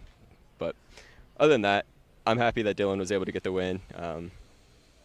It's a really good weekend for him, really good weekend for VLR in general. So very proud. Yeah, there was a really cool moment that I don't know if you were able to see when you were leading and running in the front early, where yourself, Colin Aiken, and Dylan were 1, 2, and 3 with the TS Racing VLRs. What has that been like to bring Dylan into the fold? You two have worked so well together. I told him yesterday, I've watched you guys for many, many years across different brands and whatnot, as you both have driven a whole lot of different pieces of metal, run so good. And now to have him under the tent with you, how's that got to feel? Because you guys seem to be pretty good buddies off the racetrack. Oh, it's great. Like, it took him a little bit of adjustment, but once he got adjusted, we worked with him. He's learning, like, the setup more, learning what he needs out of the cart, and he's on it, you know. And Aiken as well. Aiken was right there. When I looked back and saw him there, I was like, oh, boy, here we go. I was hoping, like, we could just hook up and go away, but it's, like I said, it's so close. It's a battle. It's a dogfight out there, so. Yeah, but I remember you and I have talked. You like it. I mean, maybe not this way the race ended, but you love the chess game of 206 racing. Is that fair to say? Oh yeah, that's my favorite part. That's why I like 206 racing more than 2-cycle racing to drive, just because it does have that bit of a chess game, and you have all the 2-cycle drivers, like a lot of the top 2-cycle drivers out here. So it's not like your competition is less or anything like that. They're all smart drivers. They all know what they're doing. It's just you have a minute to actually think about stuff, you know. Well, we'll give you a minute here as well to thank everyone that has made it happen for you. You have been one heck of a brand ambassador for VLR and for TS Racing over the years, and I'm sure along with them you've got a lot you'd love to thank for all the efforts this weekend. Oh, yeah, all of RLV, TS Racing, Dave, my mechanic here, Miranda out west, Rod, Art, everyone. Very proud to be working with all these people. They're all icons in the industry, and can't wait to, hopefully show up to Grands and maybe 1, 2, 3, all of us. So. It'd be a pretty mega story if you guys were able to do it, and we've seen it where you know how to get it done and get yourself some major wins, including at the Grands. We look forward to seeing you there, Colin. We appreciate the time, and like I said, it's good to see a smile on your face and take some solace out of it, because I can't imagine everyone's too pleased to be able to talk with the way things ended for you in that main, but you did a great job. Thank you. Yeah. Thank you very much. Good job this weekend. All right, and again, a great job as well to Colin Warren. And ladies and gentlemen, as we take one final look around the picturesque Pittsburgh International Race Complex here, this mega facility that has done such a fantastic job at hosting the inaugural CKNA Summer Nationals here. Tony, Dave, we did have, obviously, those 2 scary moments earlier in the day. Nick Sobiek, thankfully, okay. And, of course, we heard from Mr. Donati as well aboard the MG. It was only his 3rd sprint race, and, well, he went up and over. But that one little blip for a red flag, and then, of course, the red for the rain. Beyond that, this track produced some fantastic racing in pretty much every condition for us. Yes, and it really presented for the drivers to make last-minute decisions. And like Colin just said, I mean, the professional drivers that you have here, not only are they 4-cycle, 2-cycle, they know what they have to do, and that's what made it so exciting. And at the end, the chess game again, at the end, what was happening, and you can't believe how a team like VLR that comes on and like this is really their first year, and they were up there, they were competing with the best of them. Yeah. And the best of them were here, believe me. Yeah, no, they were. And it's going to be real interesting at the Grands what's going to happen at the Grands, and how, if we, 500 entries and all of that. But it's going to be the same ones up at the front doing battle to see who's going to be the Grand National Champion. And they come from all over. And sometimes at the Grands, we get people from California, even though I think we have one here, but we get a few of them from California. RLV brings them in. Yep. And then you have that challenge, too. Miranda will be there. Art will be there, yeah. Yeah, I mean, we know everyone from all over the North American continent will be here at the CKNA Grands in October this year over in Newcastle. This event, of course, a part of the path to the Grand Nationals, as always. And like you said, Tony, I mean, the field just continued to get more and more stacked. And you know, it's really cool to see the momentum of all the American manufacturers as well as the international ones continuing to dip their toes into 206 racing at the CKNA majors across all of these events that we put on. And like Colin said, I mean, you've got some of the best in the country. Forget the class, whatever discipline they're from. There are superstars all the way down the field. And look what's being put into this. Look at Barello. Yeah. I mean, full effort. I mean, had there is the Red Army. going to be the Red Army is here. Multiple armies here, and you heard it from Christopher McKeithen talking about how the great year he had last year, and of course the performance they had. But it's not going to come as easy. They're catching up. There's more superstars, and well, the rain is unfortunately put a little damper on the closeout shots from this picturesque place. But thankfully we got pretty much all the racing in without one little hiccup of rain and warm up, and one more right before the final two. But we were able to get them all in, all on slick tires. Right. And man, what a show to close things off. I'll pass it over to you guys for one more round of final thoughts here. First with you, Tony, and then over to Dave to close out this inaugural event, the Cup Karts North America Summer Nationals. Tony, you know, it was so good that, you know, Greg at CKNA said, hey, let's have a Summer National. You know, I asked for it last year because we were here and we had a good turnout. And I said it is the forerunner to the Grands, and that CKNA brought this national here, and we saw the amount of people that came. I mean, the top drivers that came. And you got to just thank CKNA for really producing this next step up for any 206 racer. And, you know, Colin Warren said it all there. I mean, it's just not, you know, you might call it slow racing or whatever, but they're not that slow out there. No, it's still all fast. But the competition, I mean, you can learn a lot if you just race this and you want to move to something else, because all the strategies and the moves and what you got to do in the setups are all there, especially when you're racing against this caliber of people that come here. And now, you know, like we said, the chassis battles, the engine battles, I mean, it is developing into something that I never dreamed of, say, 5 years ago, you know, with 206. For sure. Dave Mack, closing thoughts with you? I am just thrilled to death to have been here this weekend, work with the both of you. It was just like I'm on vacation, for goodness sake. I appreciate the both of you very much. Kart Chaser, are you kidding me? You guys are fantastic. What you bring to the karting world, to my passionate sport, is beyond, you know, you just can't even imagine how thankful I am for you guys. So, and every one of your staff and whatever are just the best of the best. Oh my gosh, yeah, Rocco with a trash bag over his head so he could stay focused and try and stay dry, and turn one after the tent was smashed and taken away. Teardown may not be as fun for us because we're a little bit, you know, I tell most people going into the weekend, the good and the bad of being a racer and knowing that and how those weekends go, and then doing the broadcasting is, for the most part, once we figure everything out and get rolling, we don't get crashed. Well, today we got crashed. That's a bummer. A big thank you, though, to all of the good Samaritans. There were so many people that ran straight to the camera station, helped Rocco out, and that's a testament to not just the karting community, but the CKNA culture here as well. You know, you don't get that at every single racing event. Karting, for the most part, you do, and that community is so awesome. It's still here.